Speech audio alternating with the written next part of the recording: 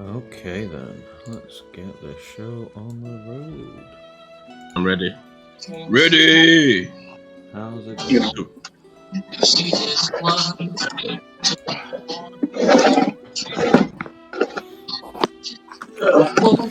Welcome one and all. Yo.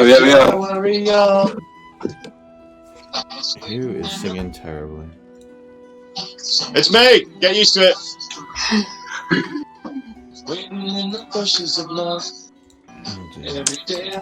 Oh dear. No, let's stop that right this instance.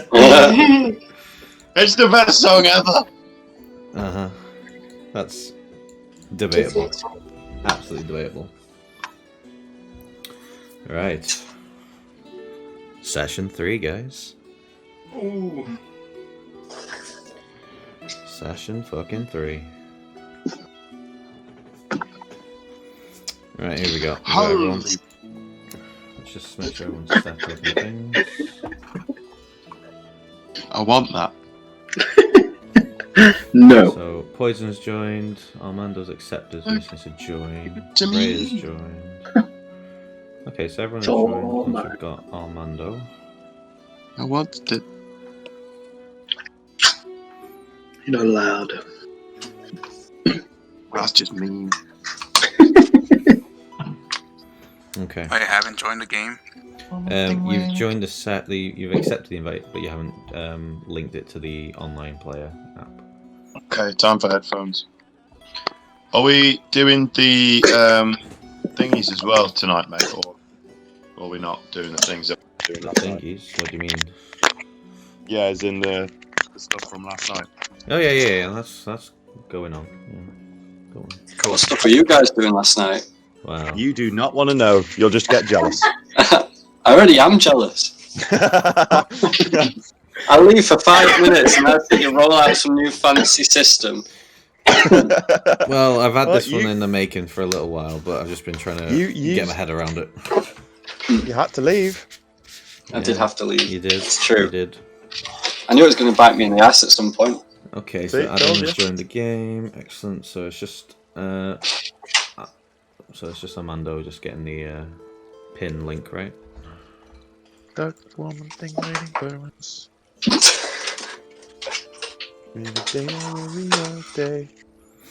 I am really sorry, by the way.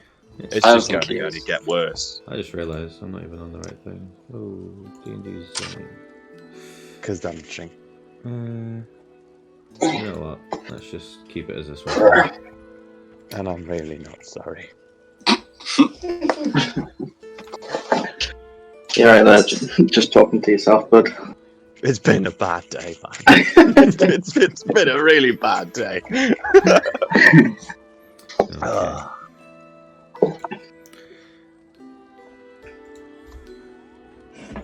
But it's gonna get better, Adam. Do not worry. This is all that's been getting me through today, man. Honestly, this is it. Oh well, I'm sorry. I've got to cancel today's session. Like, really sorry. Like, emergencies come up. I will literally, like we said, we only live 20 minutes away from each other. I will track your ass down. Very good. Sounds Can't. very suggestive, COVID. that Adam. Ow. Oh yeah. Can't do it. In What lockdown, am I mate. thinking? Come on. Oh, what am I thinking? Yeah, Exactly. of course. Yeah. believe the fear. Oh dear. Right. So let's just check again. Nope. Okay. So have you opened up the online player, Armando? Yeah. Have you linked the device with the pin? Yeah, I'm trying to find a pin. I don't know where the pin is. It should be on your Sirenscape online player. You definitely downloaded the online player, not the other one. That's what I did. Sorry, that's what a couple of people did. Waiting in the bushes for us. Yeah, every day, every all day. No. I used to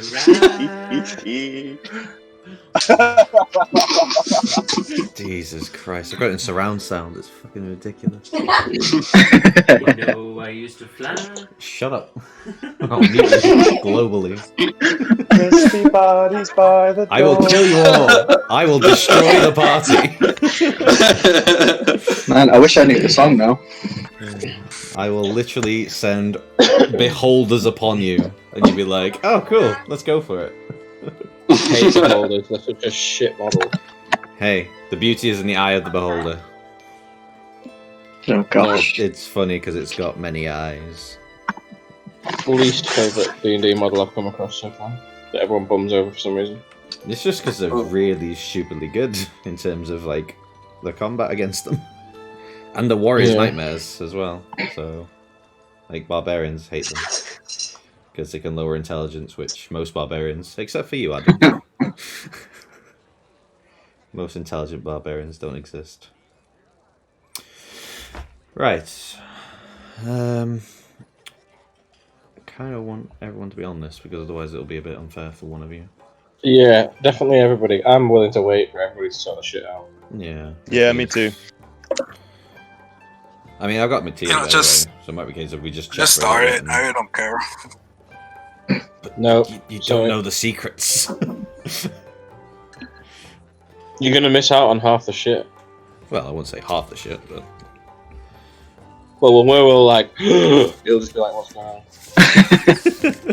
So yeah, half the shit. Oh no, he'll probably just bring up the Twitch. It'll be delayed by Right, like 30 seconds. Just put a Y in the D&D chat if you've actually got it and you're ready and you're in. Crispy bodies by the door. it's okay. I've got hours of this tavern music at the moment, so it's fine. I can just keep playing for a while. I can't hear nothing, bro. No, that's because I'm not doing it on that one. I'm doing it on YouTube. Oh, I see. The normal intro I know. stuff. So there's just me and Sam with it, right? No, because Ray's in it. With what? With Poison's what? in it. Put a Y in the chat if you've got it and you saw it. Chris Is and it just Armando? It's just Armando waiting for you. God. You can do it, Armando. You can do it.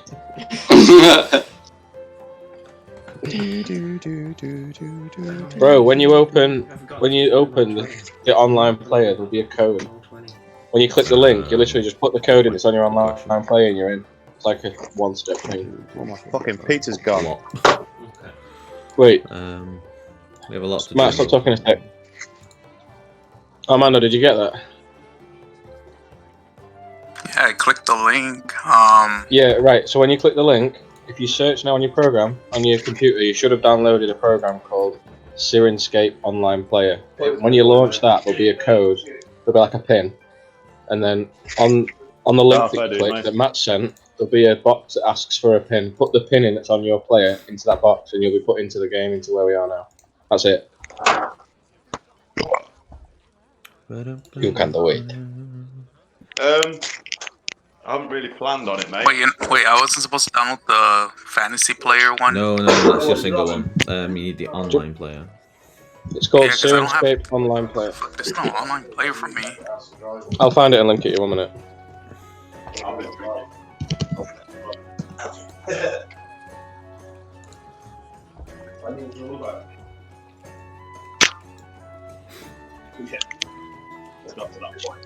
If I took some money over, extra money over, could you give them some? Yeah, of course. Nah. Wait, I know what you're talking about. Can you be on to do dice rolls? Because I didn't transfer everything into Word Anvil yet. Oh. Here you go. Hang on, what? We're using Thingy Anvil now? No, we're not using Wood Anvil today. Oh, sorry. Try Right, okay. So, literally on the homepage on there, Amanda, there's a button that says download in green. Try that. You have to scroll down though, don't click on the first one, click on the second one. Minion device disconnected. Come on. Yeah, it's the one that says Sirenscape Online on the screen, not Sirenscape. What is Sirenscape? Yeah, It's the second one downwards. I just got a message and responding. You click Get Started. Yeah, click Get Started and then go down, and there'll be a step 2, download and run, and you just pick whatever platform you're running on, operating system. Okay. Yeah, sorry, so click that, then the second one down. And then click get started. Then if you scroll down, you'll see number 2 where it says download. Have you signed up and everything? Should I have? Yeah. So did other thing. I've got a Bavaria, Adam. Premium Holland beer. Lovely.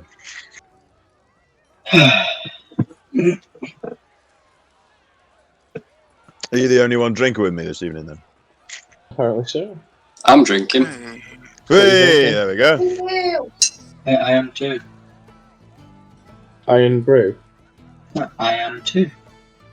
No, yeah, what are you drinking? So with lemonade and water. What? Don't tell Matt, lemonade and you check water. now? Why lemonade and water? There you go, you're in.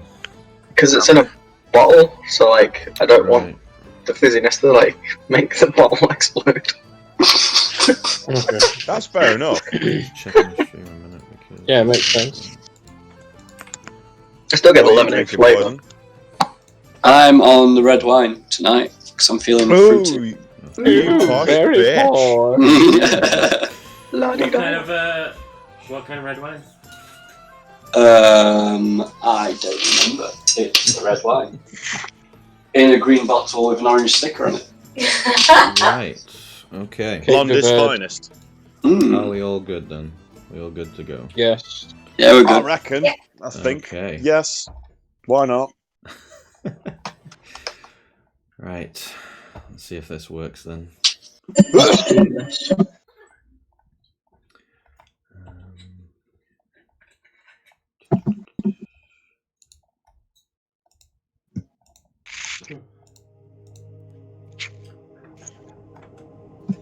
Yep. We all good with that? Saucy. Has everyone got headphones? Yeah, I can hear it. Oh boy. Saucy. Okay. Oh yeah, do you want me to mute for now, by the way? If you don't mind, yeah. Yeah, that's fine. Okay. Just setting the tone a little bit. How's that? And Okay. So last has the time... map changed? Not yet, no. I haven't revealed anything yet. Sorry, I'm excited. Show me the map! Last time, our heroes had found some downtime in a local inn after rescuing the little girl Lucy. Oh, can we just make sure I'm muted, yeah? Thank you. During what they thought would be a restful evening, a local guard came in requesting that they helped with the interrogation of the previously captured bandit that night. After getting nowhere with him for hours, you decided to call it a night after heavy drinking. Your heads were not in the best place for finding answers anyway. So, thinking that a night of rest, you'll do well, you woke up with some feeling worse for wear, resulting also in Ulse single-handedly chasing out an entire toilet block. This feeling, it led him, in order to go to the market with a few others, to find a cure to cure his hangover, and also for Chief, because Chief wasn't feeling very good and at this point was comatose in bed. After talking to some townsfolk, a strange green concoction had been formed and did indeed cure any ailments that the alcohol had caused. After collecting your small reward from Lucy's grandfather, Cyrus, you decided to take on another crack at the interrogation, this time sending a freshly revitalized gnome. We're sending in the Chief. You managed to finally get some answers about the whereabouts of the other bandits, and after a bit of negotiation, you'd recruited the mystery tiefling to aid you in the hunt for them. After traversing the deserts of Emersia, once again, going through, you came across a fast-flowing and wide river, which, on the other side, was indeed a ruined temple of some kind, covered in moss and forgotten to the winds and the sands of Emersia, what could have been centuries. With some clever use of servants, you managed to get across the river without much mishap, and the party got to the other side in relevantly one piece. Cheers. With some good stealth work, the tiefling and the chief managed to investigate the first and only room you could see.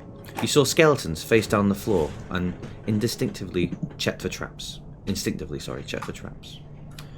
But as you managed to find the one in the opening of the doorway, it alerted the skeletons, and they began to rise, preaching about protecting the temple, whatever the cost.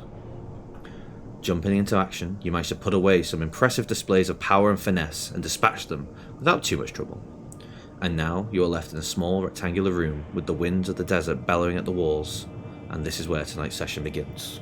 What do you do? So we begin where, sorry? You are in the room of the temple that you took down the skeletons from.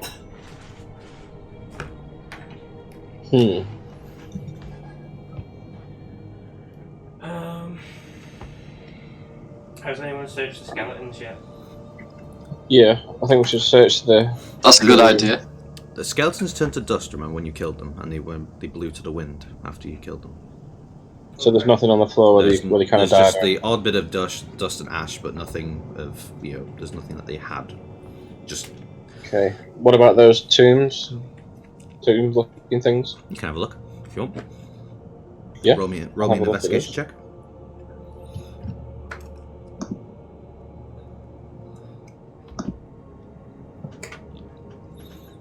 12. 12? Yeah.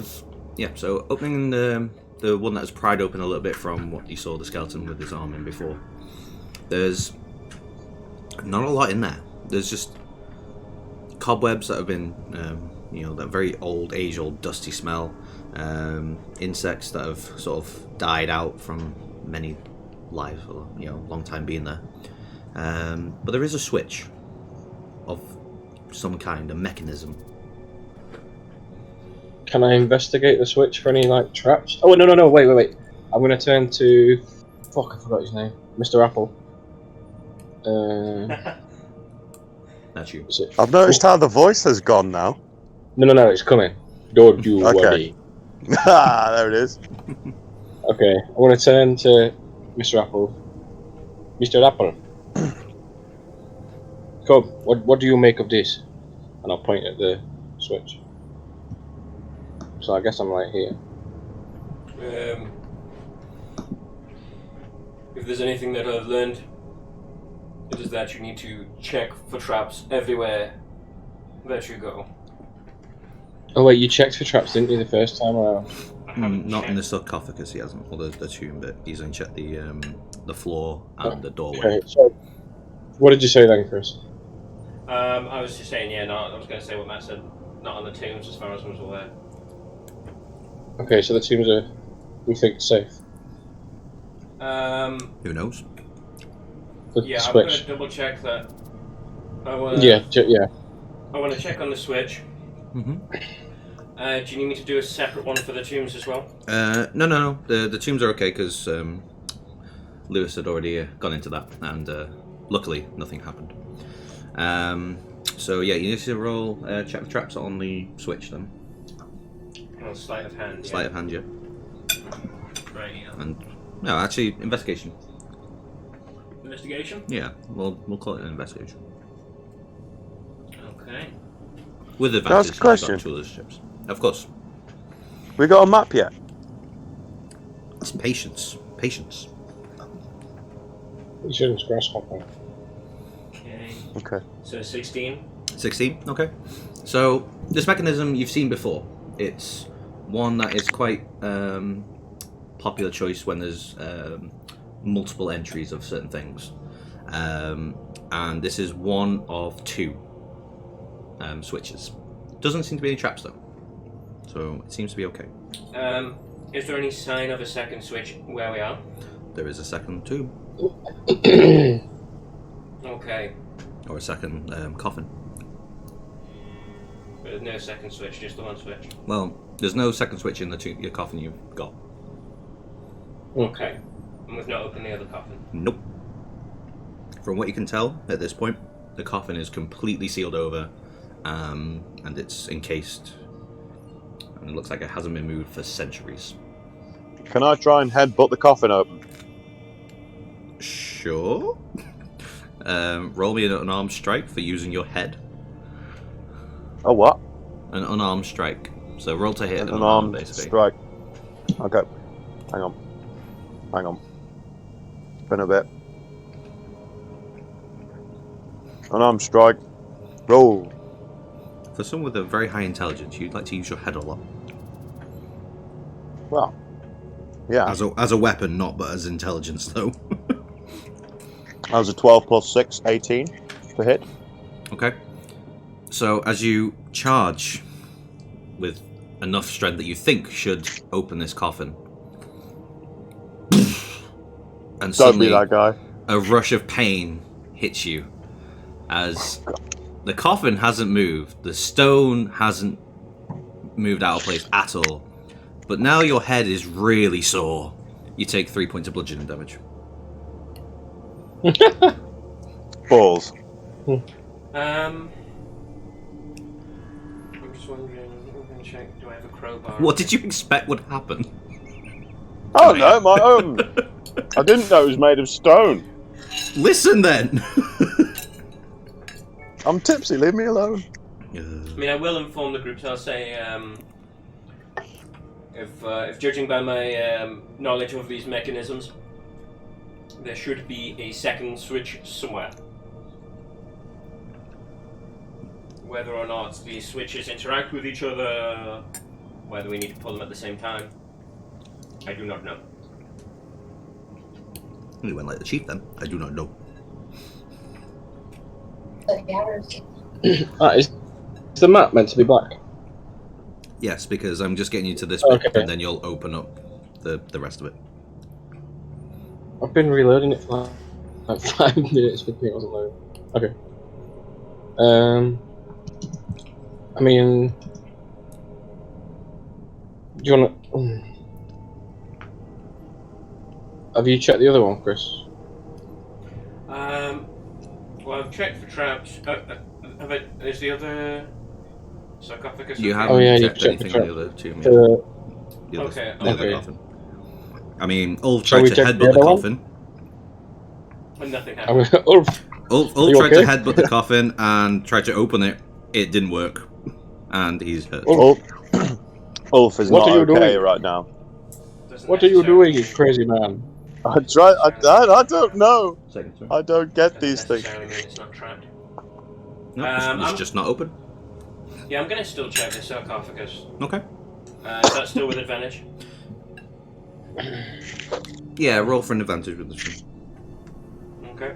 Using your past knowledge of traps and your experience and expertise. Okay.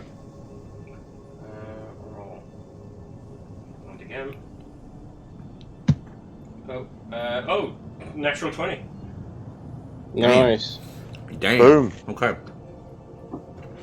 So, upon your first full investigation, you looked at the coffin. You noticed there's a narrow lip, only really, really slight. So only if you were right up to it, you'd be able to notice this little lip that is on the top of the coffin. And you sort of slide your hand along it, and you find a little notch. You slide it on along a little bit further, and there's another notch, and then another one. And again, this is another trap that you are familiar with, and with a little bit of trinkering and tickering around. By pressing into these 3 notches, you managed to deactivate whatever was keeping this coffin shut. Sweet. I'll turn to the barbarian and I'll say, it's lucky your thick head did not trigger this trap. Yeah.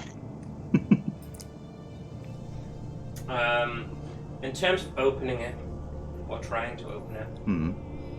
I'm just checking to see if I have a crowbar or some sort of tools.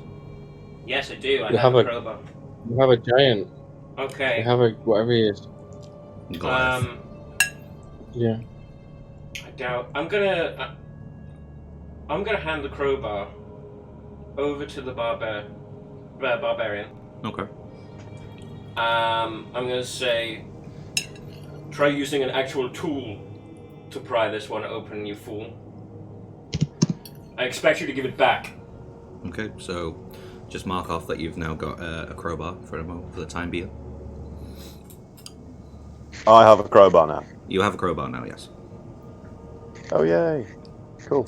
But according to him, it's a temporary crowbar, so...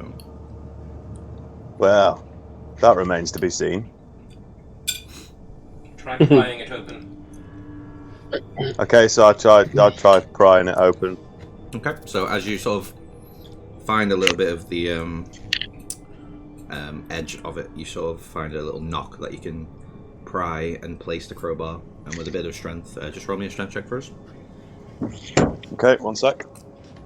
Shut the door. Strength check. Blah blah blah. Strength. I got a 17 plus 4, 21. Okay, that'll do it. Like effortlessly, you just sort of clink, and it goes, and then dust. I'm gonna. Collapses all over the whole of the room right now. It's very difficult to see due to the aftermath of everything. But once the dust sort of settles and clears up a little bit, you do see that the coffin is now open. I'm going to then lean over. Okay. Can I hand the crowbar back to the You can do if that's what bloke you with 1,000 names and say, Yeah, didn't really need that. of course you didn't. Okay. Could have done it with my little finger. So, Chief, you just sort of like edged over, right? And you just looked over. Yeah, I'm kind of peeking on the top because I'm assuming it's kind of at my height. Yeah, it's a little bit bigger than you, yeah. So you just sort of go slightly on your tiptoes. And as you do, you can see there is a skeleton bound in what used to resemble iron chains. Okay. Wait, Argyle.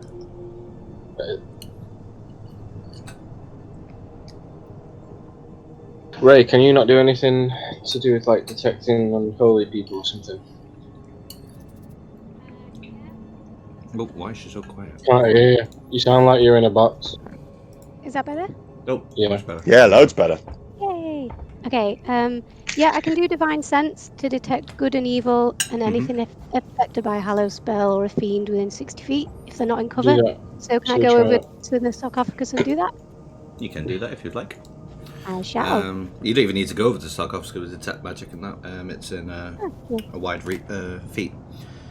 There once was an evil presence here of necrotic energy, but you feel it has long been dispersed, and whatever did remain, you took care of it. Okay. I'm just gonna. Who else is looking in this sarcophagus, or is it just me looking over right now? As far as I'm aware, it's just you. Can I see if there's anything else in there then? You can climb over and rummage around if you'd like. Just visually. Okay, so what else is... roll me an investigation.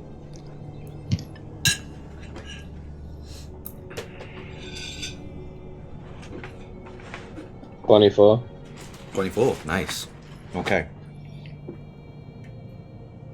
Sorry, I was just finishing my tea. Okay, so 24. With that, you manage to sort of look between the skeleton and its decaying bones that are sort of, even at this point now, have calcified to a point that they're just stuck to the rock. And after seeing from the other tomb, the other coffin, you sort of saw where the switch was, and you sort of pinpoint that is on the opposite side, so near where the feet are on this one. And there is indeed a switch of some kind or a mechanism. Hey, Appleman. Go check this by his feet. There's never a button. I will do it, but not because you told me to. Would you like me to say please? It wouldn't hurt. Please. That's more like it. I think I'm going to like you. Hehe. Yeah, I'll go and check. Okay. So it's pretty much fine for Chief has pointed where the switch was located. It looks identical to the other one. It's just slightly wore away a little bit more, as if it's been gnawed on from like insects and things. but it seems doable. It seems like it's passable to be used still. With the knowledge of this kind of mechanism that I have, would I know how these switches operate? Do they like need to be pulled in tandem? Is there an order, or is it just you can pull one and then the other? Roll me an insight. Roll an insight. Okay. Let's see. That's a +2. Let's see how well you have taken note of traps around the world. 14. 14? Okay. It's difficult to know for certain because different traps have different functionalities, and especially with double switches, it could be one or the other. But looking at the way they've lined up, you're more inclined to think they need to be pushed at the same time. Okay. So I'll sort of slowly lean back, raise my hand to get the attention of the group, and I say, I may be wrong. I have been wrong before. But I believe these switches need to be pulled exactly at the same time together. Do you need help? It doesn't have to be me, it can be any two people. Tell you what, in your trust, I'll be one of the people that pulls the switches. Ulf can headbutt box. He's safe. Ulf, press the button. I'll pull the one in the sarcophagus, and the one that we're already by. And then I don't know what that's going to do. I'm not pulling that lever. You big girly boat. Push the button. No. It's okay, there's plenty more of you. If he doesn't want to go further, that's his problem. I'll push the button. I'll swag over. Okay. And I will I'll look at him like a girl. I'll specify to Chief as he moves over. I'll do a countdown of 3. Yes. As soon as I say 1, we will pull together. Okay. Okay, so let me just make sure that Amber, you're timing at the same 100. time. You're going to try and count. I'm trying to think what check that would be.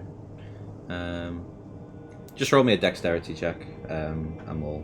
Both of us? Yeah. Okay, so 3. Is it the top one? It is, yeah. It's just a straight check, yeah. Okay. Alright. 1. Dexterity. Let me see. Yeah, it's +3. What'd you get? Lewis?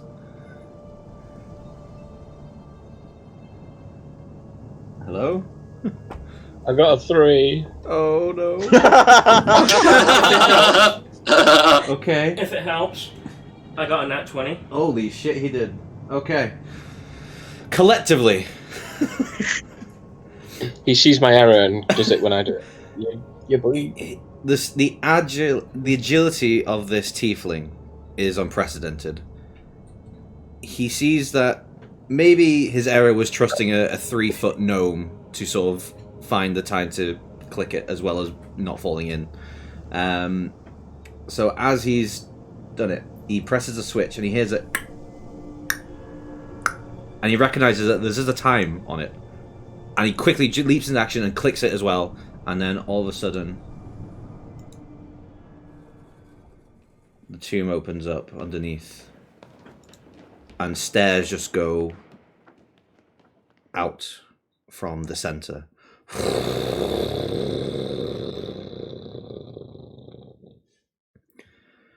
And then 2 dimly lit, really thin torches. And another 2. And another 2. Leading down into the stairs. What do you do? Faye. Well, first of all, I'm going to brag. You're very welcome. I know, I'm very talented. It was nothing, honestly. Very good, very good. Okay. Hey, Faye. Yeah. What do your elf eyes see? Well, I suggest we go downstairs. No. Does anybody see anything? I've got dark vision, but will that be mitigated by the torches? Well, the torches are lit anyway. You can just see stairs leading into the dark. I was going to say, I have a double sight. Wait, is that going to help me? What? At the moment, no sights are going to help because you're in the area that you can see is lit, and you just see the stairs. You can't see the bottom yet, so you assume that they go for a while. But what you can see, there's just stairs, and it's a corridor like going down. Okay. I'm going to pat Ulf, like, hey Ulf, I did the button. Go see what is down there. Why is it always me? Seriously, like there's plenty of other people. Jesus, no, wet. Mr. Girly Boat. Fine, No, fine. no. I will light a torch and I will go down the pissing stairs. You're afraid of the dark. Okay. No, because I know what's going to happen to the music and I'm really scared.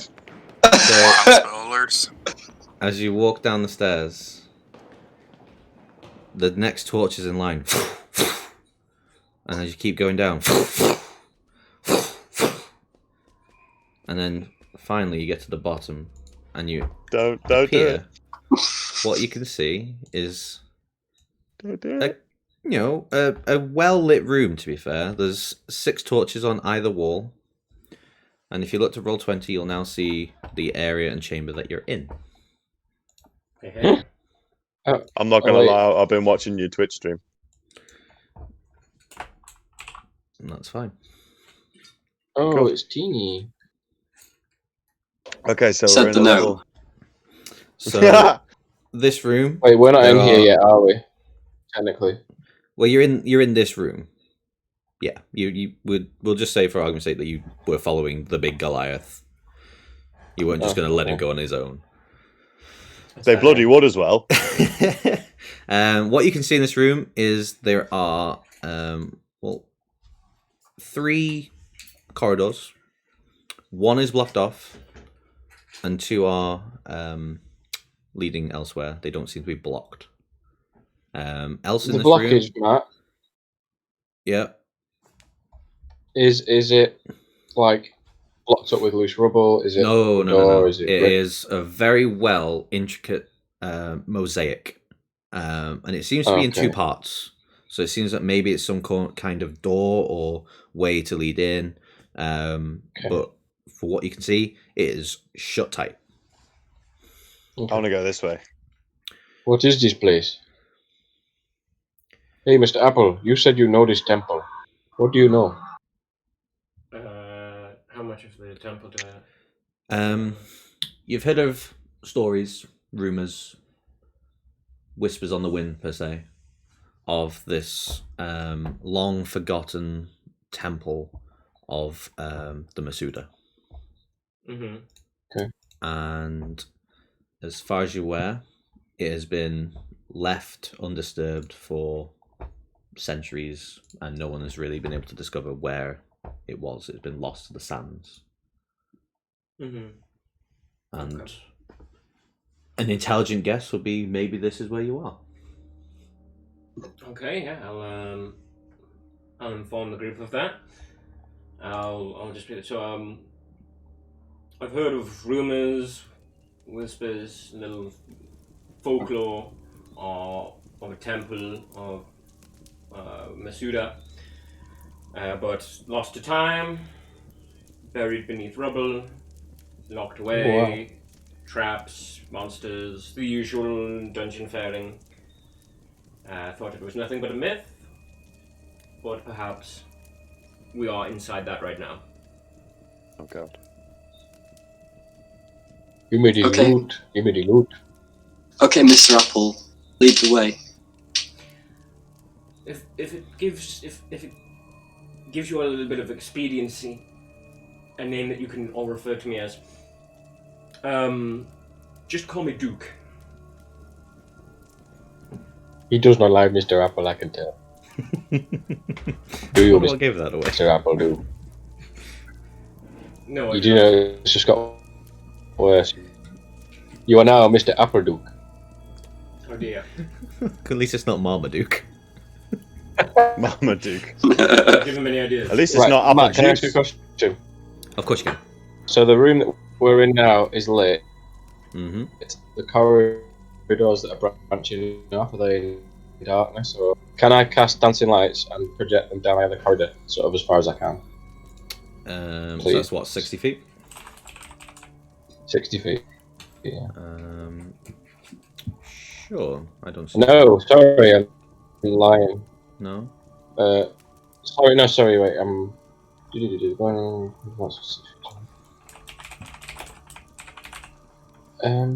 It says range 120 feet, but on a bonus action you can move it up to 60 feet to a new spot. So I'm assuming the range is 120 feet. Okay.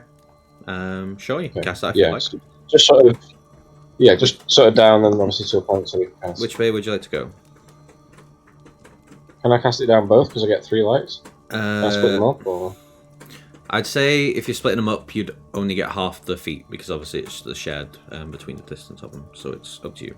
You can also combine them. Okay, so it says I can combine them or do it separately. I get 4. So you'd get thinner light if you were casting them separately, whereas if you put them all together, you get more of a. Yeah. Okay, I'll cast 2 and send 2 down one, 2 down the other. Okay, so hold on.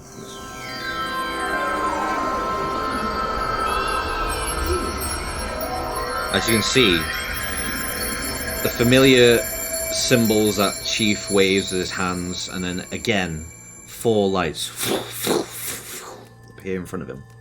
And he waves his right arm down to the one corridor, and then you go and fly off. And he waves the other ones, and they fly off again to the other corridor. They reveal that much, and that much. Okay. Matt, I would like to try, first of all, and just see if I can decipher whether this music door thing is locked. Okay. And if it is possible to unlock it. Okay. If it is locked. First off, roll me an investigation. An investigation. That's +2. 21. 21, nice. We're all fine So, today.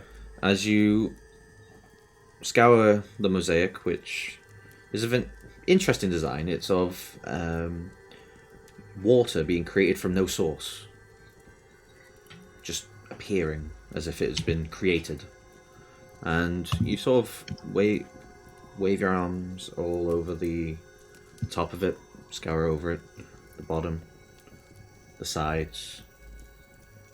Doesn't seem to have any way of forcing the door open. Doesn't seem to be any way to pry into it or grasp. There's nothing to hold on to. It's completely flat and smooth, and it's almost like you're touching marble. Okay. Mark, can I come up behind Chris as he's sort of checking this? Mm-hmm. And I've got Artificer's Law, for history checks to magic items and things like that. Okay. Or technological devices itself. Is there any way that I can do a check on that? You can try, certainly. Check on it? Sure. What would that be? Would it be a history check? Or in like an old temple? It's one of the. You can have a choice. It's either Arcana or History, so whatever you prefer. This relates to history, so I'll just go with that. Okay. Well, yeah. So I've got a +6 instead of a +3. It doubles my bonus. There you go. Go for it. Watch me get a 1. I have got 20. 20, nice. So as you're seeing Duke looking through the tableau of marble screen, you're noticing lights seem to appear at the bottom, only faintly. And as he moves one hand to the right, some lights go off, and other lights come on. It doesn't seem to be magic, but it does seem to be some form of puzzle. Oh my god, it's Minesweeper. Okay. Hey, Mr. Duke. Yes. as you are moving, you see these lights on this door. They react with your movement. I think it's a mechanism, a puzzle of some kind. Oh, I do love puzzle. That would have been a good name. That would have been a good name. My name's still good.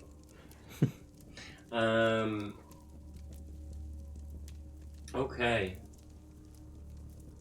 I'm gonna see if I can figure out if there's any way of deciphering this. See, what actions take, how the lights, like if I can try and figure out this mechanism. Okay. Okay, can I peek down this corridor a bit more and send my light a bit more forward? You've gone that way, have you? Yeah. Roll me a dexterity saving throw. Screw you. I mean, you've got to be very careful when you're walking through things. Natural 20!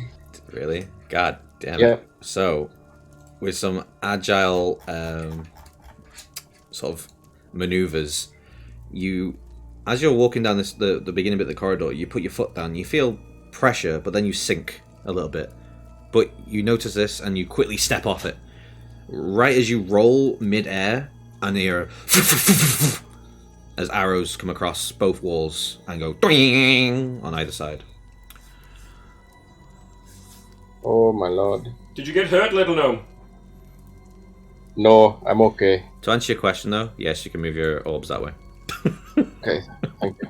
Make I think sure I'm gonna go with Seth. because I'm a gnome. I've got more and I'm lighter. I could feel it, more sensibly. I think. Yes, of course. No, it's just above head height. That's definitely That's exactly what it's not. That was totally it. Okay. Ulf, you haven't tried your head on the mosaic yet. I don't think it's a. Okay, Matt, is that trap done now? Can I traverse back and be safe? Who knows? Okay, I'm just gonna shout. I'm gonna shout back to the party. It's always best to check to see if a trap can be reset. Yeah, I'm just gonna call them over to the door. Okay. Or to that opening. Okay. And say this place is rigged. Whatever this is, people do not want people in here. There is traps. Well, let's go then. Be careful, Mr. Duke. The door may be trapped. I like how Ulf's just pacing back and forth. I'm gonna say, Mr. Duke, do you think we should wait, or shall we just sort of poke our way into this and see what is ahead? What do you think? Without engaging. Hold on, my Discord just decided to keep it and continue. Well, he's asking you a question. What do you think you should do? Should you check for everything or continue? No, should we see what's ahead? Not engage anything. Well, he's asking you, should you investigate the door while they check ahead without engaging anything? I'm just trying to think how I'd respond to that in character. How keen of an eye do any of you have? Are you good at spotting mechanics, tripwires, switches, pressure plates? What does that relate to, Matt? Um, What skill does that relate to? I'll check for whatever. It's just more intelligence and having wisdom about things and being alert. I've got a +5 on investigation. Then that'll be fine. I've got a high intelligence. Maybe. Yeah, I think. Who knows? Yes. I mean, yes, I think. Sorry, do I is there any do I get any sense I could solve this puzzle, or is it just is it not worth my time trying with this? Roll me a wisdom check. Roll me a wisdom. Okay. I know what my wisdom is. Okay.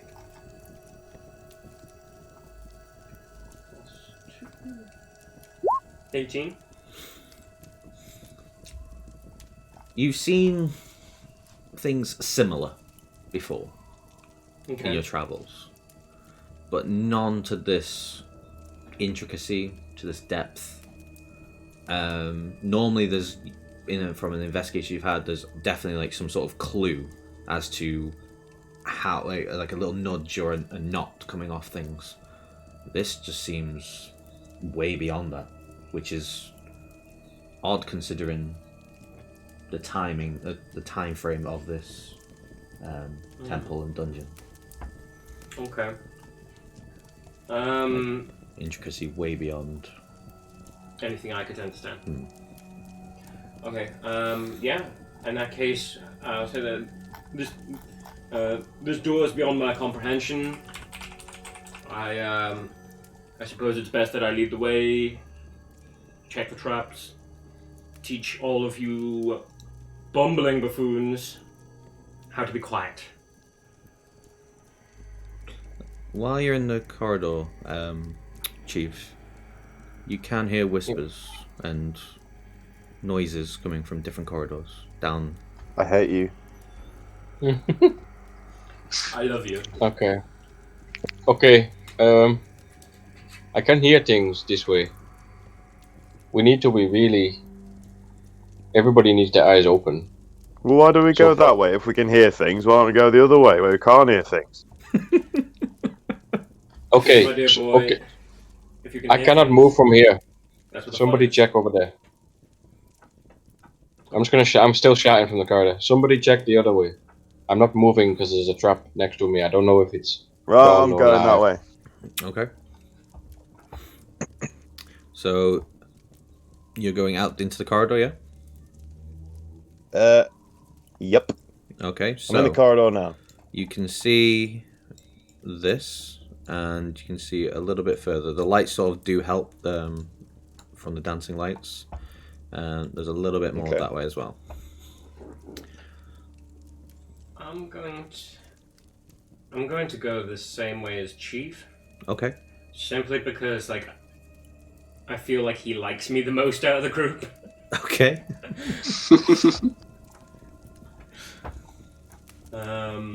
And I'm gonna check to see if this trap has reset or if it was like a one and done. Mine. Okay. Yeah, mine did trap, Mr. Appleduke. And I'll take my rapier and stab down wherever he set the trap. Okay, and as you do, you see the arrows going.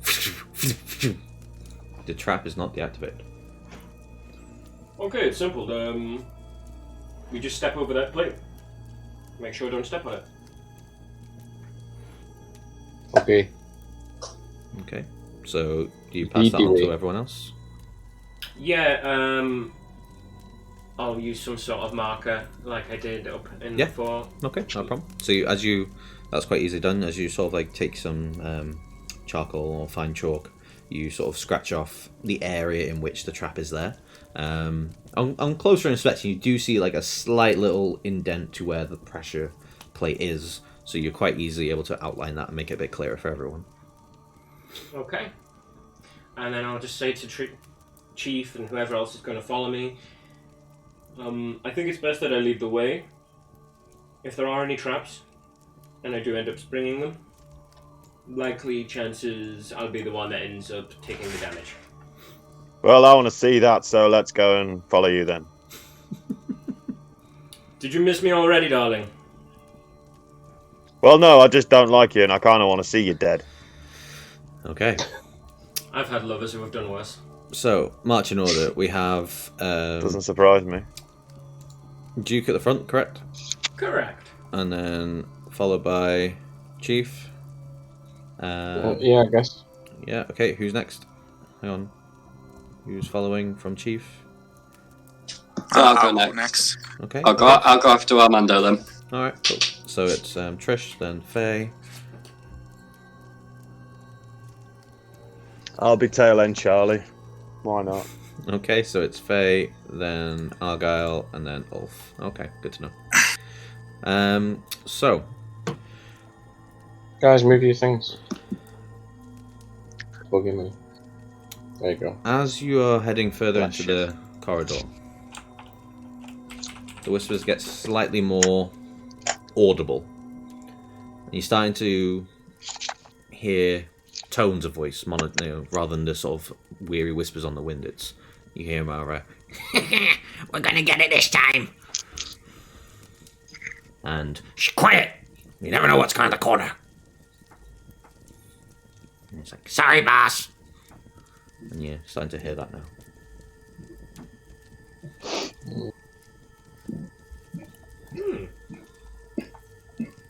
Well, we're definitely going to have company. Shh. So, what do you do? So is that all I can see around me right now where I am? Okay, yeah, so if you're going that far, you'll see how much? A little bit further there, and a little bit more there. And where are the sounds coming from? Where you are right now, roll me a perception. Okay, roll a perception. Just see what my perception modifier is. That's also a +2, okay. Oh, 7. Okay. From standing in the middle, it's very hard to see and pinpoint exactly where the voice is coming from. They're sort of echoing around the whole of the tunnels, reverberating back and forth. And on top of that, you also hear a help. Okay. But you can't hear where that's coming from either. But that's very much a disheveled voice in the distance.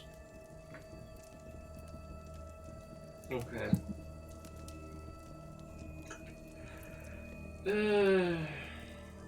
Have I got the lights with me still, Mark? You've got two of them. Two of them. Yeah, the other two you sort of left behind. And we can't distinguish which way the noise is coming from. Well, Duke couldn't. Okay. It casts dim light in a 10-yard thing from it. So can I cast one either way? Sure. Okay, so I'll kind of just poke my head a little bit in front and okay. See if I can see any more. So 10 yards. That's the light that it emits. Yeah, and then you can see that. Okay. Nothing the other way. Well, you've got two. Oh, sorry. I thought that was a door. I thought that was a blockage. I didn't realise that was like a underpass or whatever. Oh no. That is just sort of a little cave bit. It's fine. I don't know which way to go. I don't know where they are. Flip a coin. I didn't know you had a 3-sided coin. Do you have a 3-sided coin? Anything can be possible in D&D. Oh, you want to play that card game? Okay, I'm gonna get my stick on the floor, my staff, and I'm gonna spin it around like spin the bottle. This went dark. Right, I will. Basically, you're saying put it in the DM's hand, and he'll guide which way it faces. Okay. Well, let's say for example, you roll this, Matt, on a D3, but the south one can be 1. Well, the west one can be 2, and the north one 3. Yeah. Okay. You rolled a 2. I guess.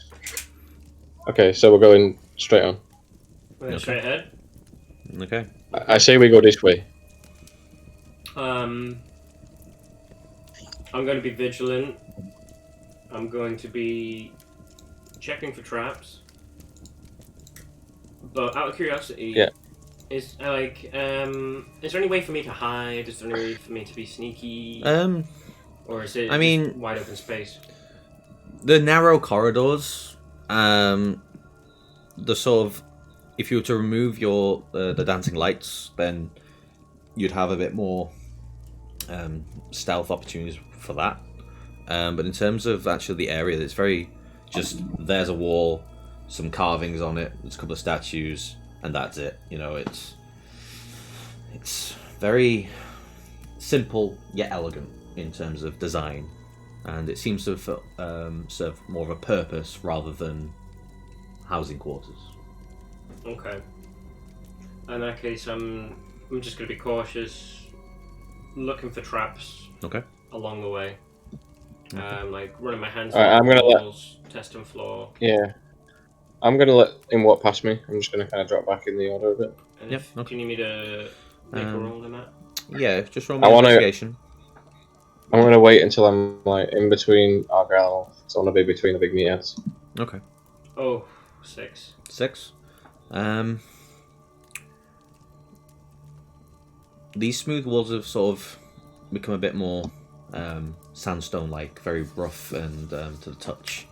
And any form of trying to investigate for pressures or imprints, very difficult to do right now because it sort of wore off your hands a bit. So your feeling has gone a little bit numb. The voices do get a little bit louder though. Okay. I'll turn back and I'll sort of whisper to the group. I'll be like, if we continue going this way, I think we're going to run into whoever's making this noise. You want to try another way first? I'm just letting you know, if you want to continue, we'll continue. It sounded like somebody was in dire need of help. Well, I'm going to turn to the group and see what they're kind of thinking. Well, look around at the group. I say we follow him. You want to help? Yeah, I think that's a good idea. Well, Agreed. What about these other paths? Should we check these first? Nah, balls to it. Let's go full balls in. Let's go. Says the barbarian at the back. Well, yeah, let everyone else die first. You've braved up. Alright then, in for silver Yeah, and for gold. Okay. Mr. Button Pusher. I'm just going to slowly and cautiously make my way forward, Okay. hoping not to trigger any trap. You're stepping forward. No traps discovered. Nothing seems to affect. But Oh god. I would like you all to roll me initiative. Oh dear. Oh, shit. Hang on. Ah! We've been rebel boys! There's some people here! Ah! Boss! Don't just sit there! Attack! Okay, so roll initiatives and we'll see what's going on. That is excellent voices there, Matt. Well done. Oh, for the love of fucking I God. got a 4. 3 plus 3, 6. Natural 20. Okay, 2. so hold on. Right, hold on a sec. We'll call in a minute. Right, so at the top of the round, so 15 to 20. 7. I did. Okay, yep. So we have a. Oh, question. no, I got 23. Okay, so Faye at the top of the moment. So Faye, 23. Then we have Duke. Okay, and we also have Goblin 1.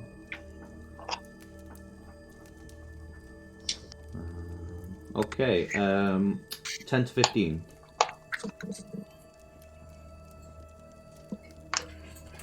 Anyone 10 to 15? Okay, so it's Goblin 2.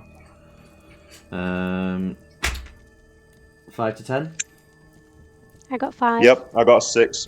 Okay, so anyone higher than Ulf is 6? No. Okay, so Ulf is next. Then also the boss. Faye, Ray, sorry, you got a 5. 5. Yeah? Okay. So Argyle with a 5. Okay, and then 0 to 5. Trisha got a 4. Okay. I got a 2. 6 of you. Trisha. It's okay because one of them rolled a 1, so it's fine. Chief, and then Goblin 4. Okay, fair enough. Good to know. Okay, so at the top of the round then we have Faye start, and then followed by Duke. You're on deck. What do you do? Okay. I'm just looking at Entangle. So if I cast Entangle, would that restrain everything within 20 foot? Am I reading that right? It's more that you have 20 foot to entangle somebody. Right, okay. I can only entangle one. Yeah, and then it's within 20 feet of you. Okay, let's not do that then. And how big are these squares, Matt? 5. Yeah, they are 5. Okay. It's not the You boss. can entangle the boss when we get to him. Yeah, that's good. Well, you can try. You've already entangled me. I'm thinking maybe I get my longbow out and I shoot an arrow. Okay, go for it. Who for? Bloody good push. I will aim at the guy at the furthest end. The guy who looks different. I'm assuming he's the chief. His name's not showing. Yeah, No. Not sure. Oh, weird. Why is that not showing for everyone? What's that? What is it? Okay, so it's the Goblin. So basically, it's Goblin 1, Goblin 2 is that one, Goblin 3 is that one, Goblin 4 is that one, and then there's the Goblin Boss, which is that. I'll aim for the Goblin Boss then. Okay, roll to attack. Okay. See what happens. I just got a 12 plus 6, that's 18. Yep, that hits. Roll for damage. Go for it. Nice. And I just rolled an 8. Oh wait, 8 plus 4, so that's 12. 12 damage. I did forget to mention, sorry, it's roll with disadvantage on that one because of the way the corridors are at the moment. Oh, alright, I'll do that so again. It's slightly line of sight and stuff. My bad. Sorry, I should have mentioned that one first. No, it's okay. And I just got 5 plus 4, so 9 then. 9, unfortunately. That did not hit. Sorry. I already hit him. Oh, sorry, I rolled the damage. Oh, alright. Okay. Bear with me, let me sorry, roll the disadvantage. Yes, sorry. Cool. Okay, so to hit again, I did 14 plus 6, I got a 20. Yeah, okay, that hits. Right, so we'll go with the first bit of damage. What was the first bit of damage you did? 12. 12, okay, so 12 points of damage. Nice. So as you cock back your arrow, narrowly avoiding Trish's head, and you hold your breath and let it fly, and it goes right past and hits the Goblin Boss for 12 points of damage. Guys, get him! What'd I pay you for? Yeah, don't pay us, boss! Well, now you know why. I love these goblins. Okay, Duke, it's your turn with Goblin 1 on deck, so go for it. The goblin that's nearest to me, can I attack him from where I am? Because of the stupid way the glitches. I'd say you'd have to move 5 feet. I'd have to move 5 feet. Okay. I will do that. I thought I'd link this up to the grid properly, but apparently I didn't. My bad. Okay. Okay. So yeah, you're going to roll for damage. Roll for hit, sorry. No disadvantage this one because you're well in sight and you're right next to him.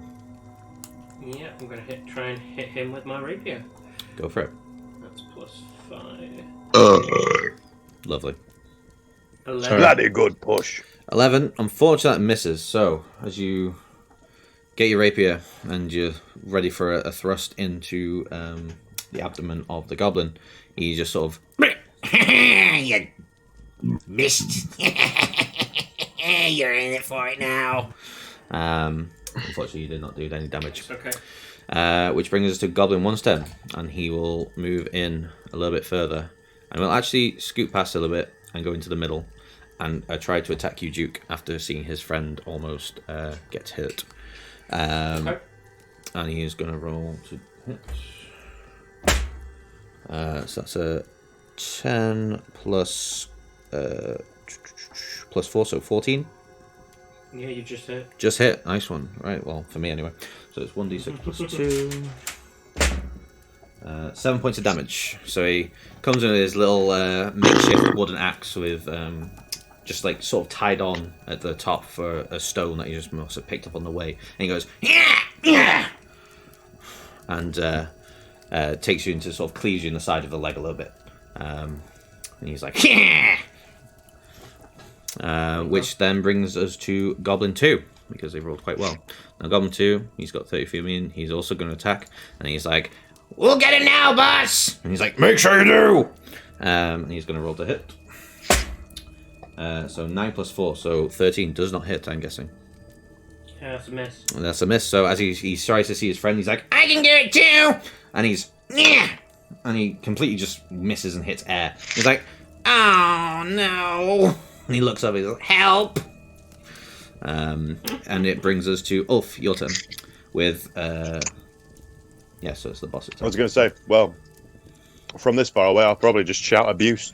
I mean, there's enough room to skate past them, It's just not a lot of room to attack, if that makes sense. I'll shout abuse. I'll taunt them. Why not? Okay. Wait, what's your movement? What's your movement? On average, you have 30, right? Yeah, 30. Right, So well you can 5, get to 10, you can get 15, to here. 20, 25, 30. Yeah, or you could just go there and attack the goblin.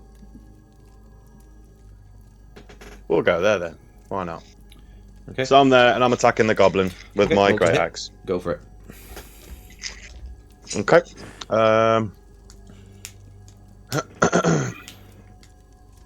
The swinging crit noises. 9 plus 6, 15. hold Probably that missed. Say again, sorry? That was 9 plus 6 is 15, so... Yeah, that just hits. Excellent. Go for it. Roll for damage. Okay. Blah, blah. There we go. Oh, God. 7. 7? No, still good points of damage. So as you raise your great axe above your head, and you just sort of go in, sort of narrowly avoiding Trisha again, and just goes right onto the goblin's head, and all you hear is, Ah, you fool! Ah, I'm gonna feel that in the morning. Ah. Looks very wounded with that one though, very wounded. Which brings us to the boss's turn. Oh, you. A thorn in my side. And he's going to walk a little bit further. He's going to pass the Duke. He realizes that he seems to be handling it quite well, his little minions. And he is going to go for the one that wasn't helping very well. And it's now going to try and attack you, Ulf. And he's going to roll a multi-attack. So what this means is he'll roll 1, and then the next one he rolls with disadvantage. So we'll see if the first one hits. So that's 18 plus 18 plus 4, so 22. Does that hit?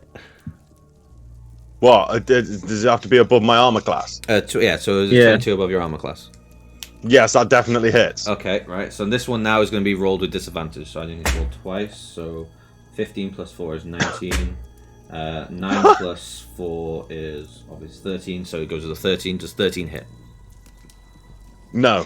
No. Okay, so he only hits one of the multi-attacks. That's fine. So it's going to be 1d6 plus 2 slashing damage. So that's max damage. So it's 8 points of damage. Oh God!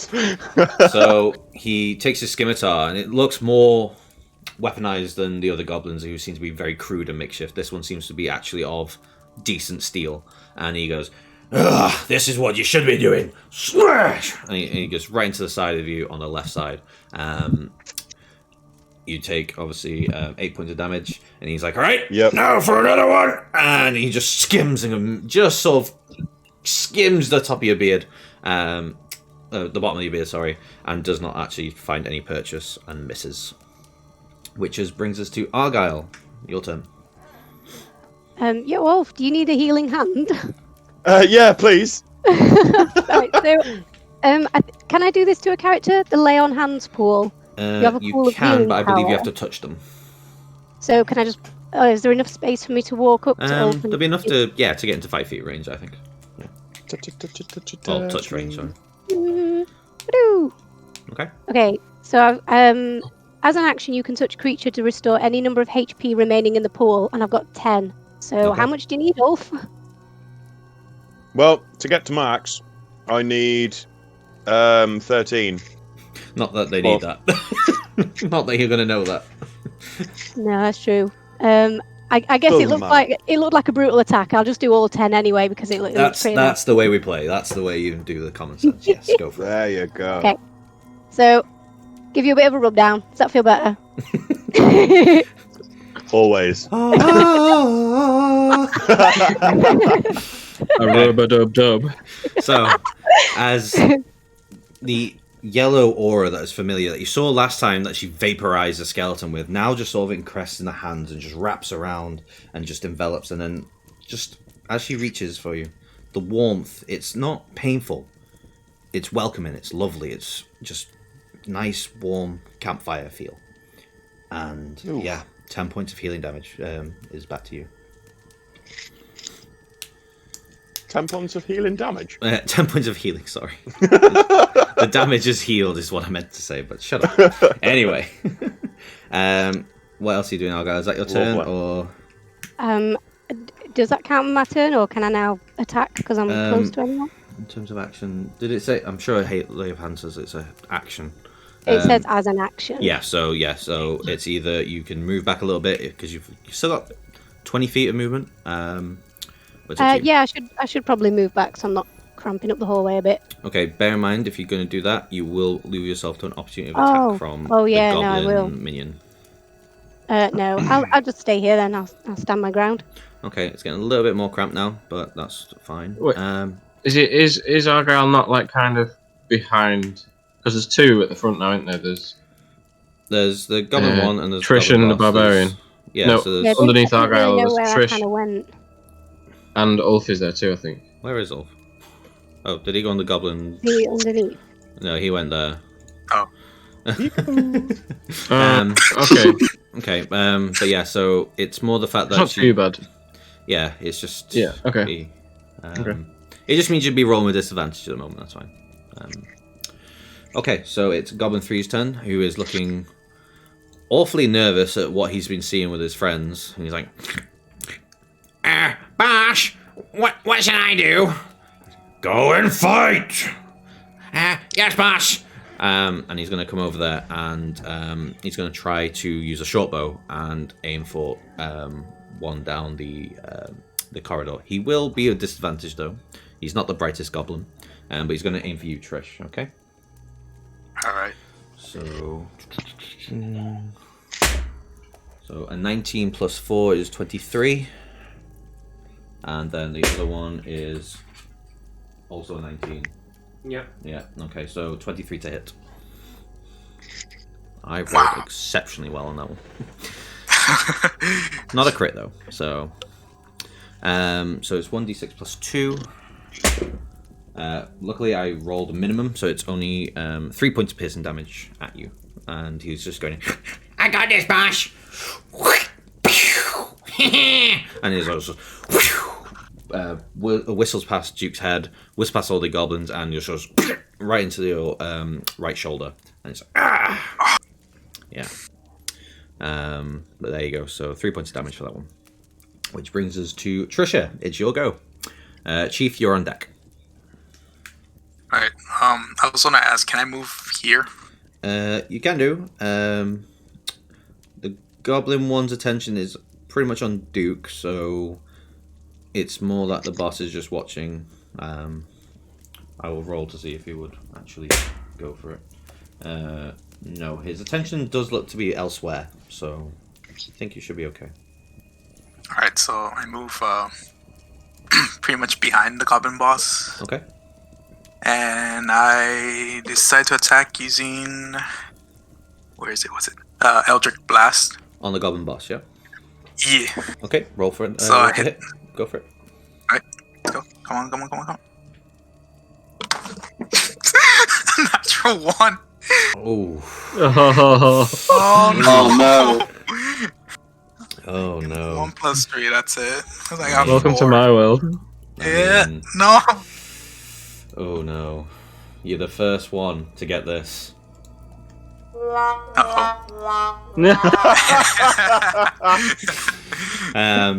I worked out that I'm only going to do that for the natural ones because I think it'll just be hilarious. So as you fire up your Eldritch Blast with the colours of familiar green upon a darker shade of green just enveloping around, confident you're right next to him, but something, just maybe the wind or maybe you just mistimed it, and your arm just pulls out and just straight past his left ear and just skims past it into the rocks, and it crumbles down a bit. It's like, you missed, but that hurt in my ear. I'm now deaf a little bit. But yeah, unlucky with that one. Chief, your turn. Okay. I'm not going to know how dexterous anybody is, am I? No. I'm going to do this anyway. It might base things off of how nimble they look in terms of their body features, but right. So from there, what's 10 feet square? So anything will be in From here. Let me just get the painting tool, draw a shape. So from there, you'd probably be looking at 10 feet. Okay, yeah. Okay. I'm going to move a tiny bit sort of more forward. Okay. And then I'm going to cast Earth Tremor in that square that you're looking at. Go for it. So everybody has to roll a dexterity saving throw. Excellent. We're all going to die. The save's 13. Okay, so 4 of my saves. That's including you. Yeah, I saved. Okay. I rolled a 20. Okay, I've rolled a 20. Jesus. Yes, Chris is okay. I knew he was dexterous, so I was like, so I'm going to do I it. rolled Then a Trish went in there, I 15. was like... I rolled a 15. I got an I 18. got 18. So 15, 8, a 6, and a 13. So I got 18. If it says 13 and you get 13, is that a save? Yeah, it is a save. Just Okay, so 2 of them are on the floor. okay. They're knocked down. So that one. And is... the two that are knocked down take. Let me roll a d6. 5 damage. Okay. So they take 5 points of damage. Nice. Okay. So yeah, 5 bludgeoning damage. Okay. With that managed to take down one of the goblins. Oh, the one nice. that was on Ulf is like, ah, yeah! And as he does, he just like collapses and just conks on the floor. He is out of the picture. Nice. How do we know that? Can What I- does it mean can if they're not down? So It it's the just one that's now knocked down. Yeah, so you can see that there's a little icon now with an arrow in the back of his head. Oh, I see it. Yeah. Yeah, that just means you now have advantage on any attacks on them. Is Trish still up? Did she save it? Yeah, I got 18. Oh, nice. See, it worked. Woo. Okay. You can tell now Chief is the risky player. Had faith in his friends all along, you know. I pegged Chris for having high dexterity, so I thought I'll go for it. Yeah, I mean, I'm the rogue. That's a good call. Yeah, and then Trish went in there, and I was like, "No, what are you doing? My plan." Right, so Goblin 4 is his turn now. So he is going to continue his attempt on you, Okay. Duke, and he is going to roll just not a natural 1, but a 7 plus 4. But I'm guessing that misses 11. Yeah, that misses. Yep. So after feeling the aftershocks of this, earthquake underground, which is a very odd concept, even for a lesser intelligent creature, it's like, and he just sort of like frantically goes, and just misses. It brings you to Faye. Your turn, Duke, on deck. Okay. Okay. Let's have a think. I'm going to. I'm going to stay there and I'm going to shoot another arrow, but at the downed goblin, I think. Okay, so that'll be a straight roll now because it's a disadvantage, but a plus advantage, so it'll just be a straight normal roll. Okay. Bear with.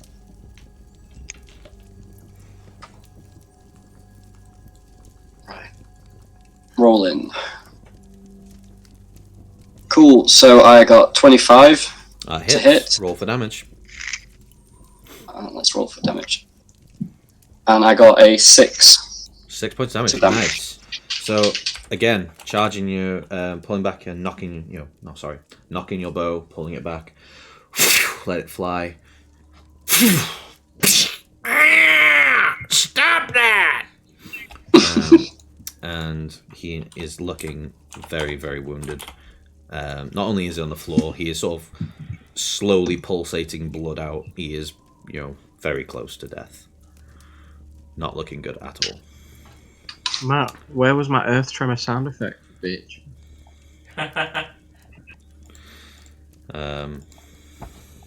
Hold on. Good question, because it's not on there anymore, so I don't know where they've gone. God damn it! I was so excited. Hold on.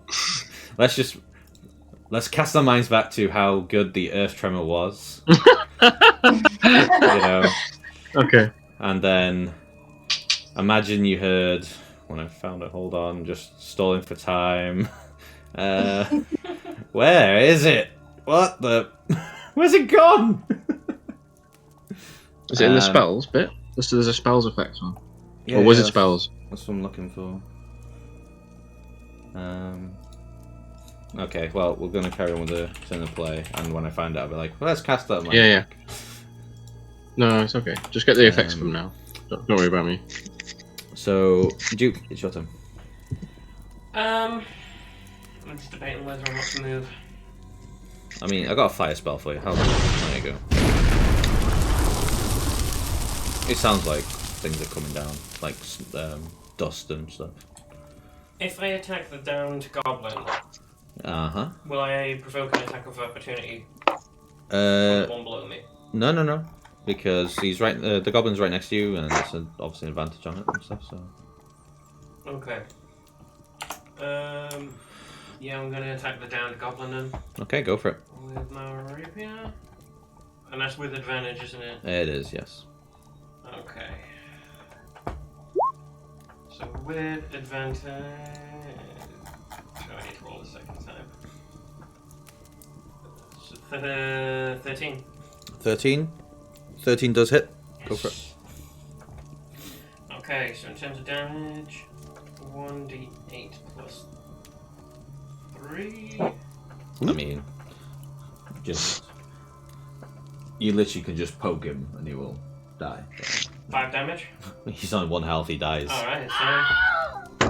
Don't need to worry about it. So good job, he is dead. He is pronged to the ground, and as you heard Wilhelm himself, he is no longer there. Well, he's dead, obviously, but there you go. So, it would have been Goblin 1's turn. He is no longer around, so that brings us to Goblin 2, who is also dead. So, Ulf, it's your turn. Sorry, I just went before I ended my turn, but I would like to move. Okay, go for it. And I would like to move hip. Yeah, you're alright with that. That's fine. No problem. He's still in your sort of aggro range, but yeah, go for it. So Ulf, yes, it's your turn. With this geezer here, I'm gonna go with the boss. Okay. And I want to do a. Yeah, you don't scare me. I want to do a dual-wielded hand axe attack. Go for it. So, one is 4 plus 6, 10. Nope, that unfortunately does not hit. I apologise. And a 9 plus 6, 15. That just misses. Sorry. Bastard! So, as you get your axes and Twice the power. Swing! He just doesn't even move. He's like, yeah, you don't scare me either. It's I want to kill him now. so hard. It's the boss's turn now, so he's going to be like, let me show how it's done.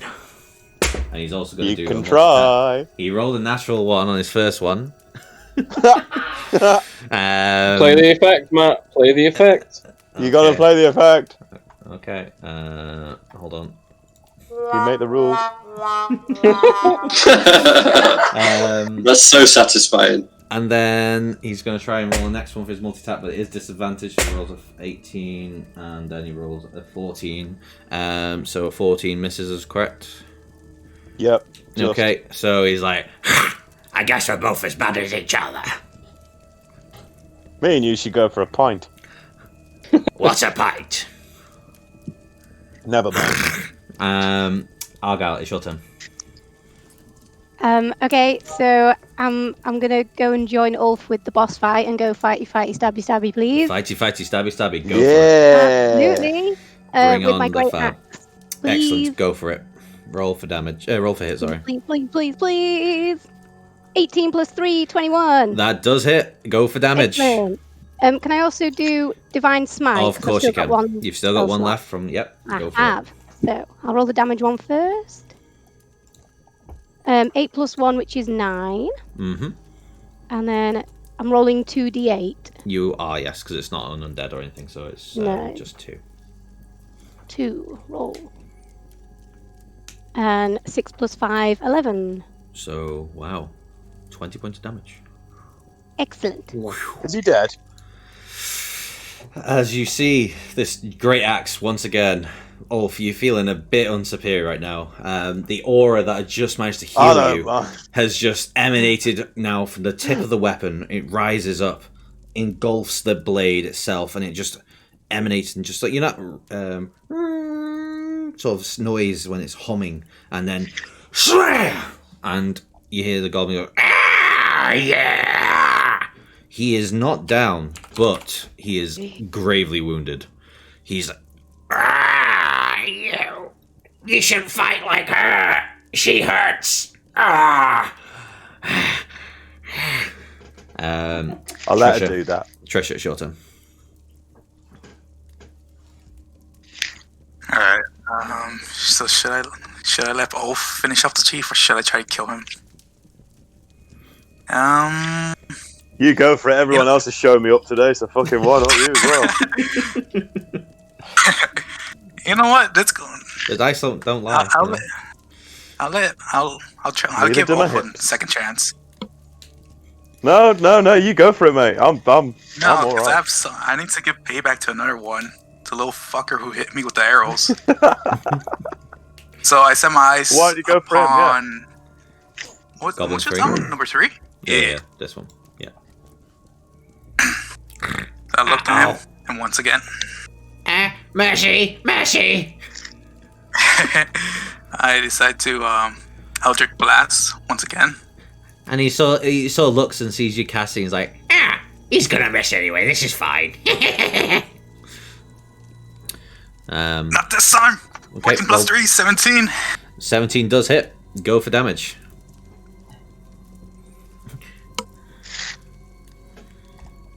Alright. And I go... Oh, come on. I got 1.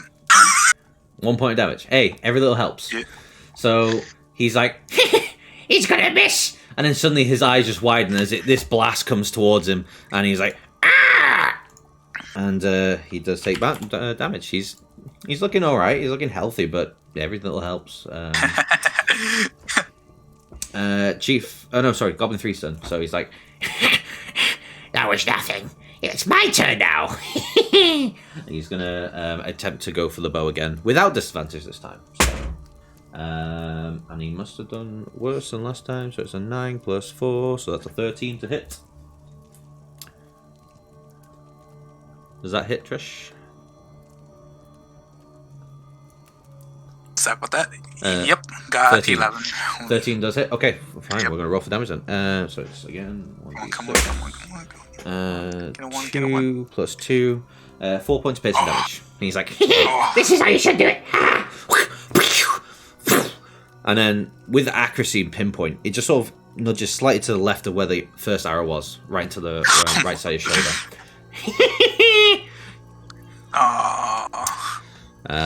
Yeah. Okay, so it is now Chief. It's your turn. Do the bolt. Do the fireball. Fireball. Okay, I'm gonna cast fireball at the. I can only really see the boss, can't I? Or the other one at the end. If you moved a little bit further, you'll be able to see the one at the end that Trish just tried to. I'll go for the boss because he seems to do the most damage. He needs to be killed. All right. Okay. Go for it. At this point, I'm absolutely bricking it, being right in front of him. I bet. 19. 19 does hit. Roll for damage.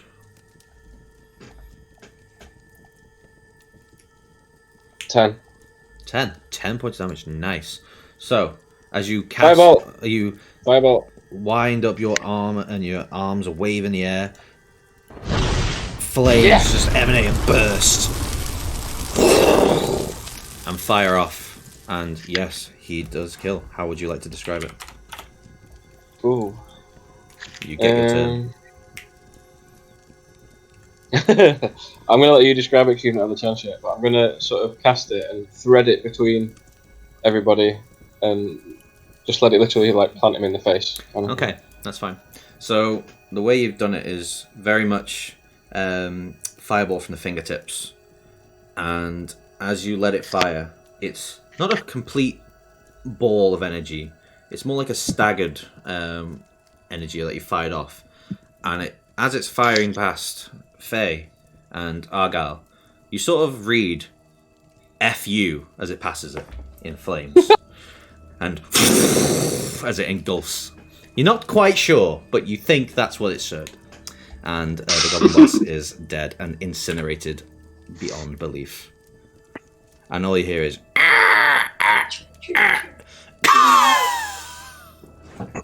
and he falls back. Nice. Well done. Good job. Right, Goblin 4. Hey, I forgot you could do magic, Chief. You're welcome. The Goblin 4 is just like... Uh-oh, boss is dead. Uh-oh. Be nice. Please? And he's going to attempt to flee. It's up to you what you'd like to do. He's going to use his movement to run past, but it's in this moment now you can decide what you want to do. Can we try and chop him down? It's entirely up to you. It's your choices. He's like asking for mercy. He's just, he's only following orders, but he's asking for mercy. Would he have triggered an attack of opportunity? I was going to say, let's not be hasty. That is true. Actually, yes, he would have had an attack on Duke because you had his attention on him. So, what do you? Does he have anything to take? I want to take that attack of opportunity. You're going to try and attack him. Okay. Actually, does he have anything we could take? You don't know for now. You know what? Would I have the option to try and intimidate him? You could. I'll allow it since he's running away. It's not like he's aggressive or anything. Okay, so I'm going to try and or maybe persuade him. I don't know. I'll say what I want to say, and then you decide whether this is intimidation or persuasion. Okay, go for it. Your boss is down and in flames. If you do not want to end the same way as him, I suggest you lead us to the voice that is crying out for help. I assume that it's you that caused the damage. He looks at you confused, but roll me intimidation. Okay, intimidation. Like, they're not the most intelligent creatures. 11. 11.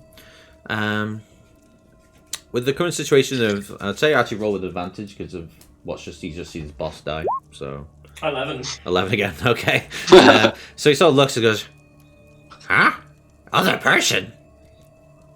We're here for the treasure in that chest over there. Okay, guys, who doesn't know where the person called for help is, kill him. What? No, I can take her there, I promise. Please. Is he lying? Shall we just rinse him? Can we not just rinse him of his whatever he's got? It's entirely up to you what you do now. I spent my action on the intimidate, so... Okay, so he's going to try and run then. And he's going to see you two, so it's up to you what you want to do at this point. So Trish, Ulf, you have a chance to either attack him or something else. It's entirely up to you. Can I just jump in and say something? Bear in mind these guys have been down here, so they probably know the way around. Probably better than us, or at least where the traps are, because I've had to navigate them. How do you know that? They might have just done what we've done. What, run that little bit? Maybe. Yeah. Maybe, but they knew that there was the chest of, well, whatever that is. I will say you're assuming a lot from goblins. Yeah, let's kill him. Just like the skeleton. Yeah, I like trying to save them. Okay, so you're going to try and take the opportunity of attacks, yes? Yeah, why not? Alright, roll for hit. 17 plus 6, 23. That definitely hits. Where's that one again? That's 9 plus 4, 13 damage. You just one-shot the bastard. Oh. As he walks and runs, he's fleeing, scared and panicked from just what he just heard the Duke say to him. He's running past and he just sees Cleaver coming straight down. What do you do? What would you like to do? I basically just take one swoop towards his mid-torso and chop him in half. while his legs are still running. And as the blade comes in contact with his skull, it just disintegrates under your mighty strength, and splits him straight down the middle. He is a goner. There you go. He's dead. Goblin 3 is just like,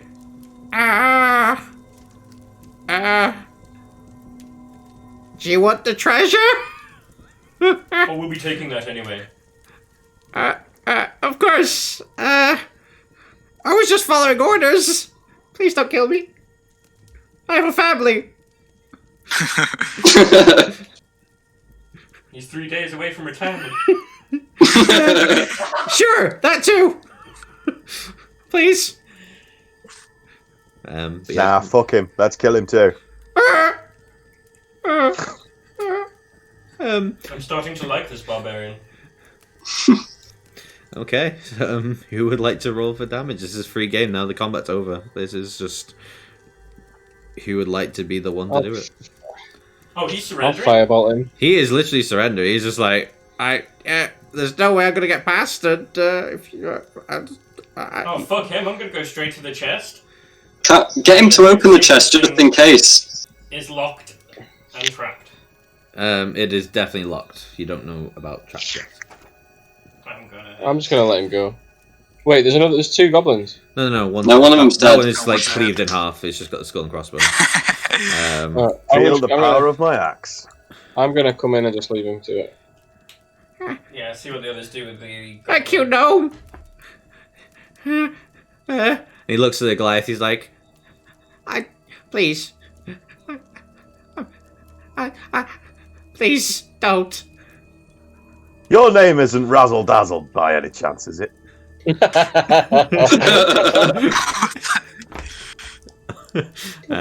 Just hold on a sec. just Oh god. Oh, if you're gonna kill him. Do you mean Razmataz? Razmataz, that's the one.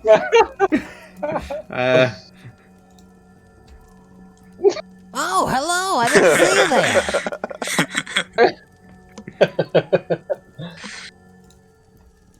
My name's Razmataz the Redcap.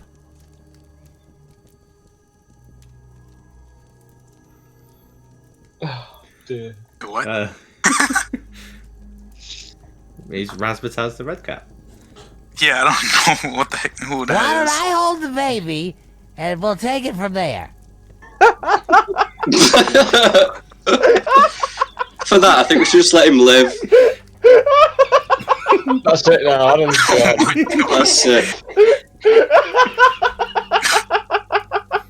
If you guys let him pass, Oh my god. if you guys let him pass, Right, can I yeah. just whisper something to him? You can go. Sure. Yeah, is that alright? Is he letting him go? Hey, Razmataz. We are gonna be best friends forever.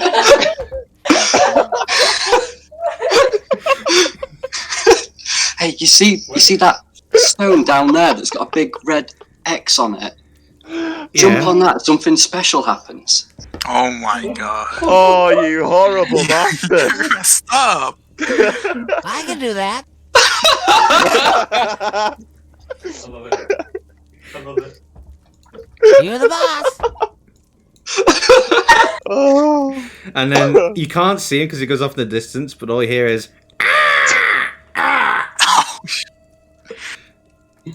and then nothing. Oh God. That was a short-lived life of Razmataz. I got a feeling he'll be back. Nope, he's dead. He's gone. No, Razmataz is dead. It had to be done though. I couldn't not do that. You missed out the opportunity. I was waiting for you. I was waiting for you to ask, but Well, I asked. yeah. In Okay. the end, I asked. Okay. So you've cleared out the goblin search party of treasure, dungeon crawlers. The cavern is once again just left to you. In this room now that you've actually had a chance to sit and look and wait a bit, you can see very similar to the door that you saw before, the mosaic, but this way it's all around the room. And it's not just the water, although that image is there in the center, but there's mountains being created, light just appearing, and then another one that shows darkness absorbing, and then nature, or trees and bushes growing and life being given, and that is the mosaic all around the room. The bushes of life. I'm going to check the chest for traps. Okay, go for it. Because that was my attention immediately went to that. Okay, go for it. Oh wait, hold on, that was the wrong roll. Try that again. Oh, natural 20. Natural 20, nice. Wow. Okay, so it is trapped. You're sort of wondering how the goblins have managed to avoid this, but on close inspection, you can see there's a couple of other goblin corpses that weren't yours of kills. So possibly maybe they've tried to force it open. But with a good investigation and a good checking, you hear it clink, and then the chest opens. Excellent. What's inside? Inside, you see a very, well, first off, dusty robe. Very intricate, very elegant, white, with a hood, gold filigree all around the shoulders, the wrists, over the hood and the outside of it. And then as you dust off everything else, where the arm sleeves are and at the bottom of the robe is nice a royal red colour. It's a robe of some description, but you don't know what. It's very intricate, very elegant, very posh looking, but apart from that, you don't know. Can I use the Artificer's Law to see if it's got any, if it's a magic item? If he gives it to you, that's sure. I mean, I'll pull the robe out of the chest, sort of hand it out slightly, see if anyone's interested in it. What is this? May I see? For you. I'll pass it towards Chief. I know, I'm interested in magic items. Okay. Can I do a check? Of course you can. Would it be an Arcana check? It would be. 15. 15. Yeah. Excuse me. You feel that this sort of item is of magic purpose. Ooh. But it would take an hour to look into it properly and actually reveal what the item is. Okay, okay. This is some kind of magic, but Trish and I may be able to identify it with more time. We'd need time, so maybe somebody keep hold of this till we are safe. I'm kind of too small to carry this thing, so... just so I know, sorry, Duke, what's your alignment? Chaotic neutral. Chaotic neutral, okay, and yours, Chief? Where is that? So it's either chaotic neutral, good, chaotic good. Awful, chaotic good. Okay, so as the robe was passed to you, Chief, you notice that the colours, or the main colours that were, sorry, I should have asked this first, originally were grey and you thought it was dust, but as you get past to you, the colours change and shift and become a pale white.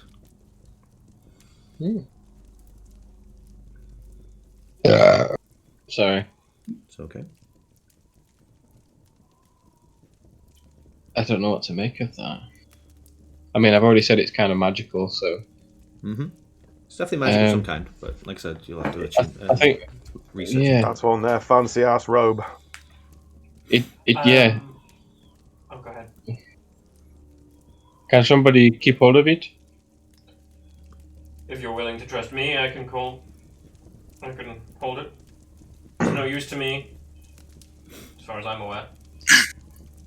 Wait, can you pass it to me to see if it changes? Yes. What alignment are you, Trish? I'm neutral evil. Okay. So, as he passes to you, the white robe suddenly changes to a pitch black.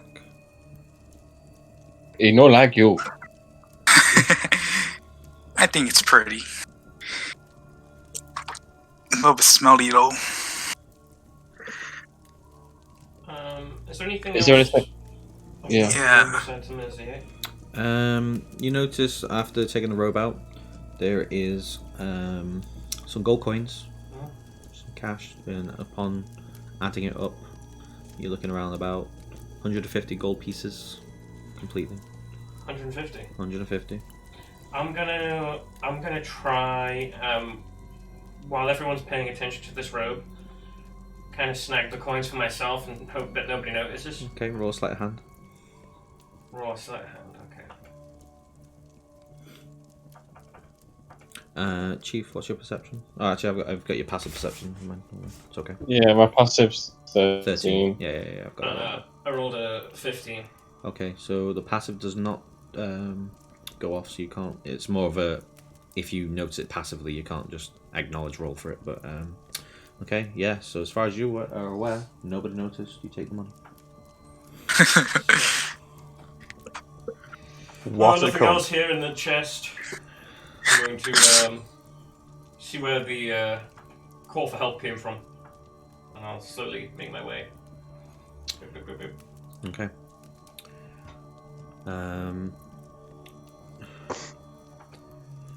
I guess I'll follow.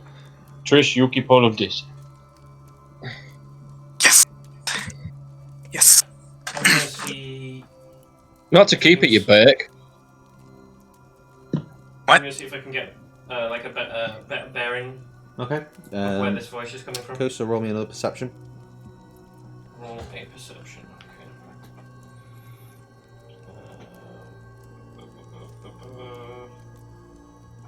Come on. There we go. Roll. 15. 15. Okay, so the faint voices that you're still hearing is like just, it's much more fainter now. Very, very wispy voice. And it's coming from that direction. Okay. I'm going to slowly move forward. I'll be checking for traps along the way. Okay. Roll investigation. Okay. That's +2. Oh, 4. Okay. Oh. It's just walls. You don't know if they're trapped or not. Your keen sense seems to have dwindled a little bit from the fight. Yeah. Okay. I'm just going to be extra cautious with my steps. Okay. Hope for the best. I'm not. And head out. Okay, so as you do, more torches light up.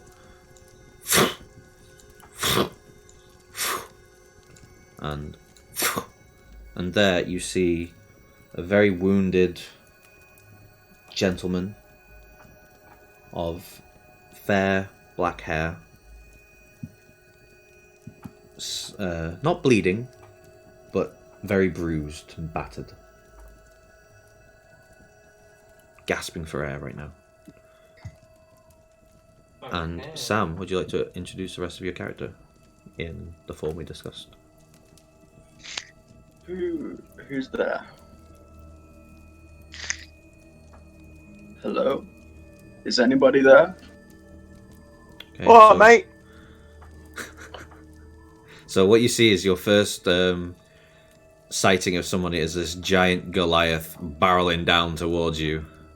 Boom, boom, boom, boom. Oh dear God.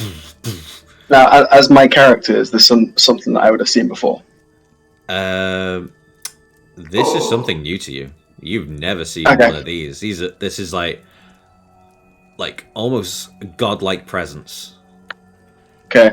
So with the information about me that you know, I'm going to be quite casual about it though.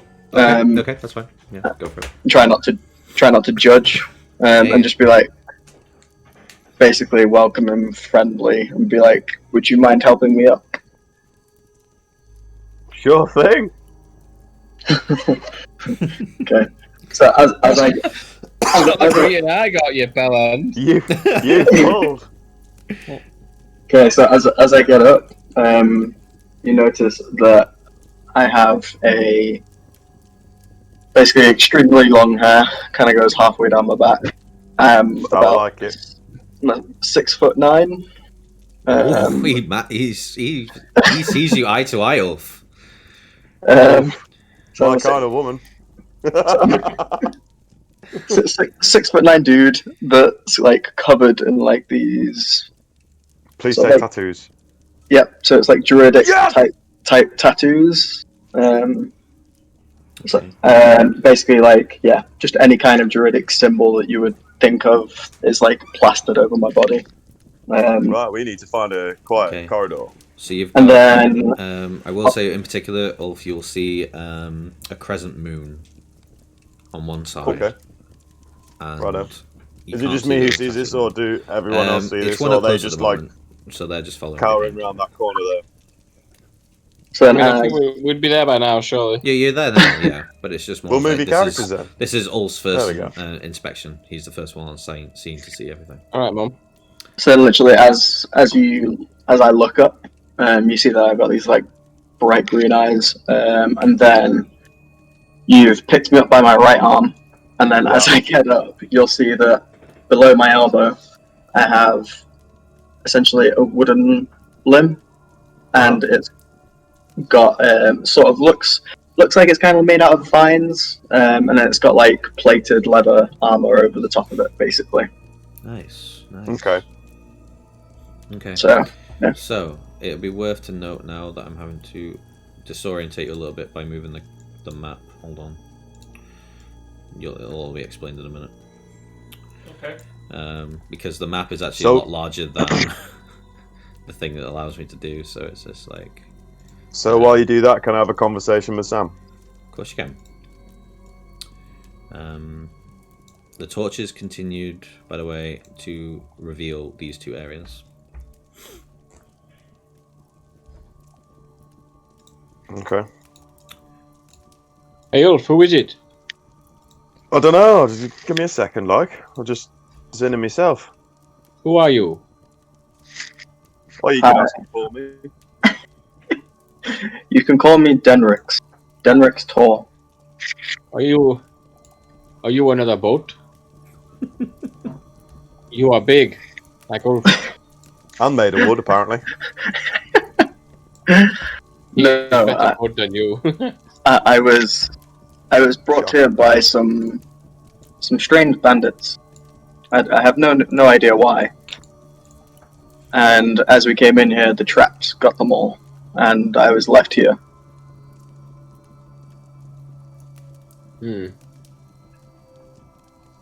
Okay, Ulf. I'm sorry, did you say Have you bandits? question? I did, yes. Which way did they go? Like I said, that they died Well, they're all further up dead. the corridor. Oh, they died. I didn't hear that part. Sorry. Chief, your passive perception, by the way, allows you to see that on this door here, or this wall here, is another one of the mosaics, and this time it is of the mountains that you saw in the big chamber. Again, smooth marble. No Mr. obvious Duke. signs of opening. Mr. Duke. Yes. There's another one of these secret magic doors here. You see this here? You would have also seen that one there as well, though. And that one is Okay. of the light. Okay, there's two. They look like the pictures in the chamber where we just were. Yes, there was one of these doors where we entered as well. Matt, while they're talking, can I go and inspect the picture of, for example, I'm going to go and inspect the mountain. So I'm going to like mooch all the way back here. Okay, go for it. Roll me investigation, and then we'll reconvene in a minute. Let's just have Ulf and Sam's chat. Yeah. What is it? 18. Okay. Okay. So yeah, Ulf and Denrix carry on. So you say like I found you on the floor. Are you injured or are you hurt in any way or shape or form? No, I don't know if you can see, but I have a chain that's linked to my ankle. So they left me here, stranded. What's the chain attached to, or is it just like a loose chain that he can freely walk around with? It's just a very typical weight on the other side, just to slow him down, so he couldn't make a quick escape, basically. Right. Okay. Can I chop that off with an axe try. or something? I don't know. I'm trying to help a brother out, like. Sure. Right. I'll take my great axe and try and chop it. Okay. Roll to hit. There we go. What is it? 12 plus 6 is 18. Can I like stretch myself out of the way to avoid it as much as possible as well? You can do, yeah. Yeah, cool.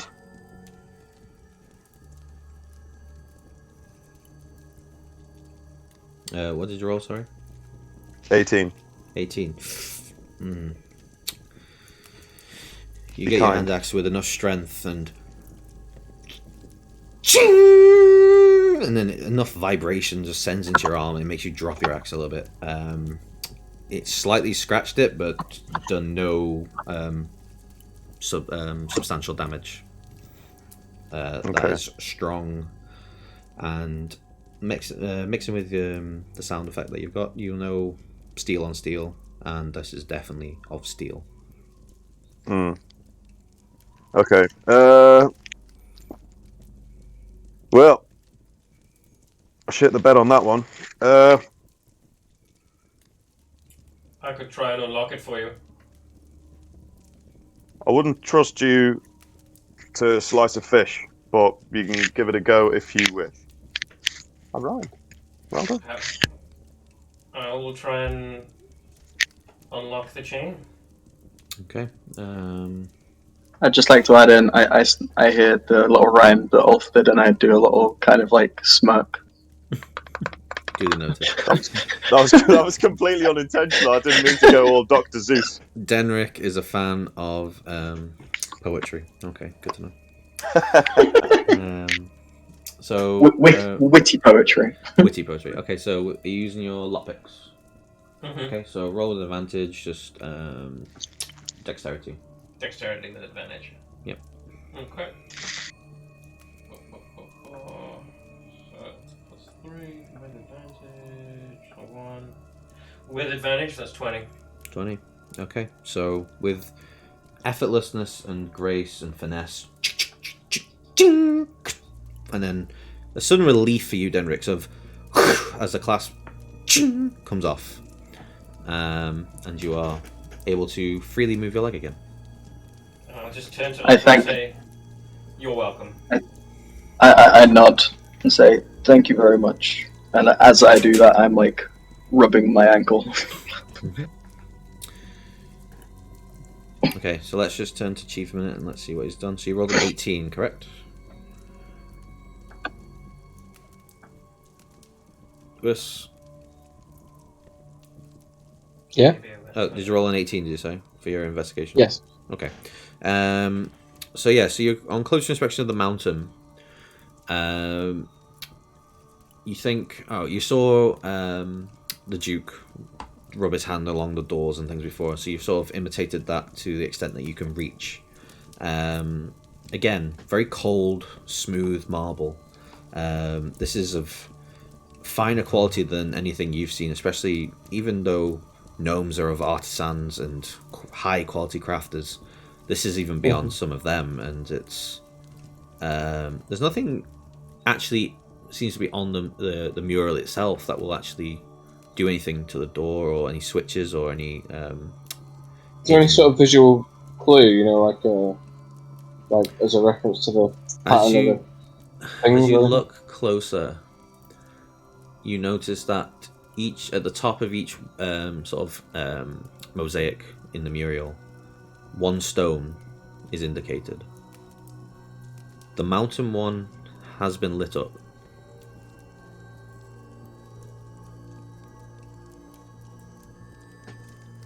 Is there anything? What have I got in my bag? Say again, sorry. Yeah. I'm just seeing if I've got anything in my bag to make a note. Can I make a mental note? Sure. Like with the way you've seen things, yeah, you could probably have a vague idea of remembering it. It's just obviously seeing a light, which is different to all the others. So it's not like a pattern or anything I could follow? Doesn't seem to be a pattern to it. It just seems that currently the one that's above the mountain is lit up. Okay. Is there anything I can do to touch it, or? Oh, okay. Alright, I think I've got an idea. Okay. I'll go back to the guys, sort of scurrying, and then I'll grab Duke and say, Mr. Duke, come with me, please. Drag him to the door and say to put the lights on the doors. We need to make the light on the mountain light up. This one needs to be on. Okay. I don't know how. The same as the door when we came in, but I feel like I know that if this light is on, this may open. Okay. This door that we're in front of here is the mountain, right? Correct. Okay. I will try and get it open. Do the same thing that I did at the door at the entrance. Okay. Roll me an investigation. Okay. Oh, 5. Okay. No! So, as you're rubbing your hand across the very smooth marble again, I just need you to roll me a Constitution saving throw. Oh shit, okay. Constitution saving throw. Okay, that's another fucking... that's not good. 10. 10, okay. What you guys see as the Duke is rubbing his hand across the door, his little finger starts turning a dusty grey. Slowly at first, and then it takes hold, and now his actual little pinky and part of his index finger have now turned to stone. That's not good. For the foreseeable thing, you have disadvantage on certain saving throws. Saving checks. Oh no! Oh dear. I'm not touching that damn thing again.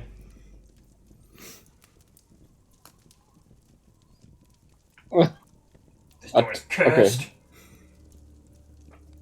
Hey, Mr.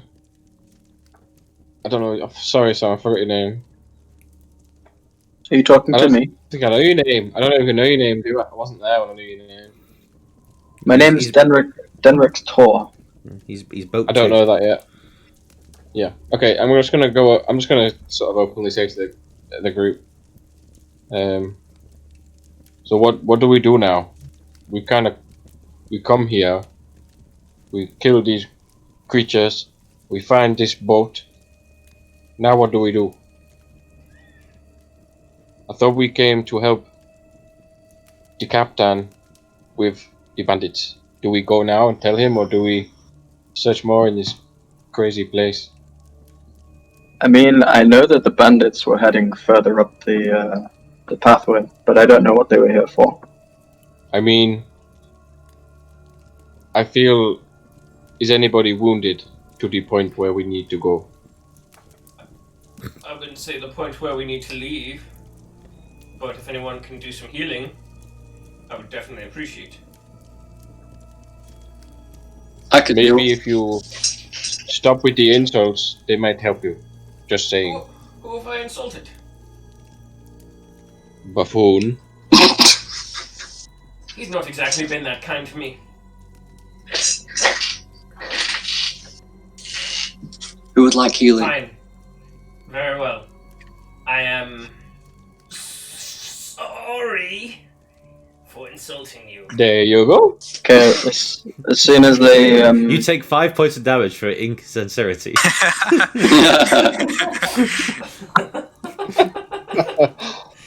Yo, can I get healing? Yeah, could somebody please? I'm How gonna many cast. people need healing? I do. Me. So is that 2? It's 2. Yeah. I'll take one of them then.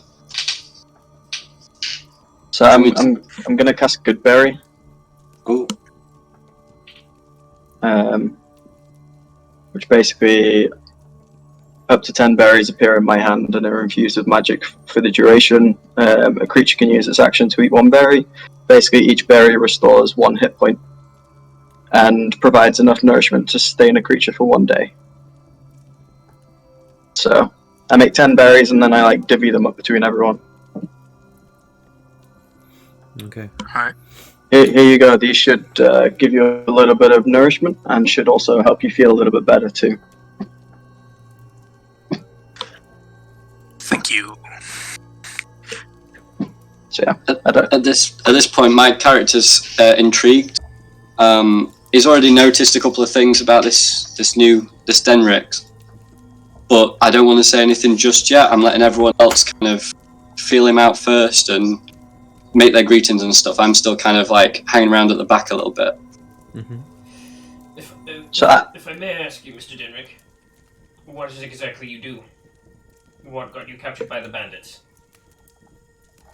I live in the woods, in the forest of Azure, and just one day I was just wandering myself and they came and kidnapped me. I do not know why. They never said anything, they just kidnapped me and took me. Oh, sorry. They kept blabbering something about they need a shapeshifter, or just kept saying shapeshifter, and I don't know what they're talking about. Are you a shapeshifter? No. Can I roll insight to see if he's lying? You can try. Go for it. I'm gonna roll insight to see if he's lying. Jump to roll to counter it. Are you lying? So deception if you want. Yeah, let's roll for deception then. My insight was not that good. It was 11. Okay. My deception is 12. Oh. As far as you're aware, he seems earnest. He seems to be telling the truth. He just looks very shaken up and wounded, and he's probably passing any of disbelief onto that. All you need to know about me is that I know spells that can help if you require. And you're a long way from home. Exactly. And I'm good in battle. That's all you need to know. Well, Mr. Denrick, would you perhaps know anything about these magical doors that turned my finger into stone? I take a quick glance at them, and can I just check to see if I know anything? Sure. Roll me investigation. Okay. Roll me history. Sorry, roll me history. Okay. We'll go with this way. That's a 6. 6. You know nothing. This is the first time I've seen things like this. Okay. I just say I apologize. I don't know anything about these. This is all new to me. Okay. Does anyone else have any questions for our new friend?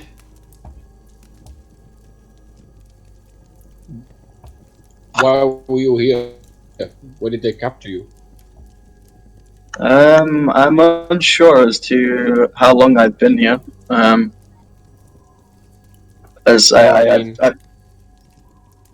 in the area. What were you doing in the area? Oh, I'm a traveler. I just travel from city to city, and I take quests, and I just like to travel and visit different lands. I can understand that.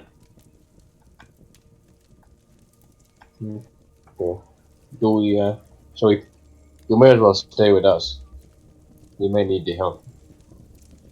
I will humbly accept your. No, my God.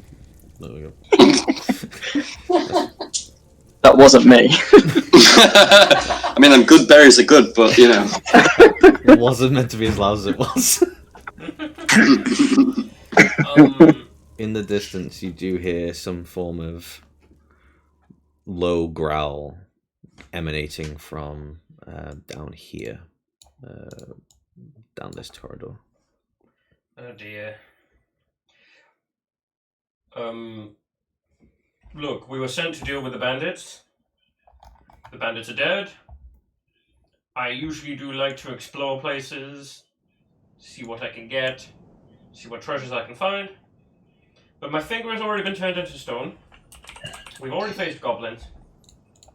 And now there's something growling down that hallway. I'll leave it to the rest of you, because I'm in your custody. But what would you like to do? Duke, just be thankful you didn't lick that picture. If you're not careful, I'll make you lick it. Maybe we check the other corridor. The one that the growling's from? No, the other one. I agree with the gnome. I'd like to see why I was kidnapped and what for. We still don't have the amulet. Oh yes. I forgot about the amulet. Sorry, DM, You sounded so surprised. You have no idea what they're talking about this amulet. Okay. Okay. That was genuine surprise. I forgot about that. Question. Wait, we're not here for that though, are we? We thought the bandits had it. Yeah. When you mentioned the amulet, Okay, was that in character or out of character? That would have been. Oh, it's up to Ray. What was it, in character or out of character, Ray? When you mentioned the amulet. In character. Okay, so yeah, you have no idea what they're on about. Okay. Immediately, I'm going to turn to Ray. I'm going to be like, "Excuse me. Amulet? What amulet?" We heard the bandits Nothing had to do stolen an with amulet. you. Sorry, I didn't hear what you said. Loose lizard. I didn't hear what Ray said. Sorry. She said nothing. Yeah, I look at Chief and decide to stay quiet. I don't repeat myself. Oh. Ooh, that music went well timed then. Look, I Don't can tell understand for you not trusting me. I wouldn't trust me either. But I have led you down here safely thus far. I've And led you all insulted past these us. traps. I have helped you defeat goblins. If you wish for my services much further, I would like to know about this amulet. No. That usually works. Not yet. Well, I'm still in your custody. So, I go where you go. Yes. So you were bluffing. I was totally bluffing. Nice. Let's go. I was totally bluffing. Okay, so Ulf is heading that right direction. Okay, good to know. I stick close to Ulf. Okie doke. Newfound bestie. Would you like me to keep checking for traps? It's kind of my thing. Yeah, that sounds good. Okay, great. Good plan, Mr. Duke. How have you turned into Elvis? Checking for traps.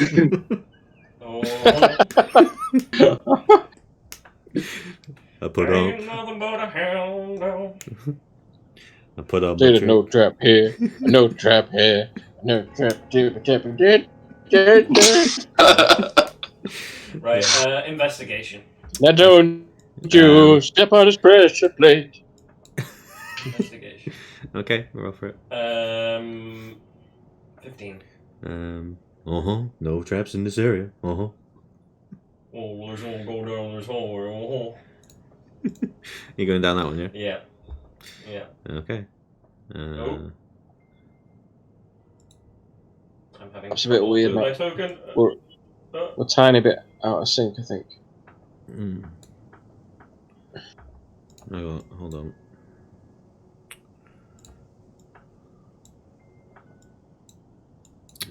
Why is it doing this? Yeah, this is just the issue with the map at the moment. Just That's cool. make do with that at the moment. Okay, so what can we see? Hold on. Can you remove these ones? Yeah, hold on. Oh. That's a corridor. So yeah, in front of you right now, Duke, you see a completely mangled corpse with barbed spikes shoved right through him. 7 just right through the abdomen. Clearly this guy had fallen victim to one of the traps that Denrix had mentioned. And in his hand, you do see, clenched tightly, a silver pendant with a sapphire gem inside. Okay.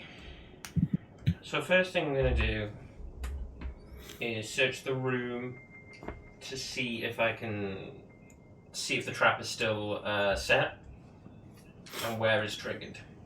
Okay. So investigation, that's a 19. It seems that it was a one and done form of trap. You do see, however, the room on the other side is blocked again by one of these now familiar, mosaics that you've come to resent a little bit because of your finger. Yeah, I'm not. Hey, Mr. Duke, look! A magic door! Yeah, you can try it this time. I'm gonna see if I can try and pry that pendant from his hand. Okay. Do I need Can to we roll for that? see this from where we're stood as well? Yeah, so we'll say that for the most part, you've gone into the room. It's just roll 20 disadvantage due to the fact that it's free software. So rigor mortis has set in. It seems like this corpse has been here for quite some time. Gives you a bit more indication to how long Denrix has actually been trying to survive down here. A whole session, guys.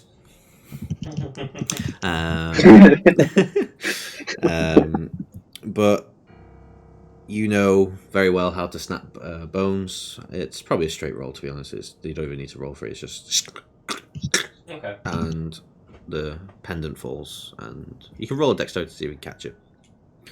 I will do that then. Plus 3.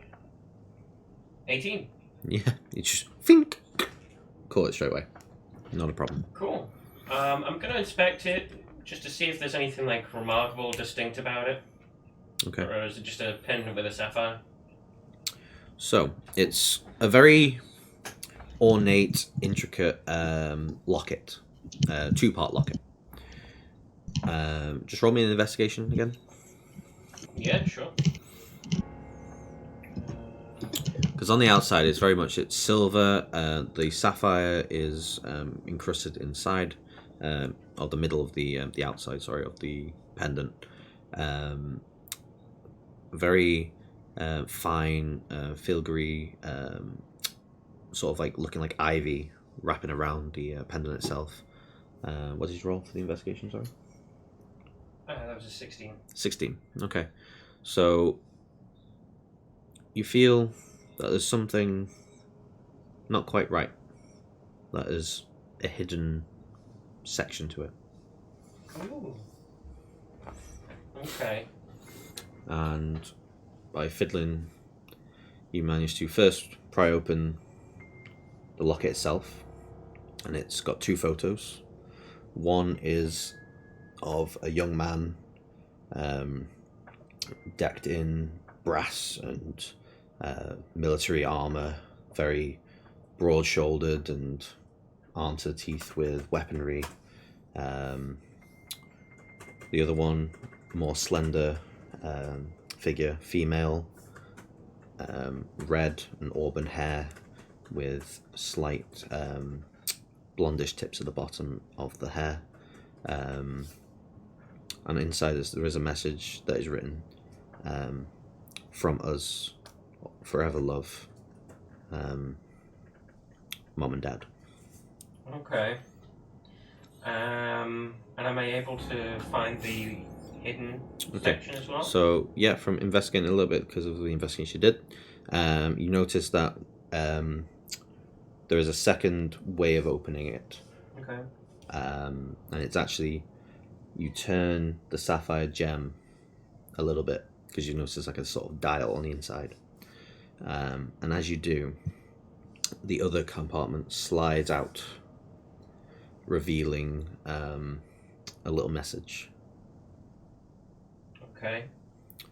The message, illegible. Illegible. It's just scrawlings, surely. Rune, hieroglyphics, maybe?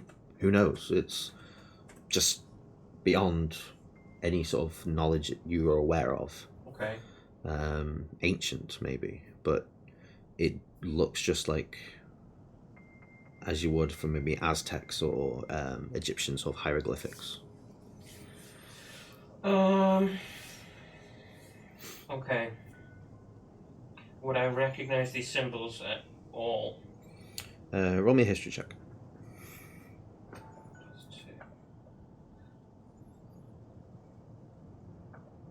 Oh, wrong roll.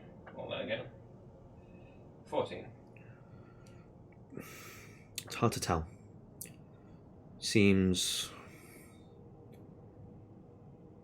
these bandits may not have just been bandits. Like you are a bandit and such. You know, small scores, you know, big scores.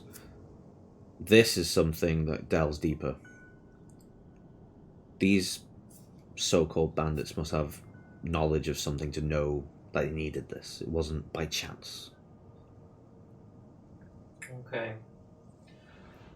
To try and show some goodwill to the other members of the group, I will make them aware of this. So, found a locket on the surface. It looks like a regular locket. Pictures, some couple, gift from a family.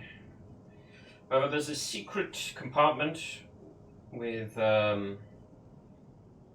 symbols that I don't understand. Perhaps those of you that are more magically inclined will be able to decipher them. Would anyone like it?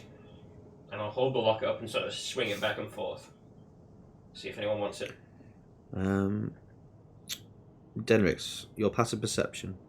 As you see Duke swinging the locket around, back and forth, you see a slight glimmer from the sapphire, and then in the corner of your eye behind you, on this wall here,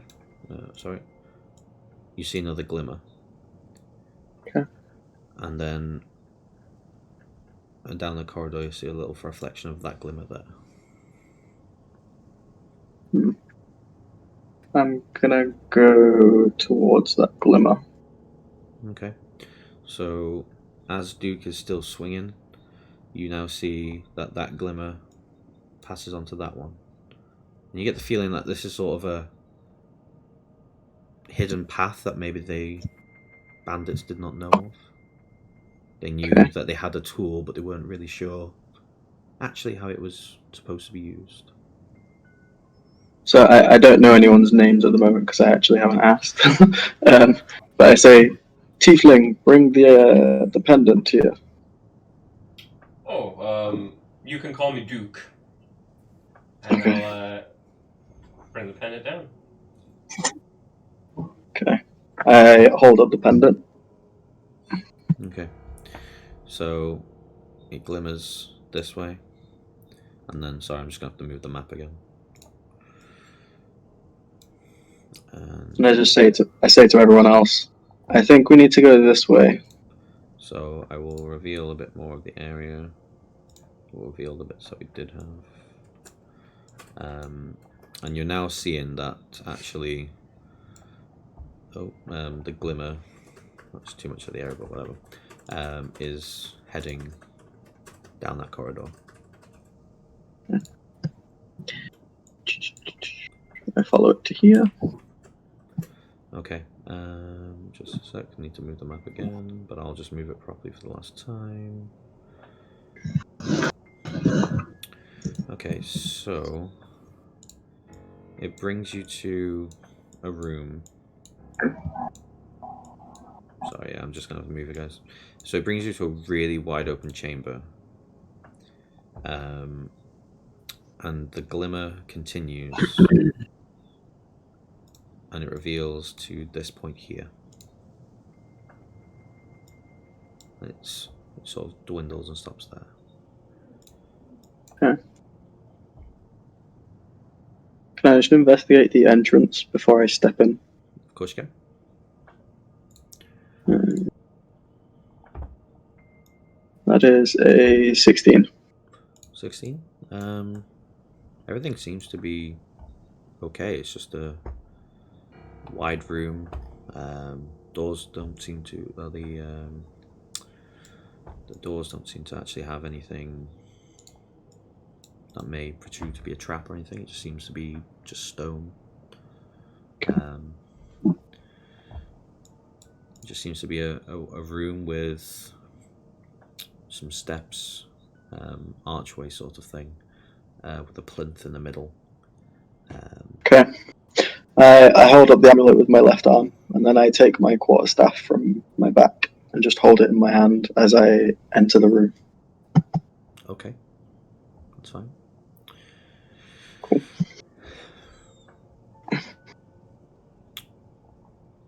Nothing seems to happen. Just... Okay. The torches have now been lit. I thought we were healing. We heard like growling and stuff before. You did. Okay. That is why I am being cautious, my friend. Sorry, I didn't say that out loud. I was just asking Matt. Fine. This is the point where all the party is so suspicious of me. They just are scared to do anything. My curiosity takes over, I think, Okay. and I approach the pedestal. Okay. And I'm gonna take out my quarterstaff and like tap it with my quarterstaff. What, the pedestal itself? Yeah. Okay. As you do, just a normal plinth. Nothing seems to really be out of the ordinary. Okay. Cool. You do see at this point, now that you're that close, that plinth holds two things. One is a statuette of what looks to be some sort of dragon-like features. Tail, wings. Odd looking tail though, very barbed at one end, like a scorpion. And it's holding its front arms out with a scroll in front of it. And then the tail then sort of wraps around that scroll.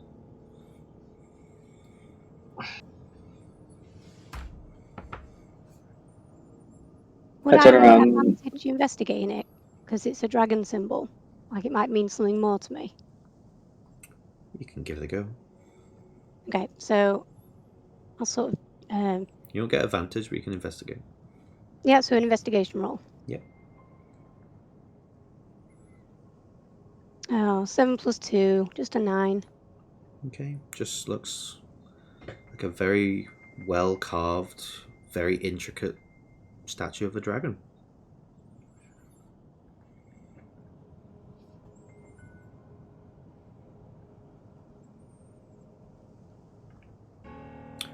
I turn around and ask if anyone has any idea. Yeah, hey Chief, come and have a look. You know your history. Yes, I am very old, I must say. I feel it. Okay. Do I roll a history check? Roll Arcana, please. Okay. 21. 21. As you get closer with your perception, you see the tail slightly unravel from the scroll. And then the head shifts towards you. And then you hear a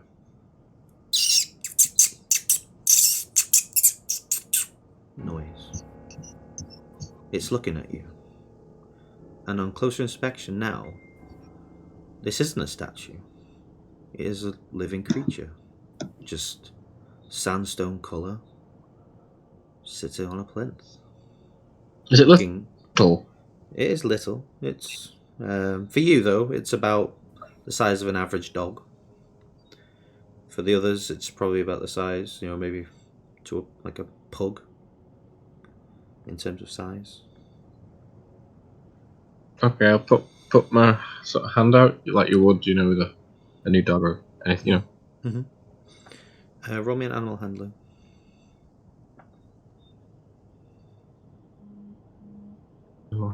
Handling.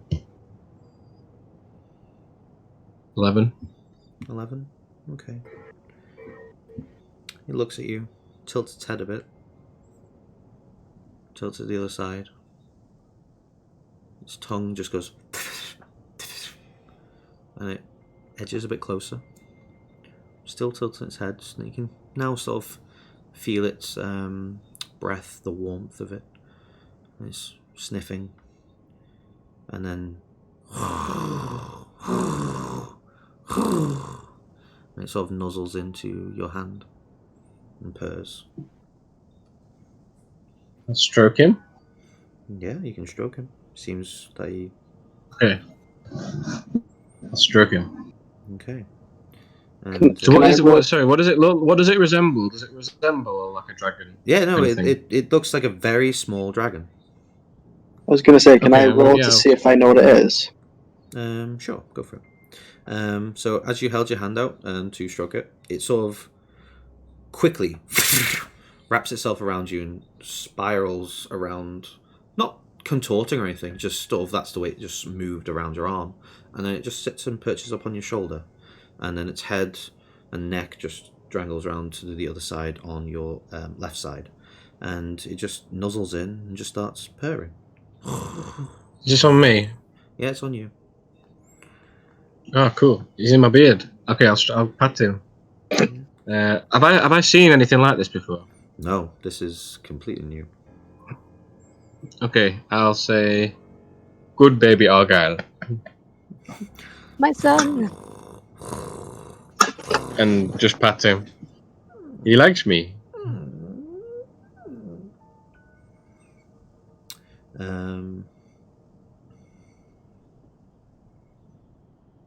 I rolled a 21, by the way.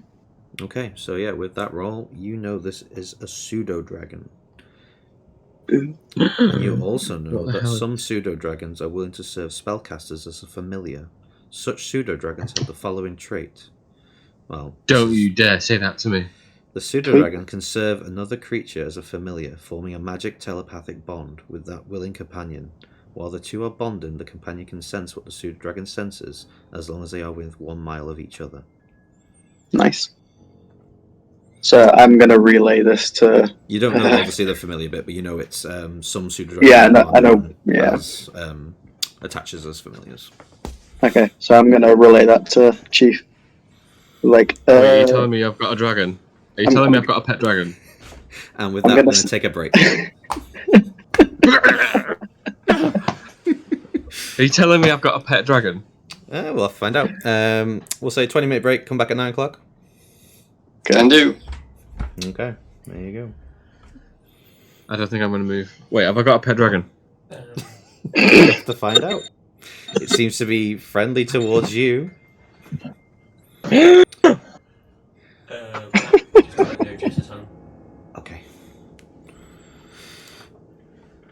So yeah. Let's just reduce the sound. There's room for only one dragon in this party. Not anymore, baby. Okay, so yeah, we'll just Oh my be back God. in 20 minutes. Okay, what time? 9 o'clock. Alright, see you. See you in a bit. We've done a fair bit, to be fair. You've done loads. Let's just mute the mic off here.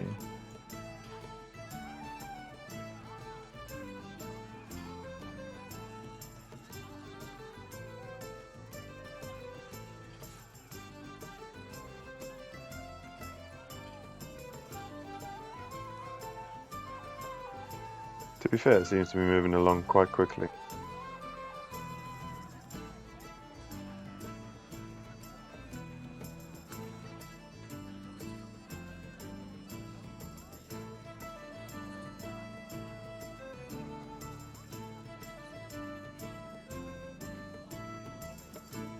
I don't know where you went.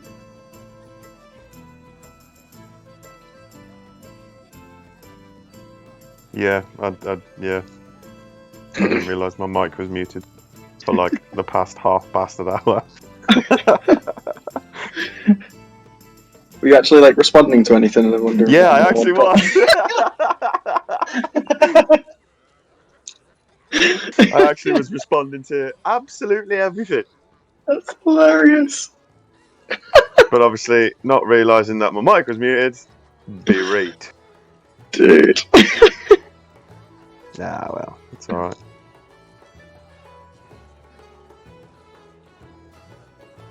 Yep. I'm so gutted that I didn't make that flipping animal handling roll first. Like, no!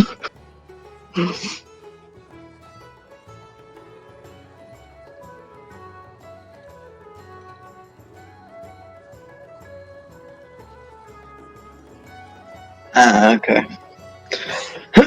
I mean, my animal handling's pretty high, so it could have worked.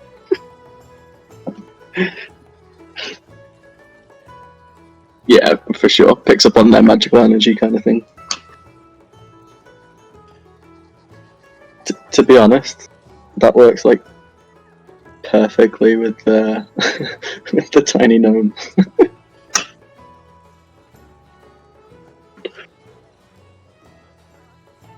Oh yeah.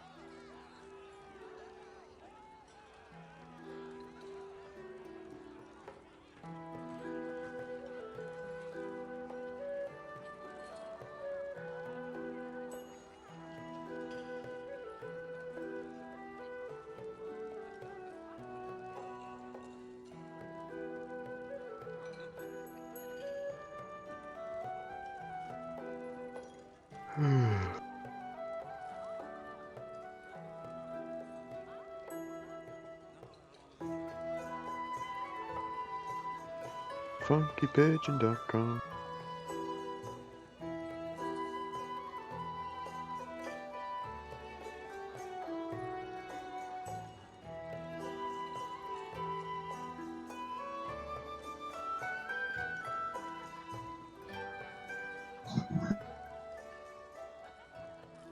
She probably liked a honky tonk.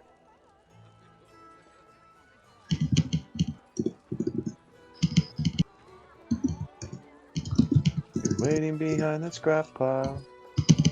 That's just a big cow.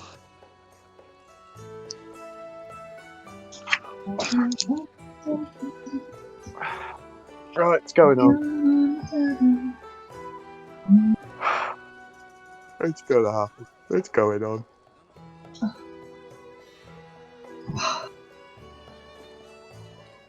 I'm quite gutted that no one said Shire surprise so far this session. We've not said it yet.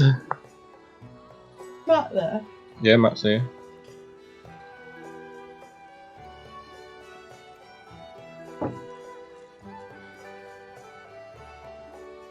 Matt? Can you hear me? Can Matt hear me? Well, the dragon's called Maggie.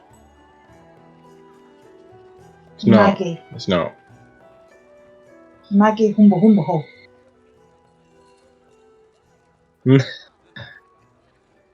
That's my that's my input. Wait, the sound's gone, Matt. 1 minute. Stupid AirPods. Who decides to use Bluetooth?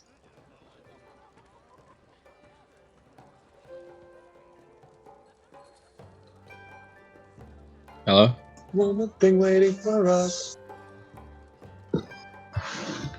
Something's so waiting in the Maggie bushes Humba for Humba. us. I think it's gone again. No, it's not. I need to look at.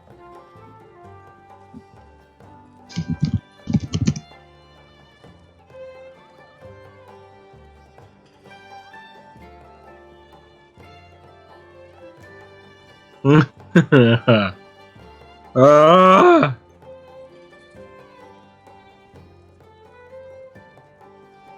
Look, look. What? I'm in the game. Yeah. It is a little bit. I know. Well, welcome to the game. Thanks, man.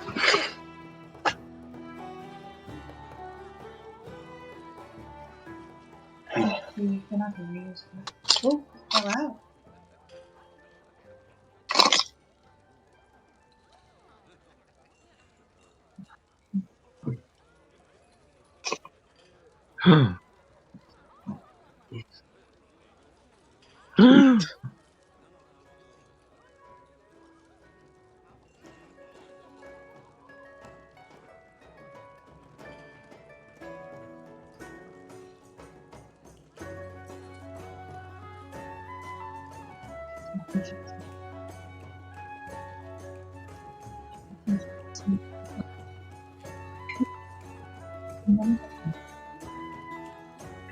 Ooh. Why are they so big? So yeah, don't piss it off, Lewis. Or it'll leave No, you. no, my friend, you don't piss it off. No, it's not my pet. I choose you, Shadow Dragon.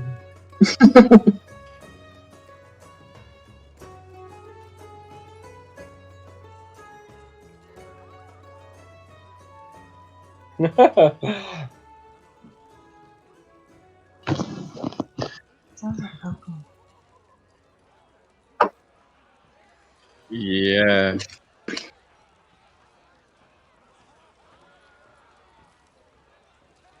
Oh my god! You know, I said then.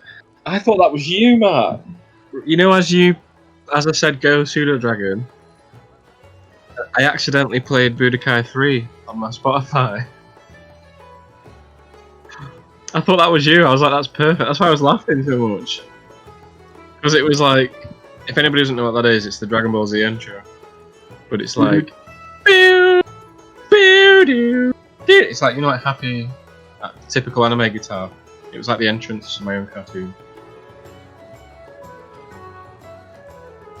That was a happy accident.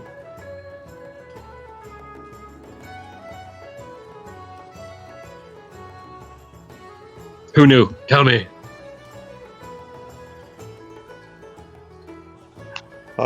I knew. Did you? Mm-hmm. You sneaky bastard. Well, not really. Not really sneaky. I just withheld information from you. Is it big enough for him to ride? Oh. Does it grow?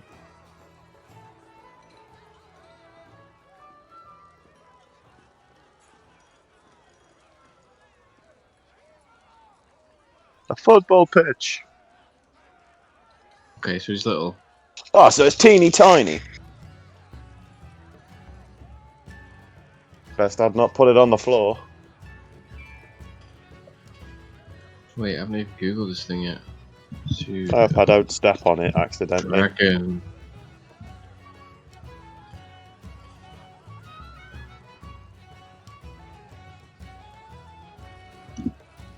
Oh yeah. Oh, that's nice. Because I've got rubbish decks. I've got a -1 on decks and a -3 on strength.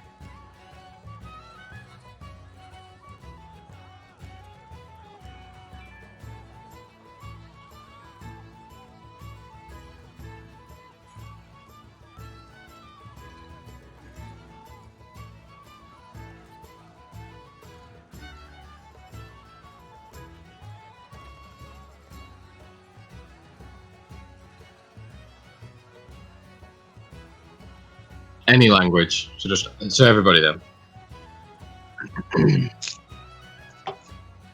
Okay.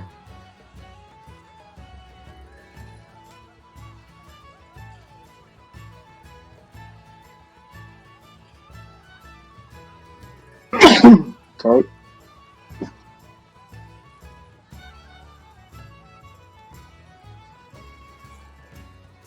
Oh wait, I think I've got it here. It's got bite, yeah, bite and sting.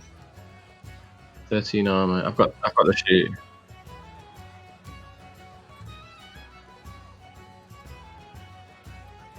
Blind sight, dark vision, nice. Yeah, sting. Bite. Hey, Adam. Don't know why your name came. Yeah. Left my head. Your character's speaks giant, right? Yeah. Cool. Because I chose giant as well as my languages. We can speak together and no one knows what to say. And what's funny about that is that I didn't even know what character you had before I was picking my languages. Oh, you're joking? Yeah. What's that? No, I don't. I don't know about Ray or. Okay.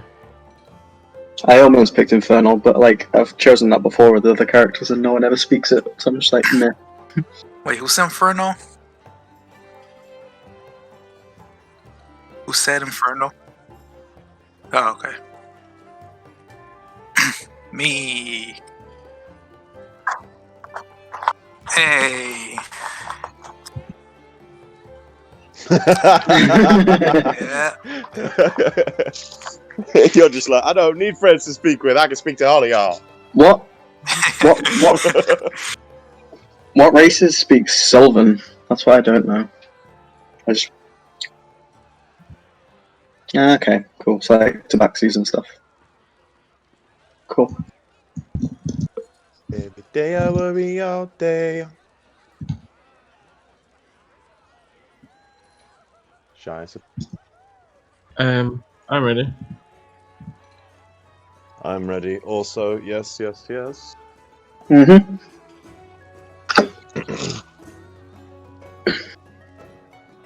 Negative.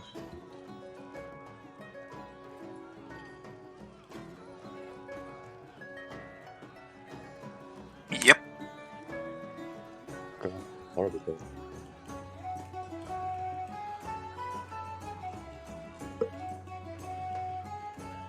Oh, that's cool. They played together.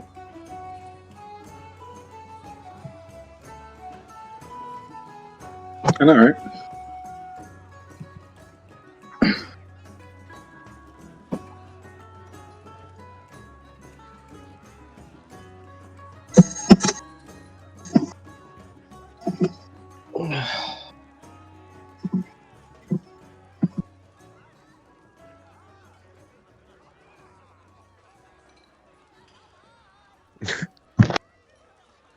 I don't know if you've seen the sort of like blue circle placards that you get on buildings and stuff around historical cities.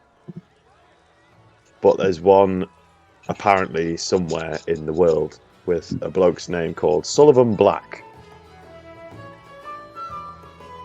And he was from 1720 to 1793. It literally just says libertine, opium eater, drunkard, duelist, gambler, and wastrel lived and died here. And it's like, that's life goals right there.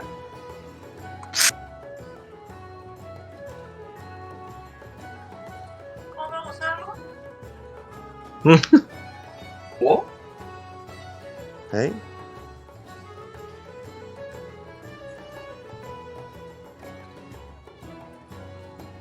Question, what was with that weird goblin, by the way? Razzmatazz. Like, what is that? It's absolute genius is what it is. Ode Razzmatazz. We're gonna be best friends forever. Forever. Forever. I was dying welcome. last night. Like my hat? I don't think I've laughed so hard in a while. No, sorry, I get a little excited. It's not from it, it's from killing, this. I'm your guy. It's from the soundboard. It just sounds like. You guys mind if I rip his face off with my teeth? I know he's dead, but can I just stab him a few more times with my scythe? Please do. Consider me your personal murder machine. Please do the hungry and baby Razzmatazz thing. Obviously, we want to eat some of them. Can I hold the baby? I am starving. In totally unrelated news, can I hold that baby?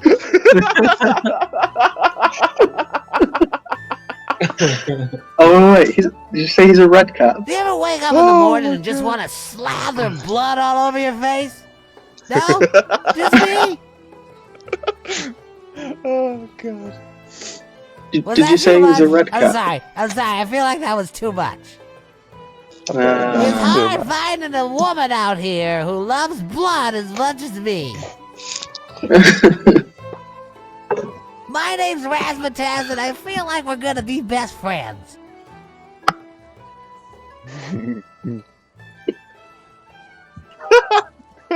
Whatever happens, we're gonna be best friends forever. Best friends forever. Best friends forever. Well, that was a good I bit hope to those come back words to. just. Okay, while I hope you're those words don't deciding what echo to in my do, ears I'm now. just gonna take these two over here for a minute. I am all for searching the bodies, if by searching the bodies you mean cutting them up. That baby, can I hold it? Why don't I hold the baby, and we'll take it from there. I know he's dead, but can I just stab him a few more times with my scythe? he's not gonna function soon. Because I'm gonna die. Right. There we go. Jesus. Can I hold that baby? Razzmatazz. We knew him well. We did. We knew him, Horatio. Mute this one then. Don't Fuck that anymore. Let's put on the dungeon explosion. It's just...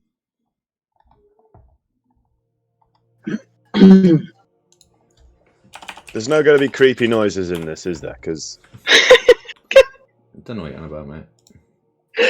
So when you were starting to do like the little weird noises like earlier on in the dungeon, and he was like, "Oh no!" Like, right, you little wuss. Dude. See, that doesn't bother me. Dude. Oh yeah, Matt, what happened with all the sound effects? Like, wasn't he? What? Like they're on. What are you on about? I had all of this last night. Like literally, me and Lewis were the guinea pigs. So I kind of know what's coming, and there's certain ones which are a bit damn freaky. Like, yeah, there's some like, scary ones. Oh That's man, what I was I don't like it. expecting. No, you can put them bugs and shove them up your ass. Don't play them. They're not the bugs. That's for later. Where are on. the bugs? That's for later. Right, on. oh no, maybe. I Who hate knows? Who knows? Okay. Oh dear. Right. So let's recap. So yeah, a pseudo dragon has just perched itself on the little gnome Gimbal. He is sort of currently nuzzling with Purr. And it's also, Gimbal, you're now seeing an image of just flesh, like meat, and you get the sense that the little dragon is hungry. Wolf. What? Is that deer still good to eat? The one you bought from the market? I think so. Yeah. Thanks for asking. Can I try some with the dragon? Ooh, it'll cost you, mate. Please. Well, I can't spend pleases, can I? No, I'm joking. Yeah, I'll cut you a little bit off. Alright, I'll hold it up to him, see if he kind of rouses.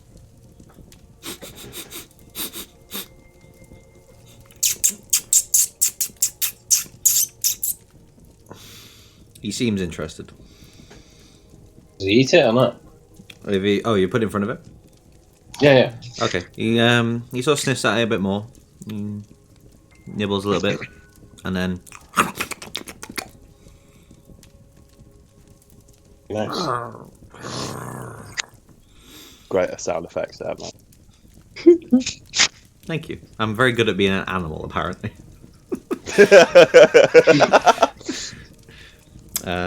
Okay. And it just sort of goes to nuzzle in and sleeps a little bit, or close its eyes. But for the most part at the moment, you seem to think that Pseudo Dragon is very happy with you. Does anybody know what this is? It's very cool, but what is it? I fill in, Chief. It's a pseudo dragon. Do I know what a dragon is? You'll know what dragons are. You'll know that they're rare. You also know the size of them normally. But that's Does he not get big? So, is he explaining that pseudo dragons stay really small?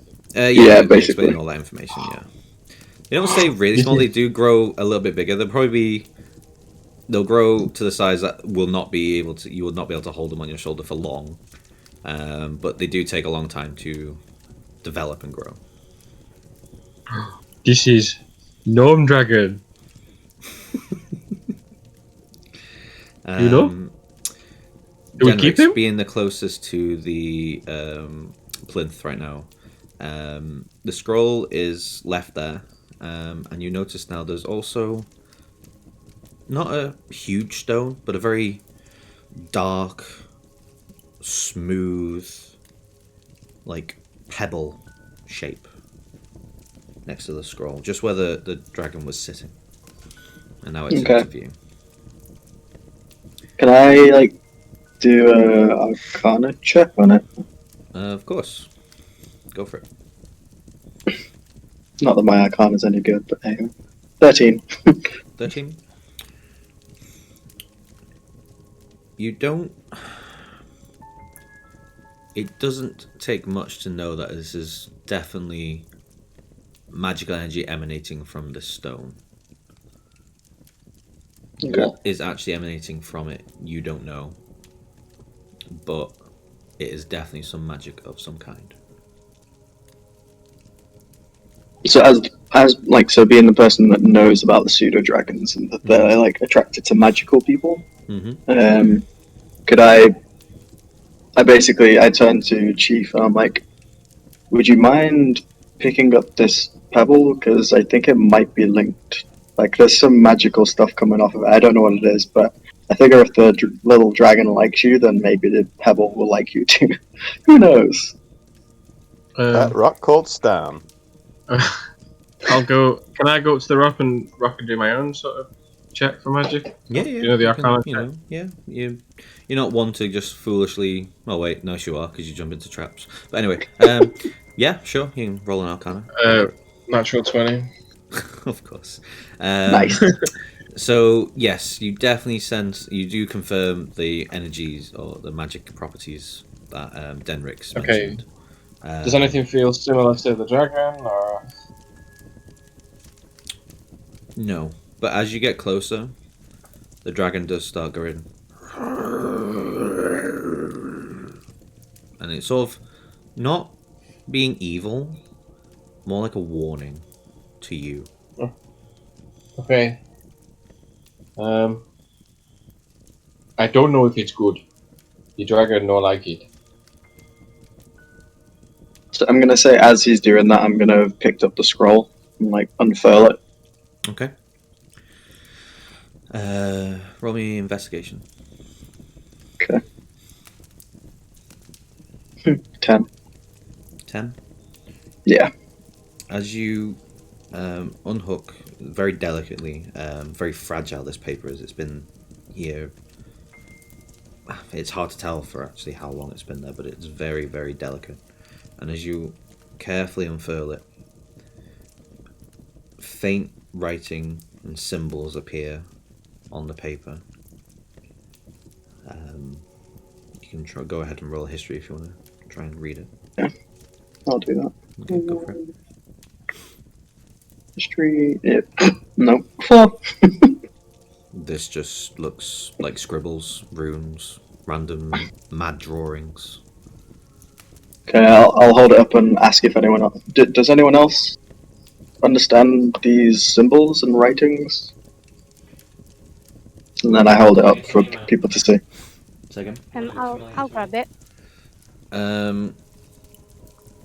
You recognize, Chris, or Duke, sorry, some of the symbols seem to match that of the pendant that you had. Obviously, Denrix has it now, but even though you couldn't decipher those at that point, you still recognize that they are similar in design. Sorry, Ray, what were you saying? I was just going to have a go to read it as well. Yeah, okay, go for it. What am I rolling again, sorry? History.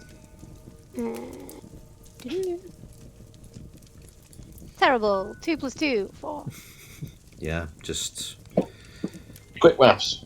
I'm a big brain lizard. You're getting, as a collective group, a sense that this is something beyond modern day knowledge, in terms of that it's so old that it's been forgotten,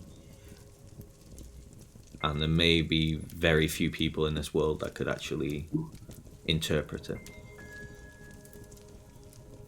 We should take this. It seems really maybe old. we should take this. I pass it over to Chief, assuming that he's the leader for some reason. Don't know. Dango. What is this? Yes, very similar scroll to how you were arrested. In fact, a lot of the symbols matched correspondingly. Not identically, but you do now. You're sensing a pattern between the pendant, the scroll you took on your last sort of espionage, and now this scroll that is in the possession. Once again, your puzzle brain is getting intrigued. I'm kind of struggling with the dragon and juggling this thing, so I'll shout to. I can Wait, take where him. is Christ? I No. mean, I've been sort of staying. Duke will have been staying back here. Sort of Where are watching you? everything going Oh, you're on. there. Okay. Hey, I'll shout to you and kind of beckon you over. Okay. And he'll come over. He'll sort of pat Ulf on the shoulder as he does so, just like, hey, buddy.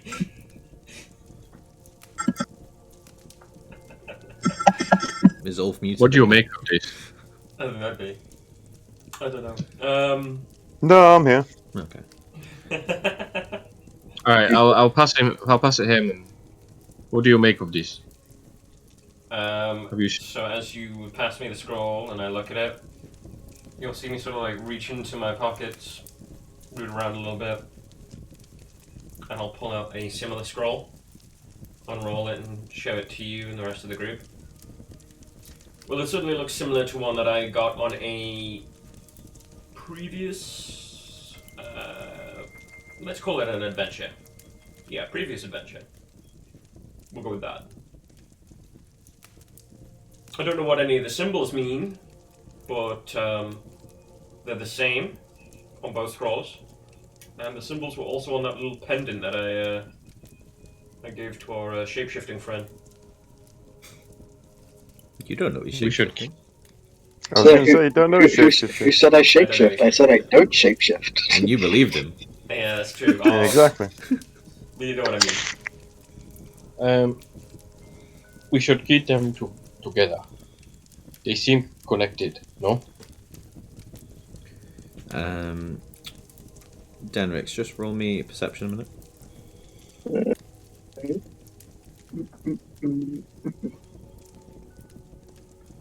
That's a 22.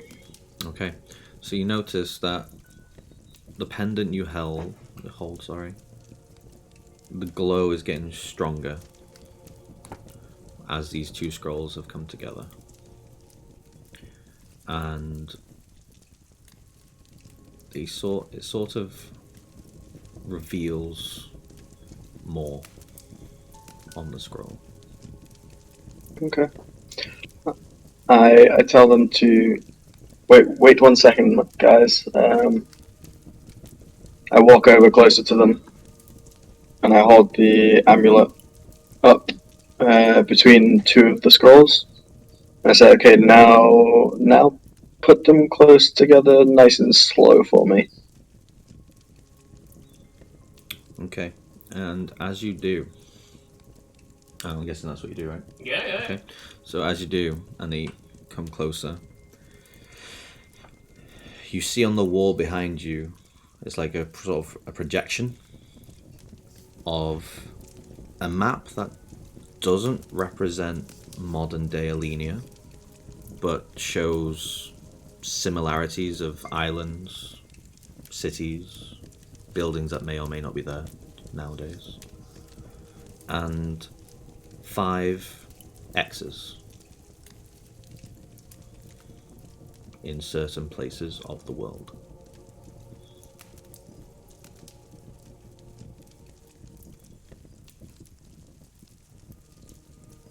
Interesting.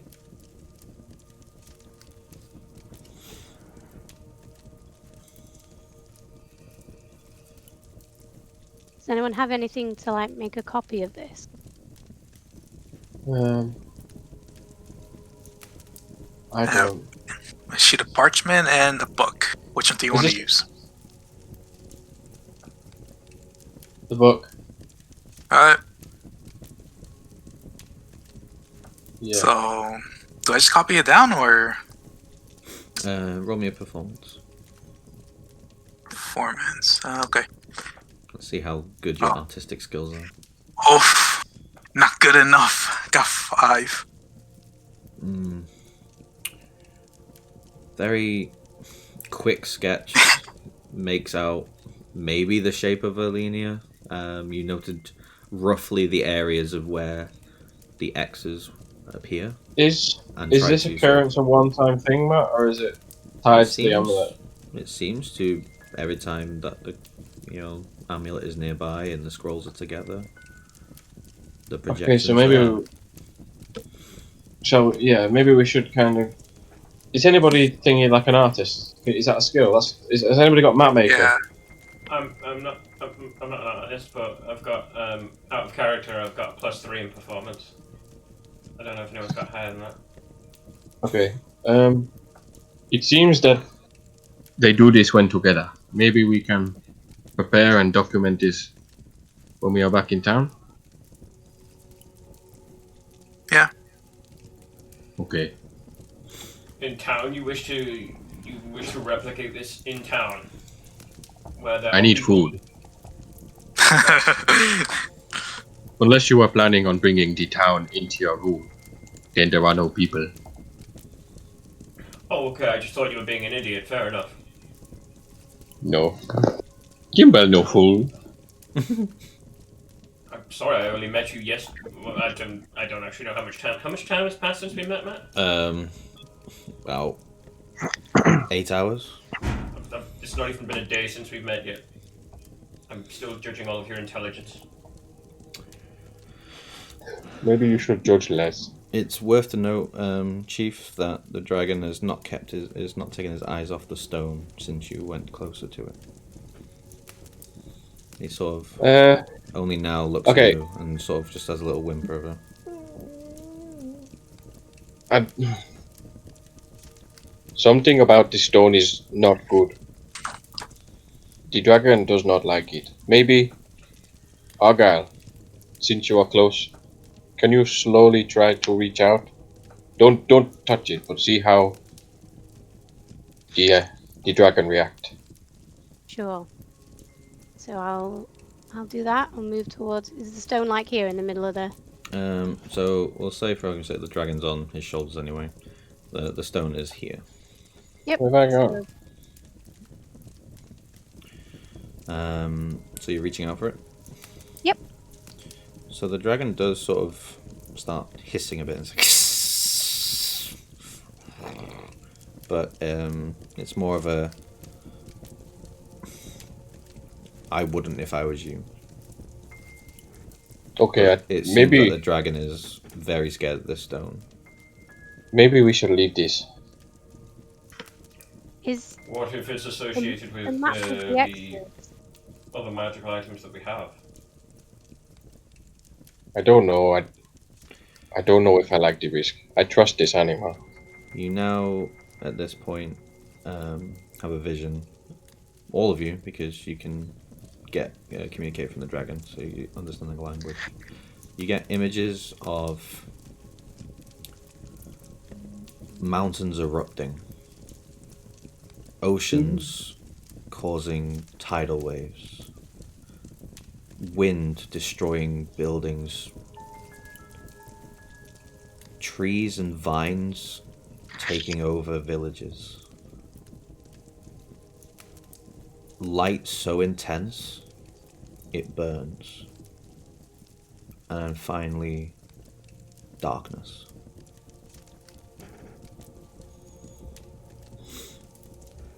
Right. That means pub.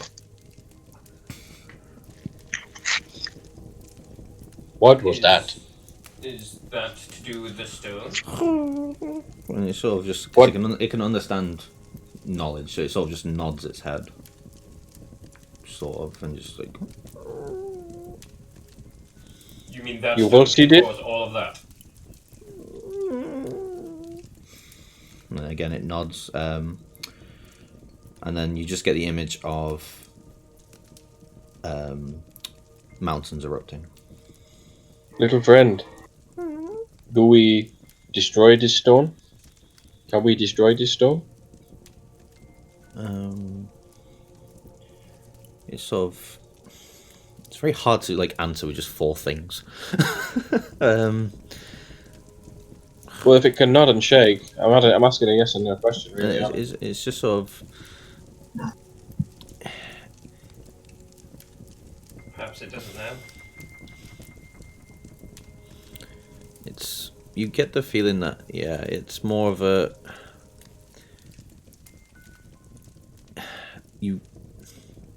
might not be able to destroy it. You might be able to destroy it. It doesn't know if you have the power for that sort of thing. Okay.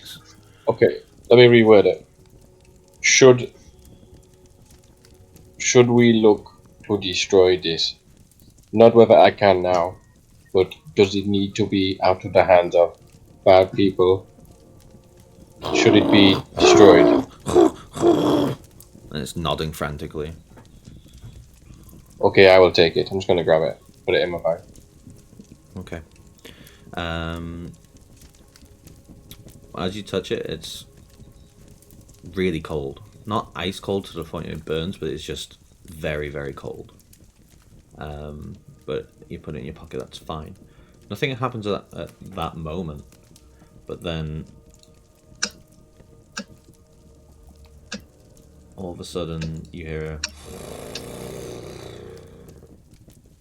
like stones moving, and the pedestal comes down a bit, and then suddenly the whole chamber starts shaking frantically, and things are starting to collapse, and like stones and pillars are now starting to fall over and things like that.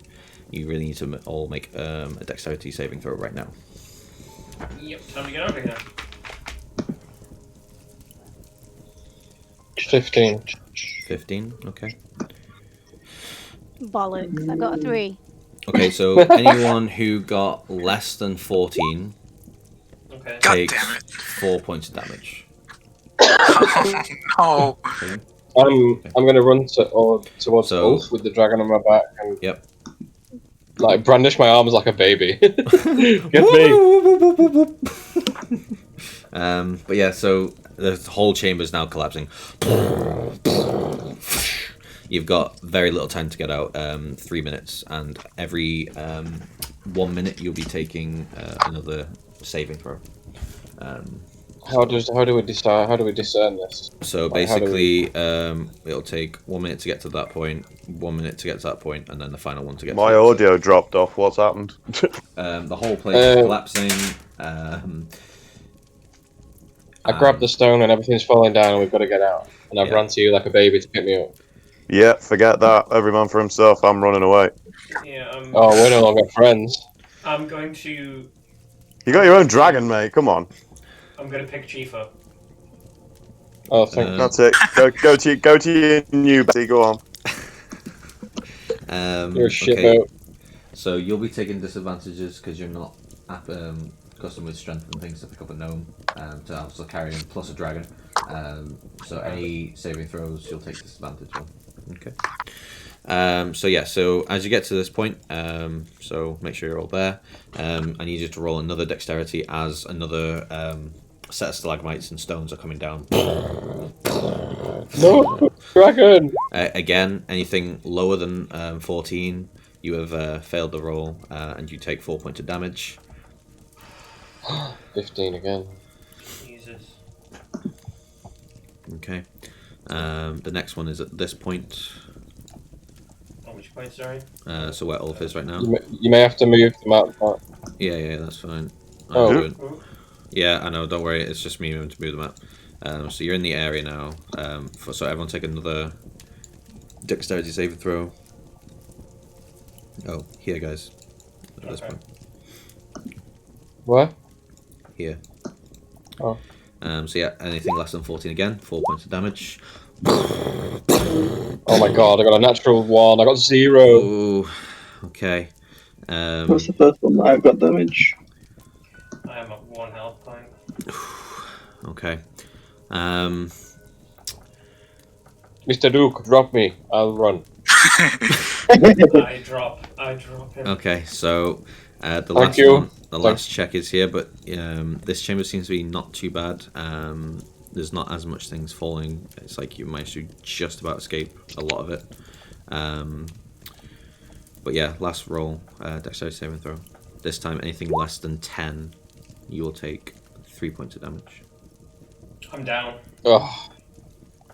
I got 15. 15 as well. I'm gonna turn around and try and drag Duke up the stairs. Okay, that's fine. Roll me a strength check. Outside. Oh, fucking hell, my strength's balls. I'm like out the door. The dragon at this point sort of getting his teeth into Duke's sort of like shoulder, like clothes, and he's just trying to pull as well. And he's like helping you. He's like, I got a 16. Okay, yeah, that's not enough. That is enough. That's sorry. So yeah, you do all manage to make it up the stairs with Duke's corpse. Well, not corpse, but unconscious body, shall we say, up the stairs. Right. Okay. So let me just sort of get rid of that one a minute. Reveal areas. Wait, I need to ask.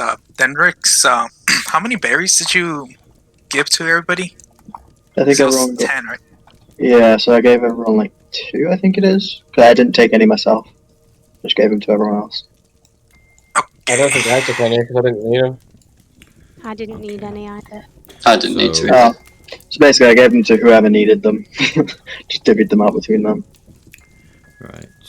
So I do now. So it's fight between Duke and me, I guess. No, I had 2 because I needed 2. Oh, okay. Okay, so as you come out the temple, So 4. You do come back into the harsh winds, or not. You don't feel the harsh winds right now, but you can hear them in the background. Just the familiar warmth of the desert, which is actually nice for once, considering you've been in a dank dungeon for a while. Desert critters and so on.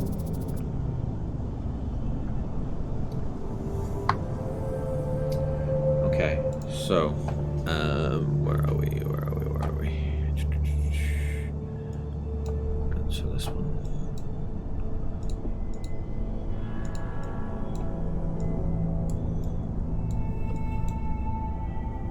Okay, so you're back in the chamber. It's really pixelated for me. Yeah. Death saver. That's just a straight D20. Yeah, it is. Yeah. Why is it got me pixelated? Okay, you're back on 1 HP. It's fine now. You are unconscious at the moment, but you are on 1 health. Unconscious, 1 health, got it. Okay, so is it just me, or is it should fix itself? It might Yeah, it's alright. It's fine for me. Yeah, it's just it'll fix itself once it's okay. But yeah, so Duke is still unconscious. He is on 1 health though. You do see his breathing is erratic, but it's getting stable. You narrowly avoided death. Okay. So as you take the time now just to sort of take stock of what's just happened, reconvene, we'll say that you can take a short rest to sort of recuperate with everything. Denrix, this is the first time in probably about a week and a half that you actually can feel air and breathe fresh air for a while. You notice that there are some plants that are sort of calming you a little bit from everything that's gone on.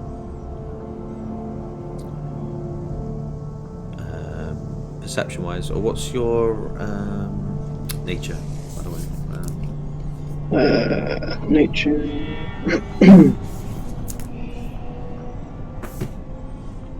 Nature is +2. The music just went really eerie. But... Oh, I think I've still the dungeon one. Sorry.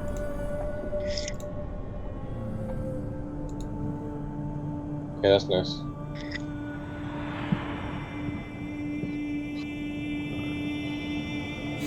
Okay, so from where you are right now, you can hear distant thunder in the background, in the direction of Emersia.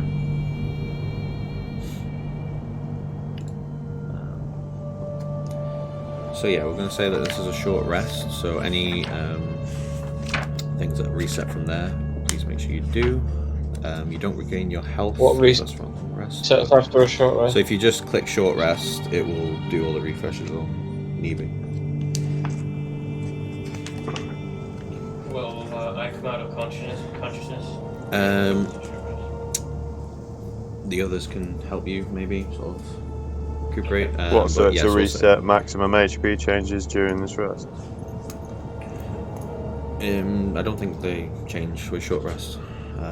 That's long rest. I'm on short rest and it says recover. Oh, there you go then. Do that then. Wicked. Can you just roll me a nature check for us, please, Denrix? Yep. Yeah, mine says recover as well. Okay, well, maybe I was wrong. Sorry. D&D is 13. 13. Okay, so the plants you see either side here, you notice there's a familiar fungus that you recall from where you're from. Did you say these ones? This one. Oh, okay. This one. Cool. Yeah, so it's a familiar fungus. It's Okay, I'll walk would you over and believe it? inspect They're them. magic mushrooms. Oh, get it. Nice. Not the magic mushrooms you're thinking of, though. You do know that these have benefits and drawbacks. Sometimes they're good, sometimes they're bad, but with enough proficiency in medicine or nature, plus survival, you are able to avoid certain things. Cool. And use the healing benefits of them. I'll pluck some and put them in my bag. Okay.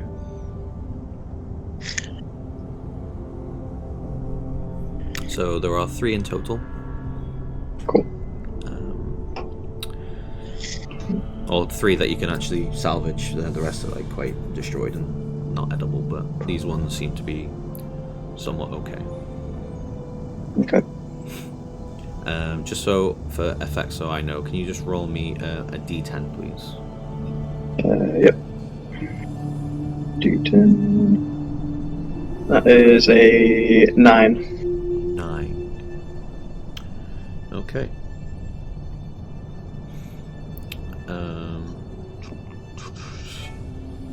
Let's see if you are proficient with it. Do you medicine or nature check? Use your choice, or survival. Roll which one you want. I'll go for medicine. Okay. I am proficient. Okay. Oof. 10. Is he now? 10? No, you won't know. It was a +5. Wow. Rolled a 5. Okay, good. That sucks. I'll just write down that magic mushroom. Rolled a 9. Good to know. That will come in handy whenever you decide to take them. Okay. Okay. So I'll say you've now managed to have some time to sort of rest. A few hours have gone by. Is there anything that anyone wanted to talk to or say while this was going on? Now's your chance. Is it Yeah, you go.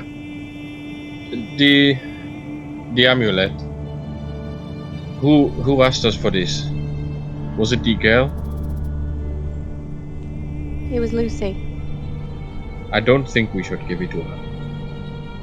Seems too powerful for her. It's Too more. dangerous. It's just important. There's something more to it. What about we take out the pictures for her? Of her parents. Yes. Yes. And we go back to the city, speak to the captain. Yeah. I need a rest. This was not what I had planned today. That sounds like a good idea. Okay, so at this point, Anyone now, else? Duke, you drift into consciousness, sort of like a sort of reaction. Okay. You're lightheaded, dizzy, pain in the head from being bumped a couple of times, but you're breathing. You're okay. You sense yourself a bit, but you are now conscious and slightly worse for wear, but Alive, at least. I give one of the mushrooms to the tiefling. No, you don't. Okay, fair enough. I mean, I don't have to It's ingest like, it, do I? I think this helps. You can have it if you want. Roll me a persuasion. Okay. What is he rolling against? Rolling against your insight. Insight? Persuasion.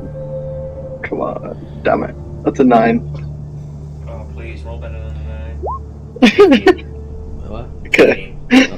Okay. So you take it, and you say you put it in your bag, and you just look after it for later. Okay. Cool. One of the lessons I was taught was never take food from strangers, but thank you.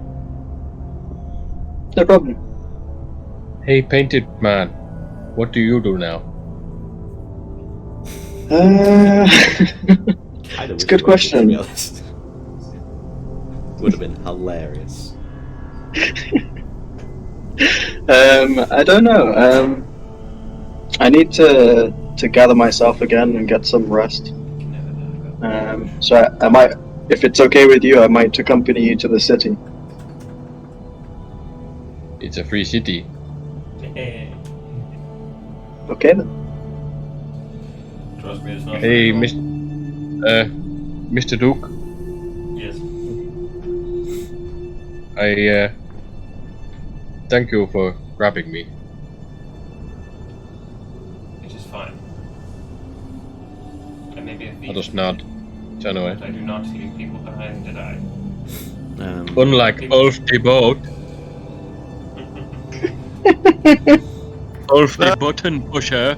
It's alright. I know, he was going to help you because you're best friends now, so. Shut Go up, get baby. diving with him instead! The dragon at this point is just sort of weaving between your legs like a figure of 8, going like chasing little insects that you can see on the sandstone.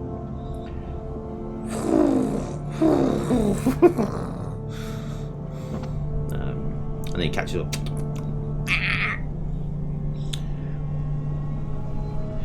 I'm going to. What time is it, Matt? Right now? Yeah. It's probably done with the rest that you just had. Dusk is just setting in. So it's around about 5 PM. Okay, so we've got time to get back before night. Should we head to the city then? Yeah, let's go. Before we go, nobody mentioned this stone. Nobody. I wasn't thinking of it. I'm going to also.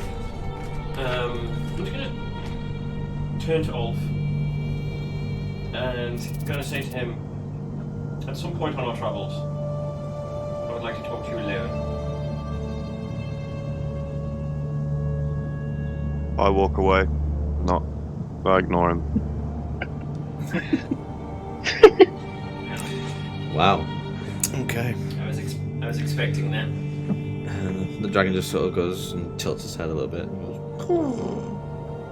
like sensing some sort of animosity. Is he on me or is he on the floor still? He's sort of by your leg right now, sort of curling around. Alright, I'll kind of like gesture him to come up, I guess, because they're all walking up. Okay. And he sort of just and scurries up, and he's like. As I catch up to Ulf, I'm gonna just talk to him in Giant. I'm basically just gonna ask him to talk later on when we get back to the city. You know you're assuming that he speaks Giant right now, right? Yep. It's the only language that no one else speaks. I'm hoping. I'm gonna linger in the back. Okay. So I need one of you to take the lead on this one and roll me a D10 as you're heading back to the city.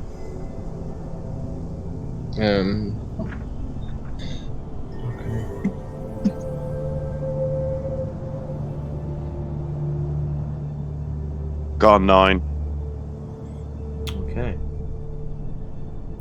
Got a 10. No, I needed one of you to roll. Oh, okay. Okay, so you see sand begin to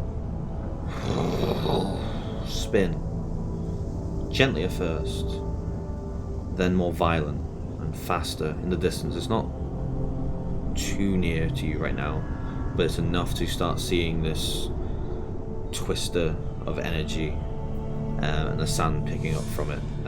There is now sort of obviously a tornado, not choosing directions just yet, but it's just sort of building its energy and momentum, and with perception rolls you'll be able to keep an eye on it for now.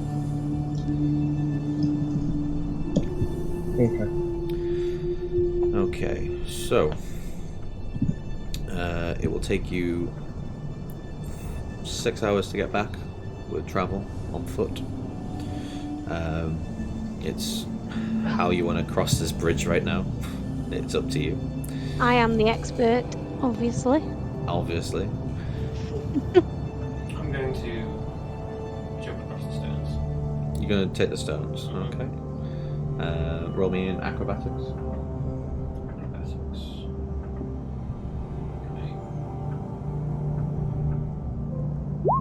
Oh, 21. Okay, yeah, with a nice finesse of hop, skip, and literal jumps, just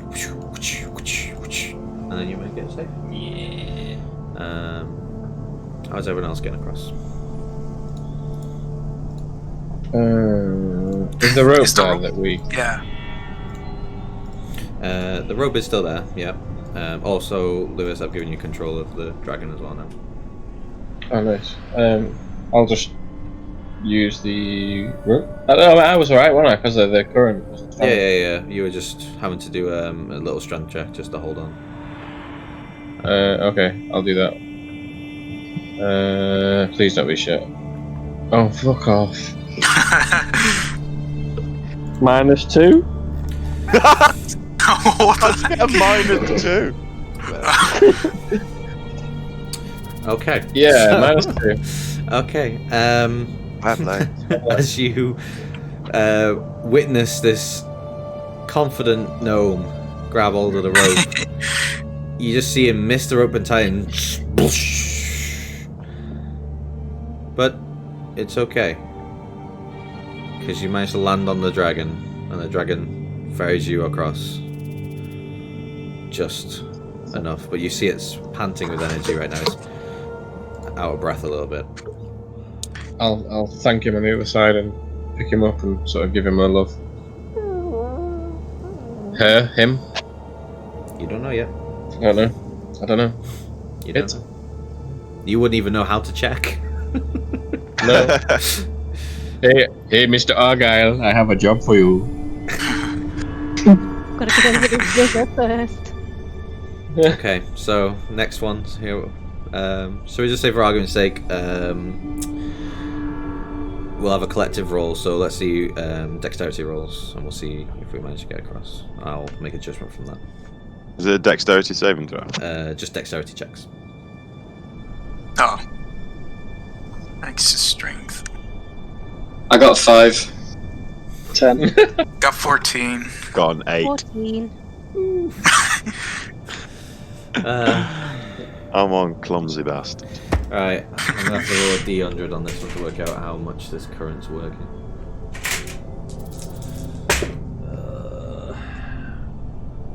The dice are in your favour, the current is not strong.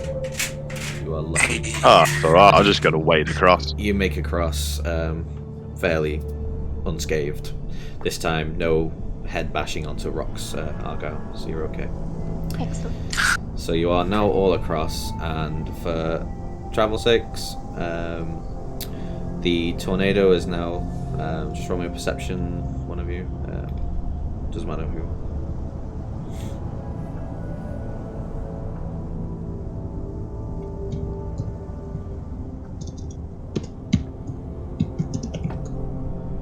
Is anybody rolling it? Anyway. I can roll for it. I got a 24. 24. Okay, so you can see very clearly that the tornado is heading north, and you're heading in the south direction, so it's okay for now. For anyone who is aware of the world, so that is in particularly Chief. Yeah, I think I'm very aware of this area. Trying to think of anyone's. Trish as well. You three will know that it's heading towards the town of Brook Ferry.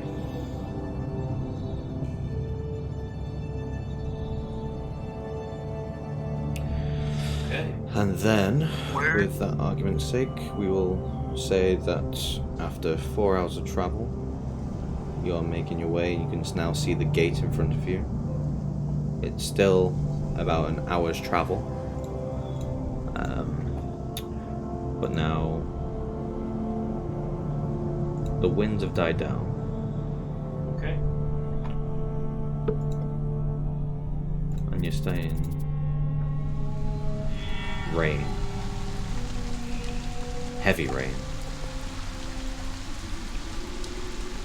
Would I have had an opportunity to talk to him, or is he just like outright avoiding me? It's entirely up to Ulf. Okay, fair enough. We've been walking in a group, I guess, so I'd say so. Oh, I mean, talk to him alone.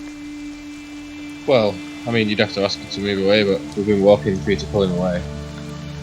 Or ask him to come away. I would ask him. Okay. During our travel. Sure. So we can have that conversation after you'd like. So Ulfi's grabbed you to one side, and Duke, what are you going to say? If you don't mind me asking, what is your problem with me? You clearly have one. I do, yeah. I would wish to know what it is. Well, I don't like you. Yeah, that's why. You haven't given me reason to like you. I just helped you through, you and your friends through that ruin. There's something about you that I don't trust. So therefore I don't like you.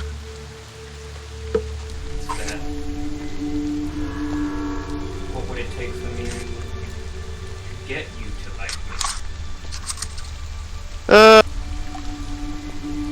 To be honest, mate, that remains to be seen. And you're boring me now, so go away. Fair enough. I'll leave him be. Okay. And the rest of the group. Okay. Ever the man of mystery. Okay, so as you get closer to the gates, the rain is relentless.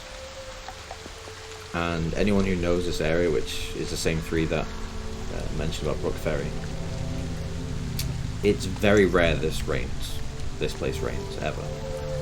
And it's never been to this extent.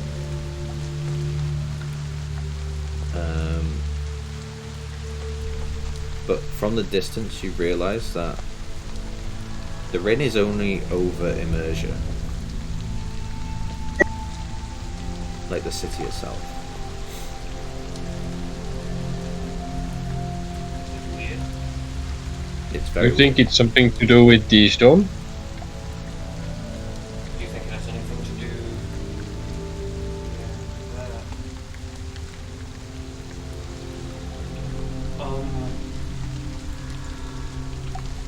let's not mention this stone to anybody. Yeah, don't mention it. I think the stone is doing something. Whereabouts are we right now, Matt? You're about 10 minutes from the gate right now. Okay. I'm gonna go to Ulf and say, "Hey, Mr. Boat. Hey, man. What did the Duke want?" Nothing of consequence, really. He saved me, you know. Yeah, he's probably only trying to win your favour to then shaft you some other way. Perhaps. Alas, I am here. And that, look, I am the glad. kegging gate. Exactly, my friend. I am expecting to get shit-faced tonight. Tootie kegging. Oh, yes. Carry on towards the gate with everybody else. Okay. Yeah. So, the familiar guards on duty that you've come to know now. By the way, where's the dragon, just so I know? On my shoulders. Okay. I think. But he can, because I've got a dench beard, he can kind of go around my neck and hide in it, so it looks almost like a. Okay, so you're sort of like hiding a little bit as best you can. Okay. It's like a. Yeah, so like his head could be in it and his tail, you know what I mean, wrapped around my neck, so it could like look a Scooby-Doo, Fred, Ascar sort of thing. Yeah, kind of. Okay, whatever you call it. Yeah, somebody with good perception could probably notice, but it could just look like some funky gnomish neck thing. Okay, we'll go with it. We'll see. So as you pull up to gates, the guards are there on duty. They're looking up and looking puzzled and confused, and then they see you and it's like, Bit of rain, it's odd. I've never seen it like this. I'm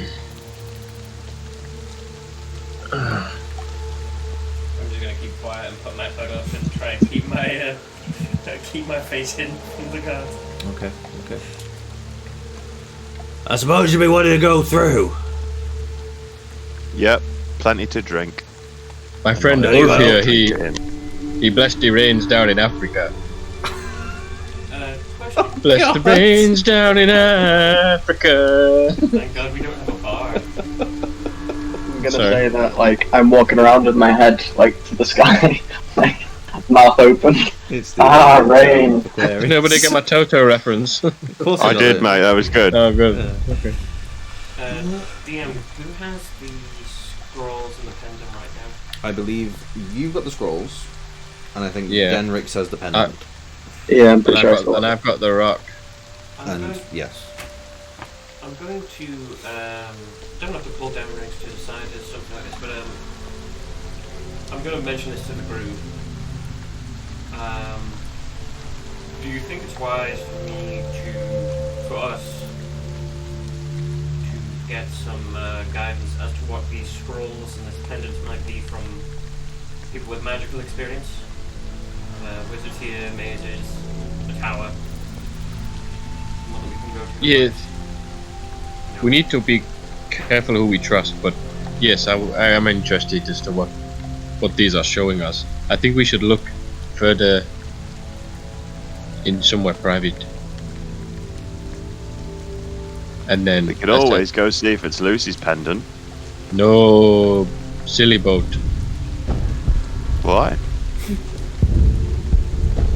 What does a little girl want with a pendant that controls a map that makes the rain down in Africa? If it's hers, mate, who are you to take it from her? Look, if you would like to crush two birds with one stone. I found it on a dead man. I took nothing from Lucy. He's not wrong. He's not wrong. If you would like to crush two birds with one stone, we can instruct whatever magical person we talk to for guidance to meet us at the inn privately. And we can discuss the matter. That way he gets his beer, weighing it all.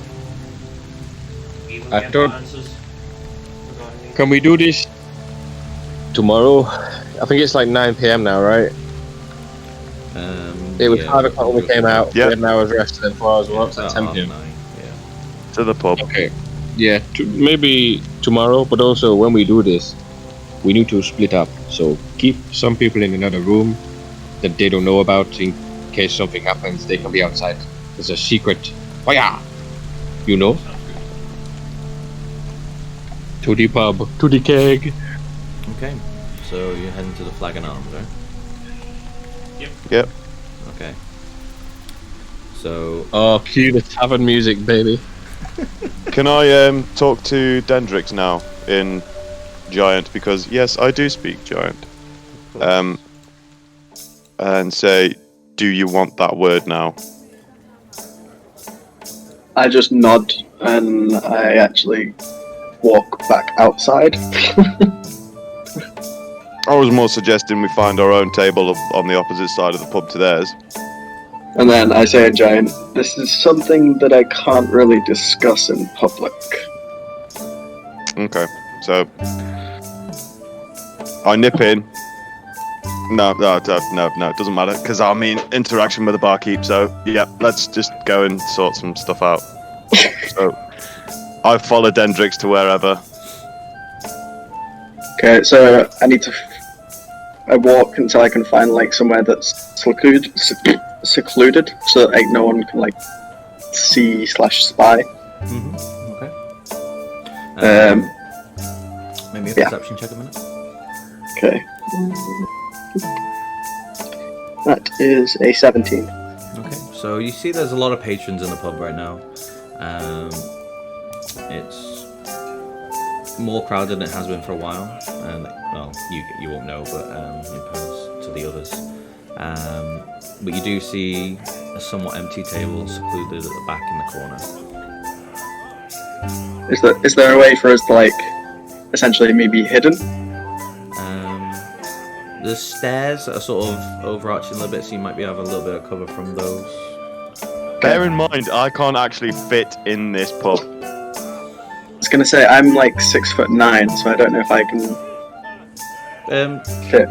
You can duck and you can fit in. Ulf is a little bit taller than you and is slightly wider. I remember the first time. Don't we fit in the other pub? You will fit in the other pub, yeah. The other one's small. Shall we go to the other pub? I don't mind. I'm talking with Dendrix at the minute. I didn't think we were actually in the pub. Yeah, I might follow you. Yeah. See what you're doing, you weirdo. Okay. I thought you guys had gone into the pub. Sorry. Yeah, but I might be like, "Where's Ulf?" and go and find him. You know. Okay, so what's the decision, guys? Come on, where are we going? Okay, so I'm basically going to take Ulf somewhere like secluded outside. Okay, so we've got a new stranger that's taken Ulf away. Since the rain is hitting hard and the thunder is around, most people are either in the pubs or in their own homes. There's not many people outside, so you can find a nice secluded area outside. Not too worried. Cool. Okay. But the rest of them go to the pub, right? I'm going to the pub, yeah. Okay. Sweet. Okay. So when we get to wherever it is that we've gone, and then continue to speak in Giant and explain that I'm being very cautious who I trust at the moment. But seeing as you're the person who saw me first and was willing to embrace me and be friendly towards me, I sense a trustful nature about you. And with this being said, I have something that I should tell you, but I'm not yet ready to divulge this to the rest of the group. Okay. Although you may see me and I look like a human, this is not the case. So you're not a human? No, I am a druid, so I have the ability to transform. I am normally in a centaur form. I am a centaur. Oh, okay. That's pretty cool. And then at this point, I then like poof and transform into my centaur form. So it's not quite like a poof. It's more like a you sort of as a hang on. The way it works is you see like an aura around him, and then the shade of a horse-like figure appears, and then is then filled with colours and solidity with his clothes, and is then gets his four hooves. Is it just visual, Matt? You know, Sam's like disguise? Is it purely visual? Because obviously he's going to have a big hiding walking about behind him somewhere. It is purely Like- for visualness, but it's So, more. like, there's going to be so many people that walk He into your does- ass. No. Sorry, it's not visual. Sorry, it is a shapeshift. The way they. Yeah. Okay, so it's literally changed. Yeah. So it's like a complete form change. So it's like one we've been working on. Homebrew. Woo! So Sick. he has now taken on the form. A dragon of this riding a gnome riding a centaur. a half man, half horse. The hair continues. The length now looks more proportionate with his body, and the sort of the tallness of the human again looks more normal now as a centaur. It seems more fitting. Yeah, so that is now appearing in front of you. So yeah, and I'm like, so this is me. This is me. Fair play. Like I never would have expected that. I've seen some random stuff on my travels, and I never would have expected to see that. Well, I appreciate your candor. I appreciate your kindness. As most people are freaked out when I turn into this form. Hence why I stay in my human form in the cities. That's fair enough. Like, nothing really surprises me anymore. But And then, with that being said, like as I say that, I like transform back into my human form. Ooh. And like poof, sneaky. Yep, just like poof. And then so I'm like, that's all I needed to say. But I do wish that you wouldn't tell anyone until I'm ready. Yeah, that's fine, mate. Your secret's safe. But I do know of a pub across town that we will be able to I will be able to fit in and sit down in the dry. Lead the way. You fucker. I'll be making a point to sit on my own on a table in the corner, by the way, in the end. Okay, so we'll go into the pub now, so sort of scene of it. As you enter, it's a lot busier, like I said, than normal. The barkeeper's a bit flabbergasted with everything going, oh, right, okay, yes, your order, okay, beer, right, okay. Pulls another one. Okay, yes, of course, coming right up. Food over there, table, that one, come on. And he's very, you've seen him never this stressed before. Very flabbergasted right now, but that is what's going on. He looks and he goes, welcome back, missed you. I'm also like Master Roshi, I just realised. How much for a barrel of wine? And he looks at you confused. This guy doesn't barrel have of wine, does wine? You heard me. Do you have wine? We do, but not by the barrel. I'll get me 2 bottles then. Coming right up. Any particular? Make it red. Make it good. Make sure it was made by tieflings. Roll me an intimidation check. You sound very forceful with that one. 15. 15. Okay. Strange one, but fine. And he goes into sort of underneath the cupboard bit, and he pulls out a very lavish looking bottle. It's sort of rounded, obviously rounded, but it's sort of like a bucket at the bottom, sort of like that sort of shape, and then it sort of spouts off at the top. So it's more like a vial, but it's a very tall vial, like a full wine glass. He says, "Hey, that's the best one we've got. As far as I'm aware, it is made by tieflings, not from tieflings. That'll be a completely different wine. By tieflings." Do you know if they were slaves? How am I meant to know? I'll take the risk. How much? And he looks at you and sort of says, 2 gold. You only have the 1 bottle? If I had those 2 bottles, I'd give you the 2 bottles. Well, get me another bottle of red any kind, then I'll take this one and whatever else you can get. Good, though. Good. I don't want cheap wine. Okay, and he goes back and says, strange. And he takes another 5 minutes or so and says, You just see like glasses flying, like splashes and smashes everywhere. It's like, Fine old vintage, this one. But that will ring you 5 gold for that one. 7 in total, yes? Yes, and 1 for being ill-mannered. How about I just give you 10 gold? Deal. I'll slip him 10 gold. okay, he shakes your hand. And then I'll turn around and ask the group, like, how many of them want to drink red wine with me?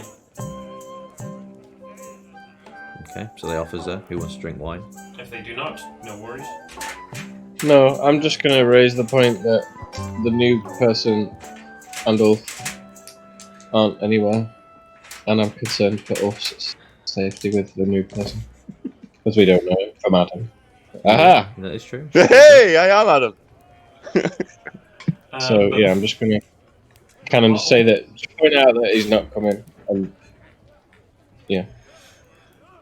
I wouldn't know that he doesn't fit in this tavern because when we met. No, you wouldn't. No, But we went to the other I mean, one. you can look at the I door. would. You can assume and be like, Alright, I'm going to bob my head outside the tavern and just kind of have a look around and scan the area, see if I can see them. okay. Your dragon's And then following, go I guess. back in. Yeah, but I'm just going to sort of go back in when I notice. I'm assuming that they're not there. Okay. And tell everybody that I can't see them. And just sort of voice my worry. My concern, rather. Is there more than one tavern in the town? Yes, there's 3, but this is the best one. We drank at the guard quarters. And I would argue against that. We stayed at the guard quarters, and there's another one near the I can't remember, but it was bigger. Ufti, but he fit in this one. Ah, your giant friend. Yes, I've heard the cross-dealing has the ability to allow the larger folk. I'm worried if he is safe with this new person. If you like, we can We move don't to know the other him. tavern. I was only going to open the one bottle anyway, and I shake the non-tiefling bottle in my hand. The other bottle, which has been made by tieflings, I will slip that into my backpack. Okay. Unopened. Okay. There's a reason that. What about you? What about you 3? You silent trio. I just want to rest. It's been a long day. You not care about Ulf? I do, just not about drinking. I'll come with you if you want to look for him. I like Ulf. I need to see he okay. I don't trust new people. Alright, let's go find him. Let's try the other inn. Okay, we'll head to the we'll head to the guard quarters first. Okay. So at this point now, you can see the darkness is setting. Rain has not stopped. It is starting to now flood the city a little bit. Not to the point where it's worrying, but it's just more. You know, it's again that you're in the desert, and it's very odd to know that there's this much rain happening and this heavy. Okay. I guess while we're here, we'll. Oh, my dragon! We'll kind of pop out. We'll, open the door and have a look around where we stayed. Okay. Do any of the guards recognize us?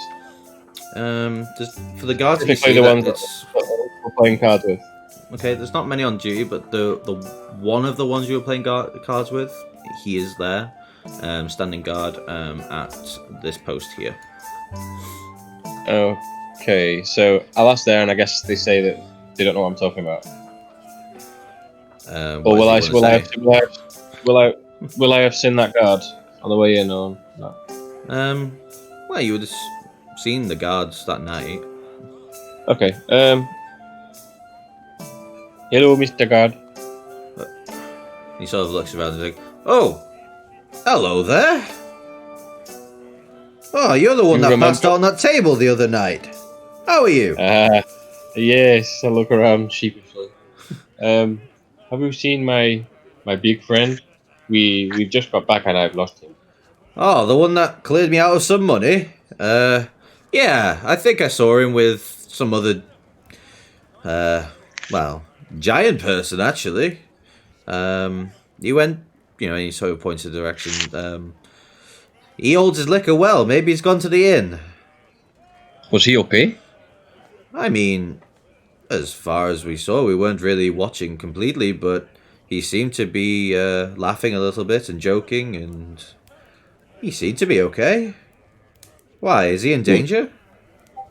I hope not. Thank you. Do you want some support and help, or...? Yes, maybe, just in case. Okay, and he sort of ushers and says, you, Squire!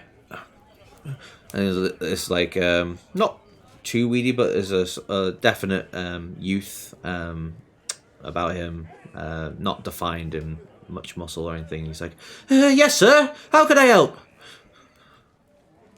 Go with these guys, take them to the inn, and just check that there's no trouble.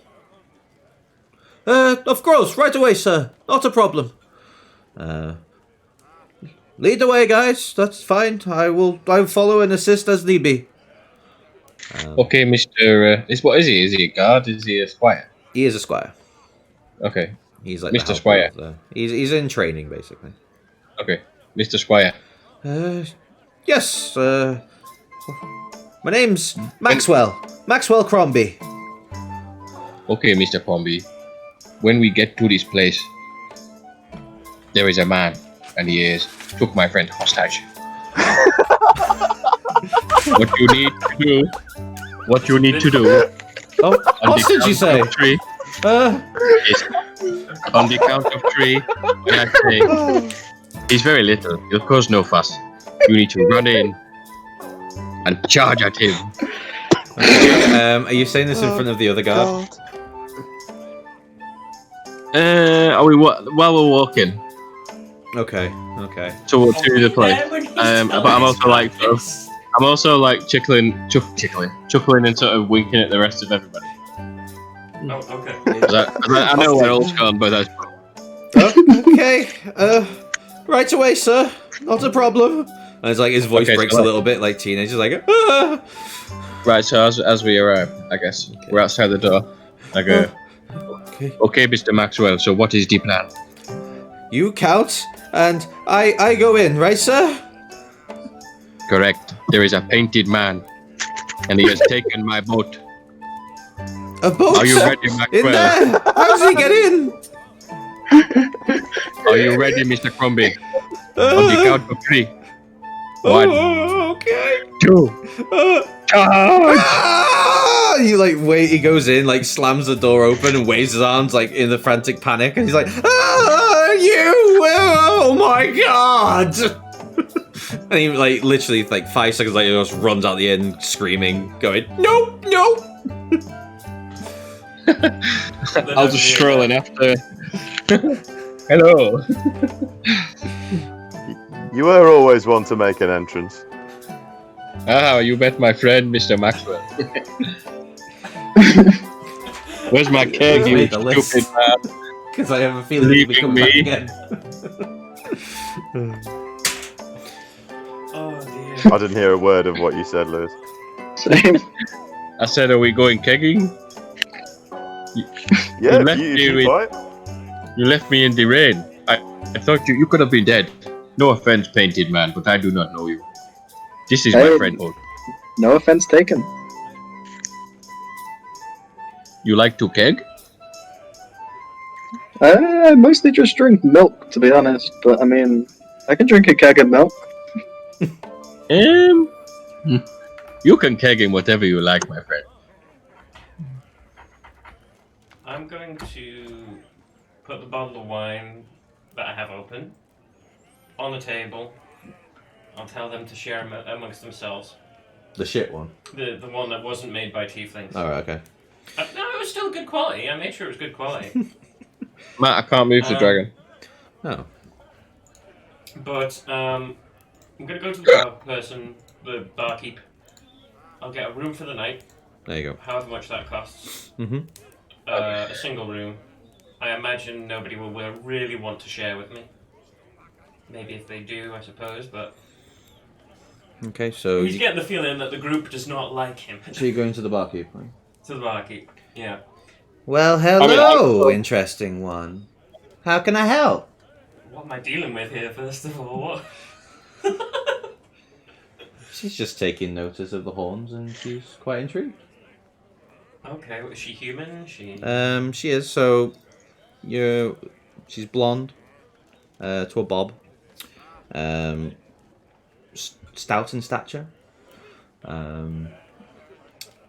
You can see one blue eye and one sort of greyed out eye a little bit, as if sort of like not glaucoma, but sort of like a milky white sort of thing coming into it. So it's vision slightly impaired. And then she's just in a typical waitress's outfit, pinny, that's black, and she's just taking interest into. Okay. You don't get many of you around here. I'm gonna turn on the charm.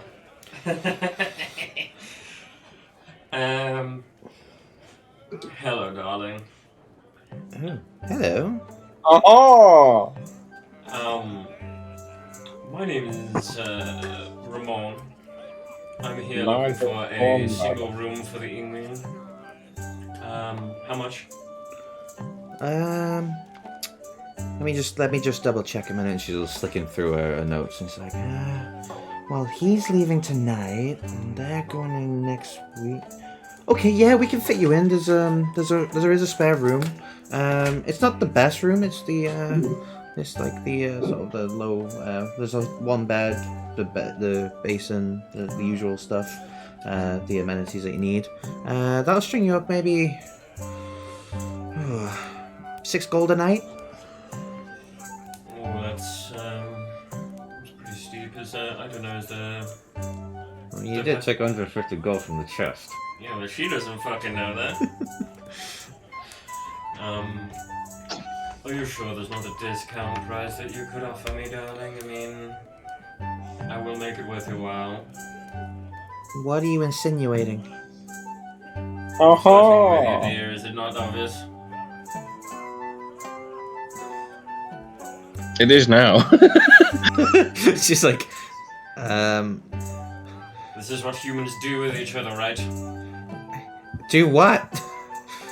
She's like, never mind, take the 6 gold. Thanks. And she's like, really creeped out. Like, you know, she's like, puts in the sort of the pouch that she needs for the money, and she's like, okay, I'll book you in. So it's just one night, right? I hope. I'll turn to the group and I'll be like, hey, we're staying for one night, right? I just kind of do a dunno gesture, but... We'll stick with one night for now. I'm sure I can book another one in the future. Okay. One night. 2 more things. Okay. Number 1. Yeah?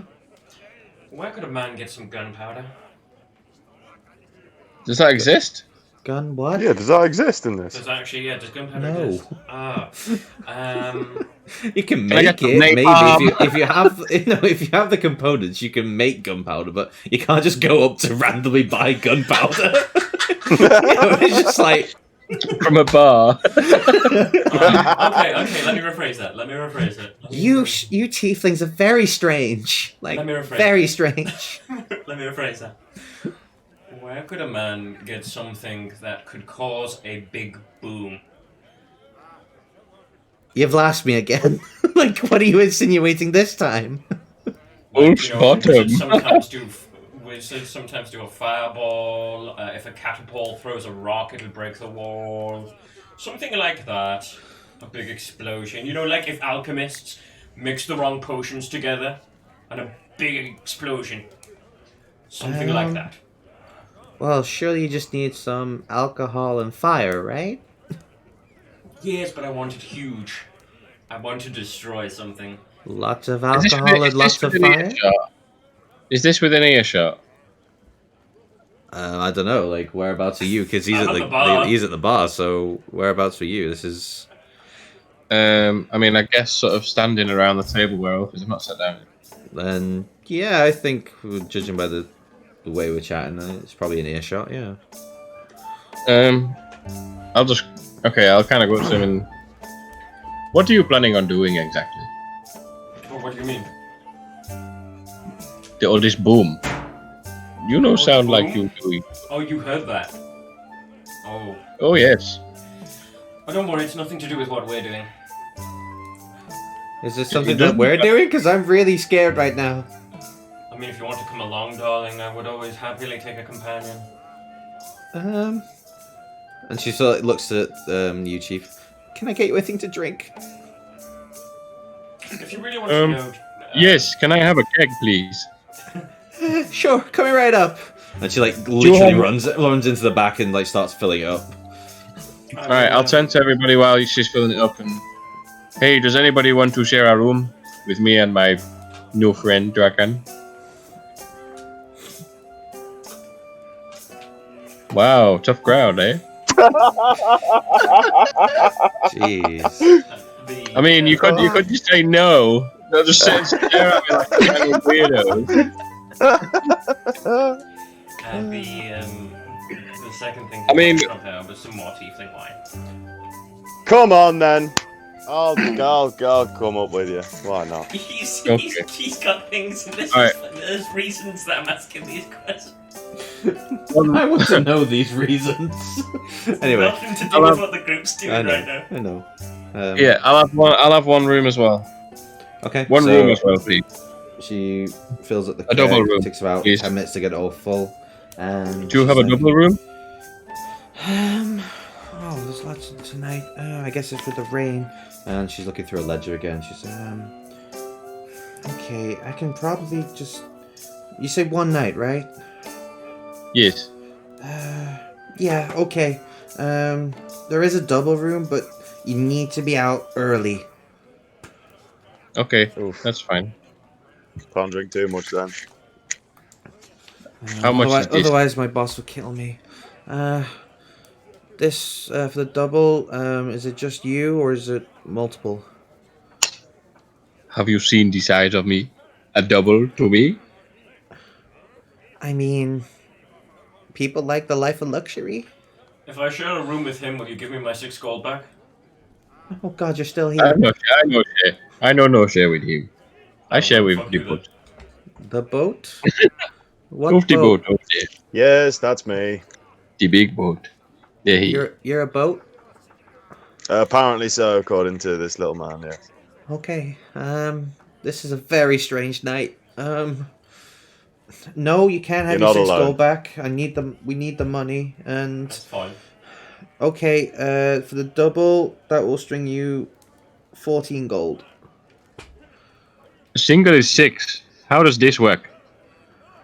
Because I'm not meant to be using this room right now. Why? So what you're saying is any gold is gold that you wouldn't have had because you're not supposed to use it, yes?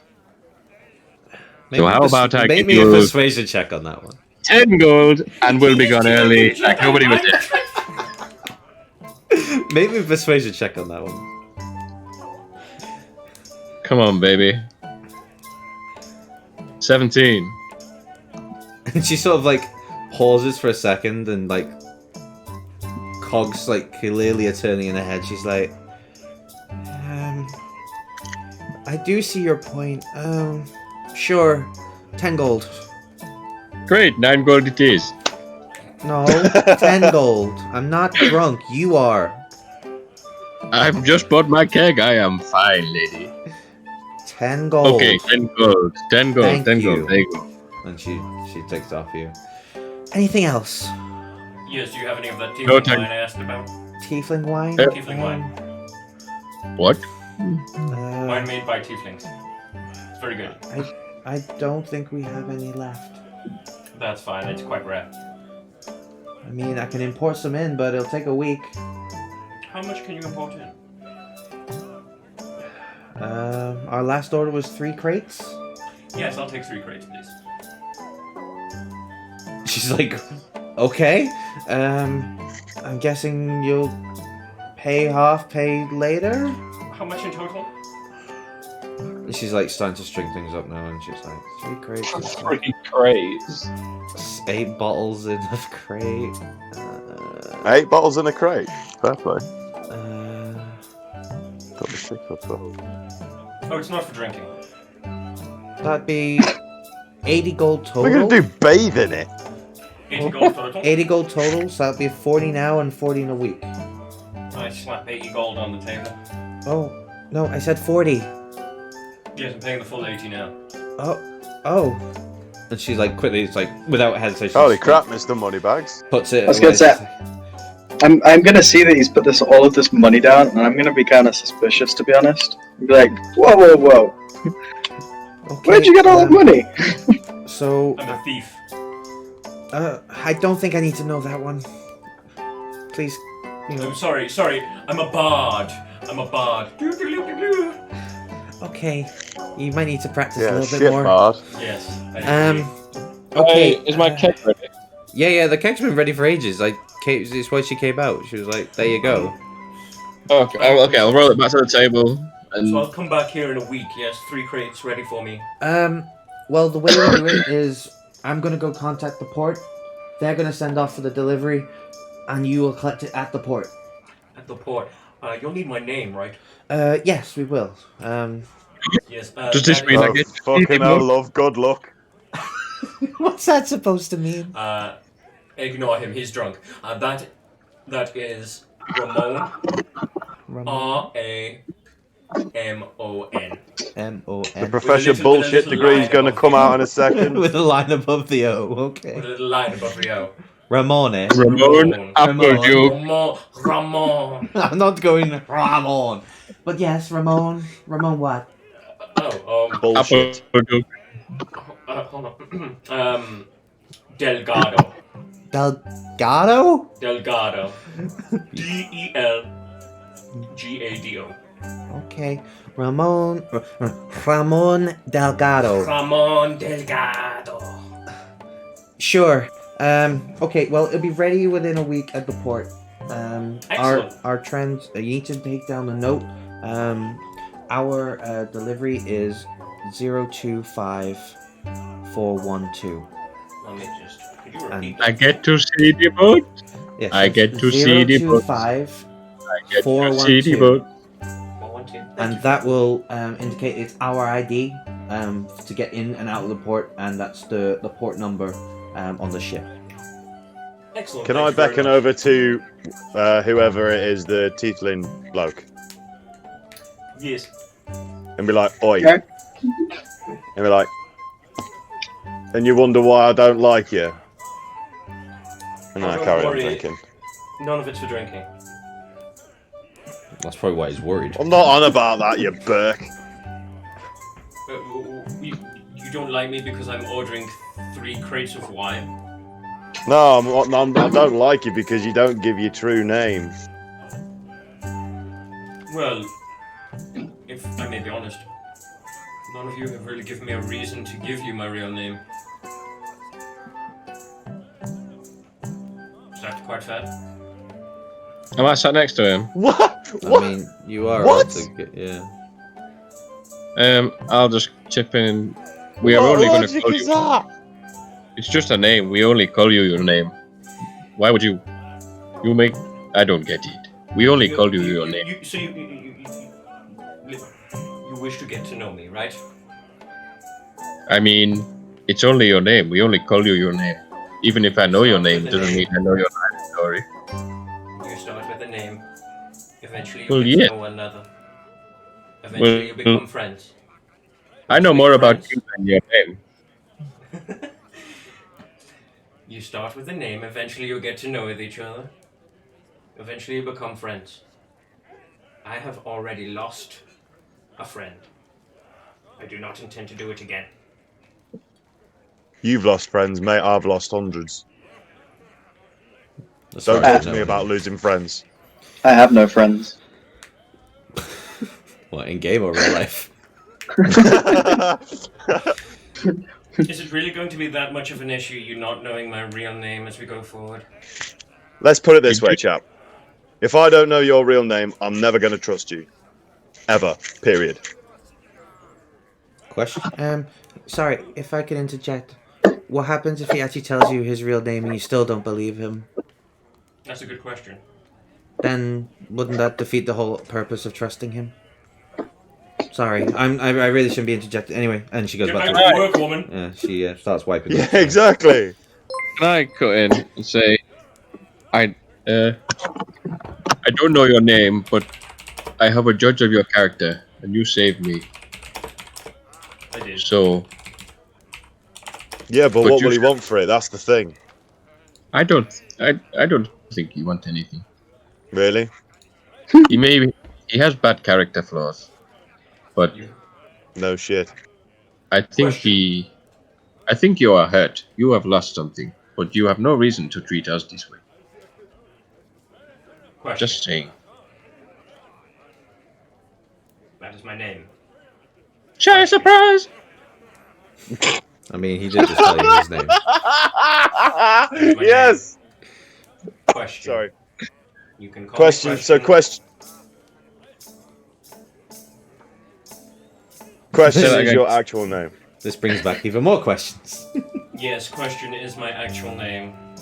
Well, I don't know if it's I don't know if it's my actual name. I don't know who my parents were. I don't know what they named me. It's the name I chose. Now, is that because you have lots of questions, or... Can I roll a perception check? You can roll insight. Insight, yeah. 18. Yeah, I'm being 100% true. Yeah, My name is Question. His name is Question. He doesn't know his actual name. That's why he's taking on all the personas of different identities, which does also help in his line of work. Yeah, but like I was okay. Yeah, you just answered my question. Okay. I was just about to say, so why do you basically bullshit your way through life? I'll just confirm that he's telling the truth. His name. But to answer that question, that Ulf said, there, see, question. But to answer that from Ulf, well, due to my line of work, obviously that does help creating a lot of identities. But I'm not going to lie to you, I do get a thrill out of it. If I did not know who I was, if my life was a mystery to me, then I believe it should be a mystery to everybody else. Do you know what? Plunk. Sit down. And then I put a drink in front of him out of my keg, which I purchased earlier. Did you buy a cake? Did you buy a keg? Well, yeah, while you were going over here. Oh, okay. It takes a bit to get from tavern to tavern, doesn't it? Yeah, true. And I will sit down and cautiously grab the drink. Okay, so as you are chatting for the night, things start to die down a bit in terms of the what's it called? The actual music itself. The patrons, they start leaving one by one, and then it's just you guys and the barkeep. What do you do? Hey, where's the elf and the lizard? And the scar lady? I have not heard them speak in like 10 fucking years. Where are they? Hello? Are you there? Yes, we're still here. Trying to get a fucking room, man. No! How are you? Okay. And with that, we will end today's session. Oh. Okay. Oh! Wait, no, we didn't check what the robe was or anything. No. Ah! We can do that when Wait. Wait, Amanda, thank you all for watching. Again, Amanda, you got it right. Really good turnout for everyone today. You've got the Please robe, follow haven't you? Instagram, Discord, join the sessions, tune in. It's fantastic that you've actually done this. So thank you very much. Is there anything else that anyone wants to say? Thank you. Thank you for watching, you big beautiful beasties. Thanks, Those everyone. people said. We'll see you next Friday. Peace.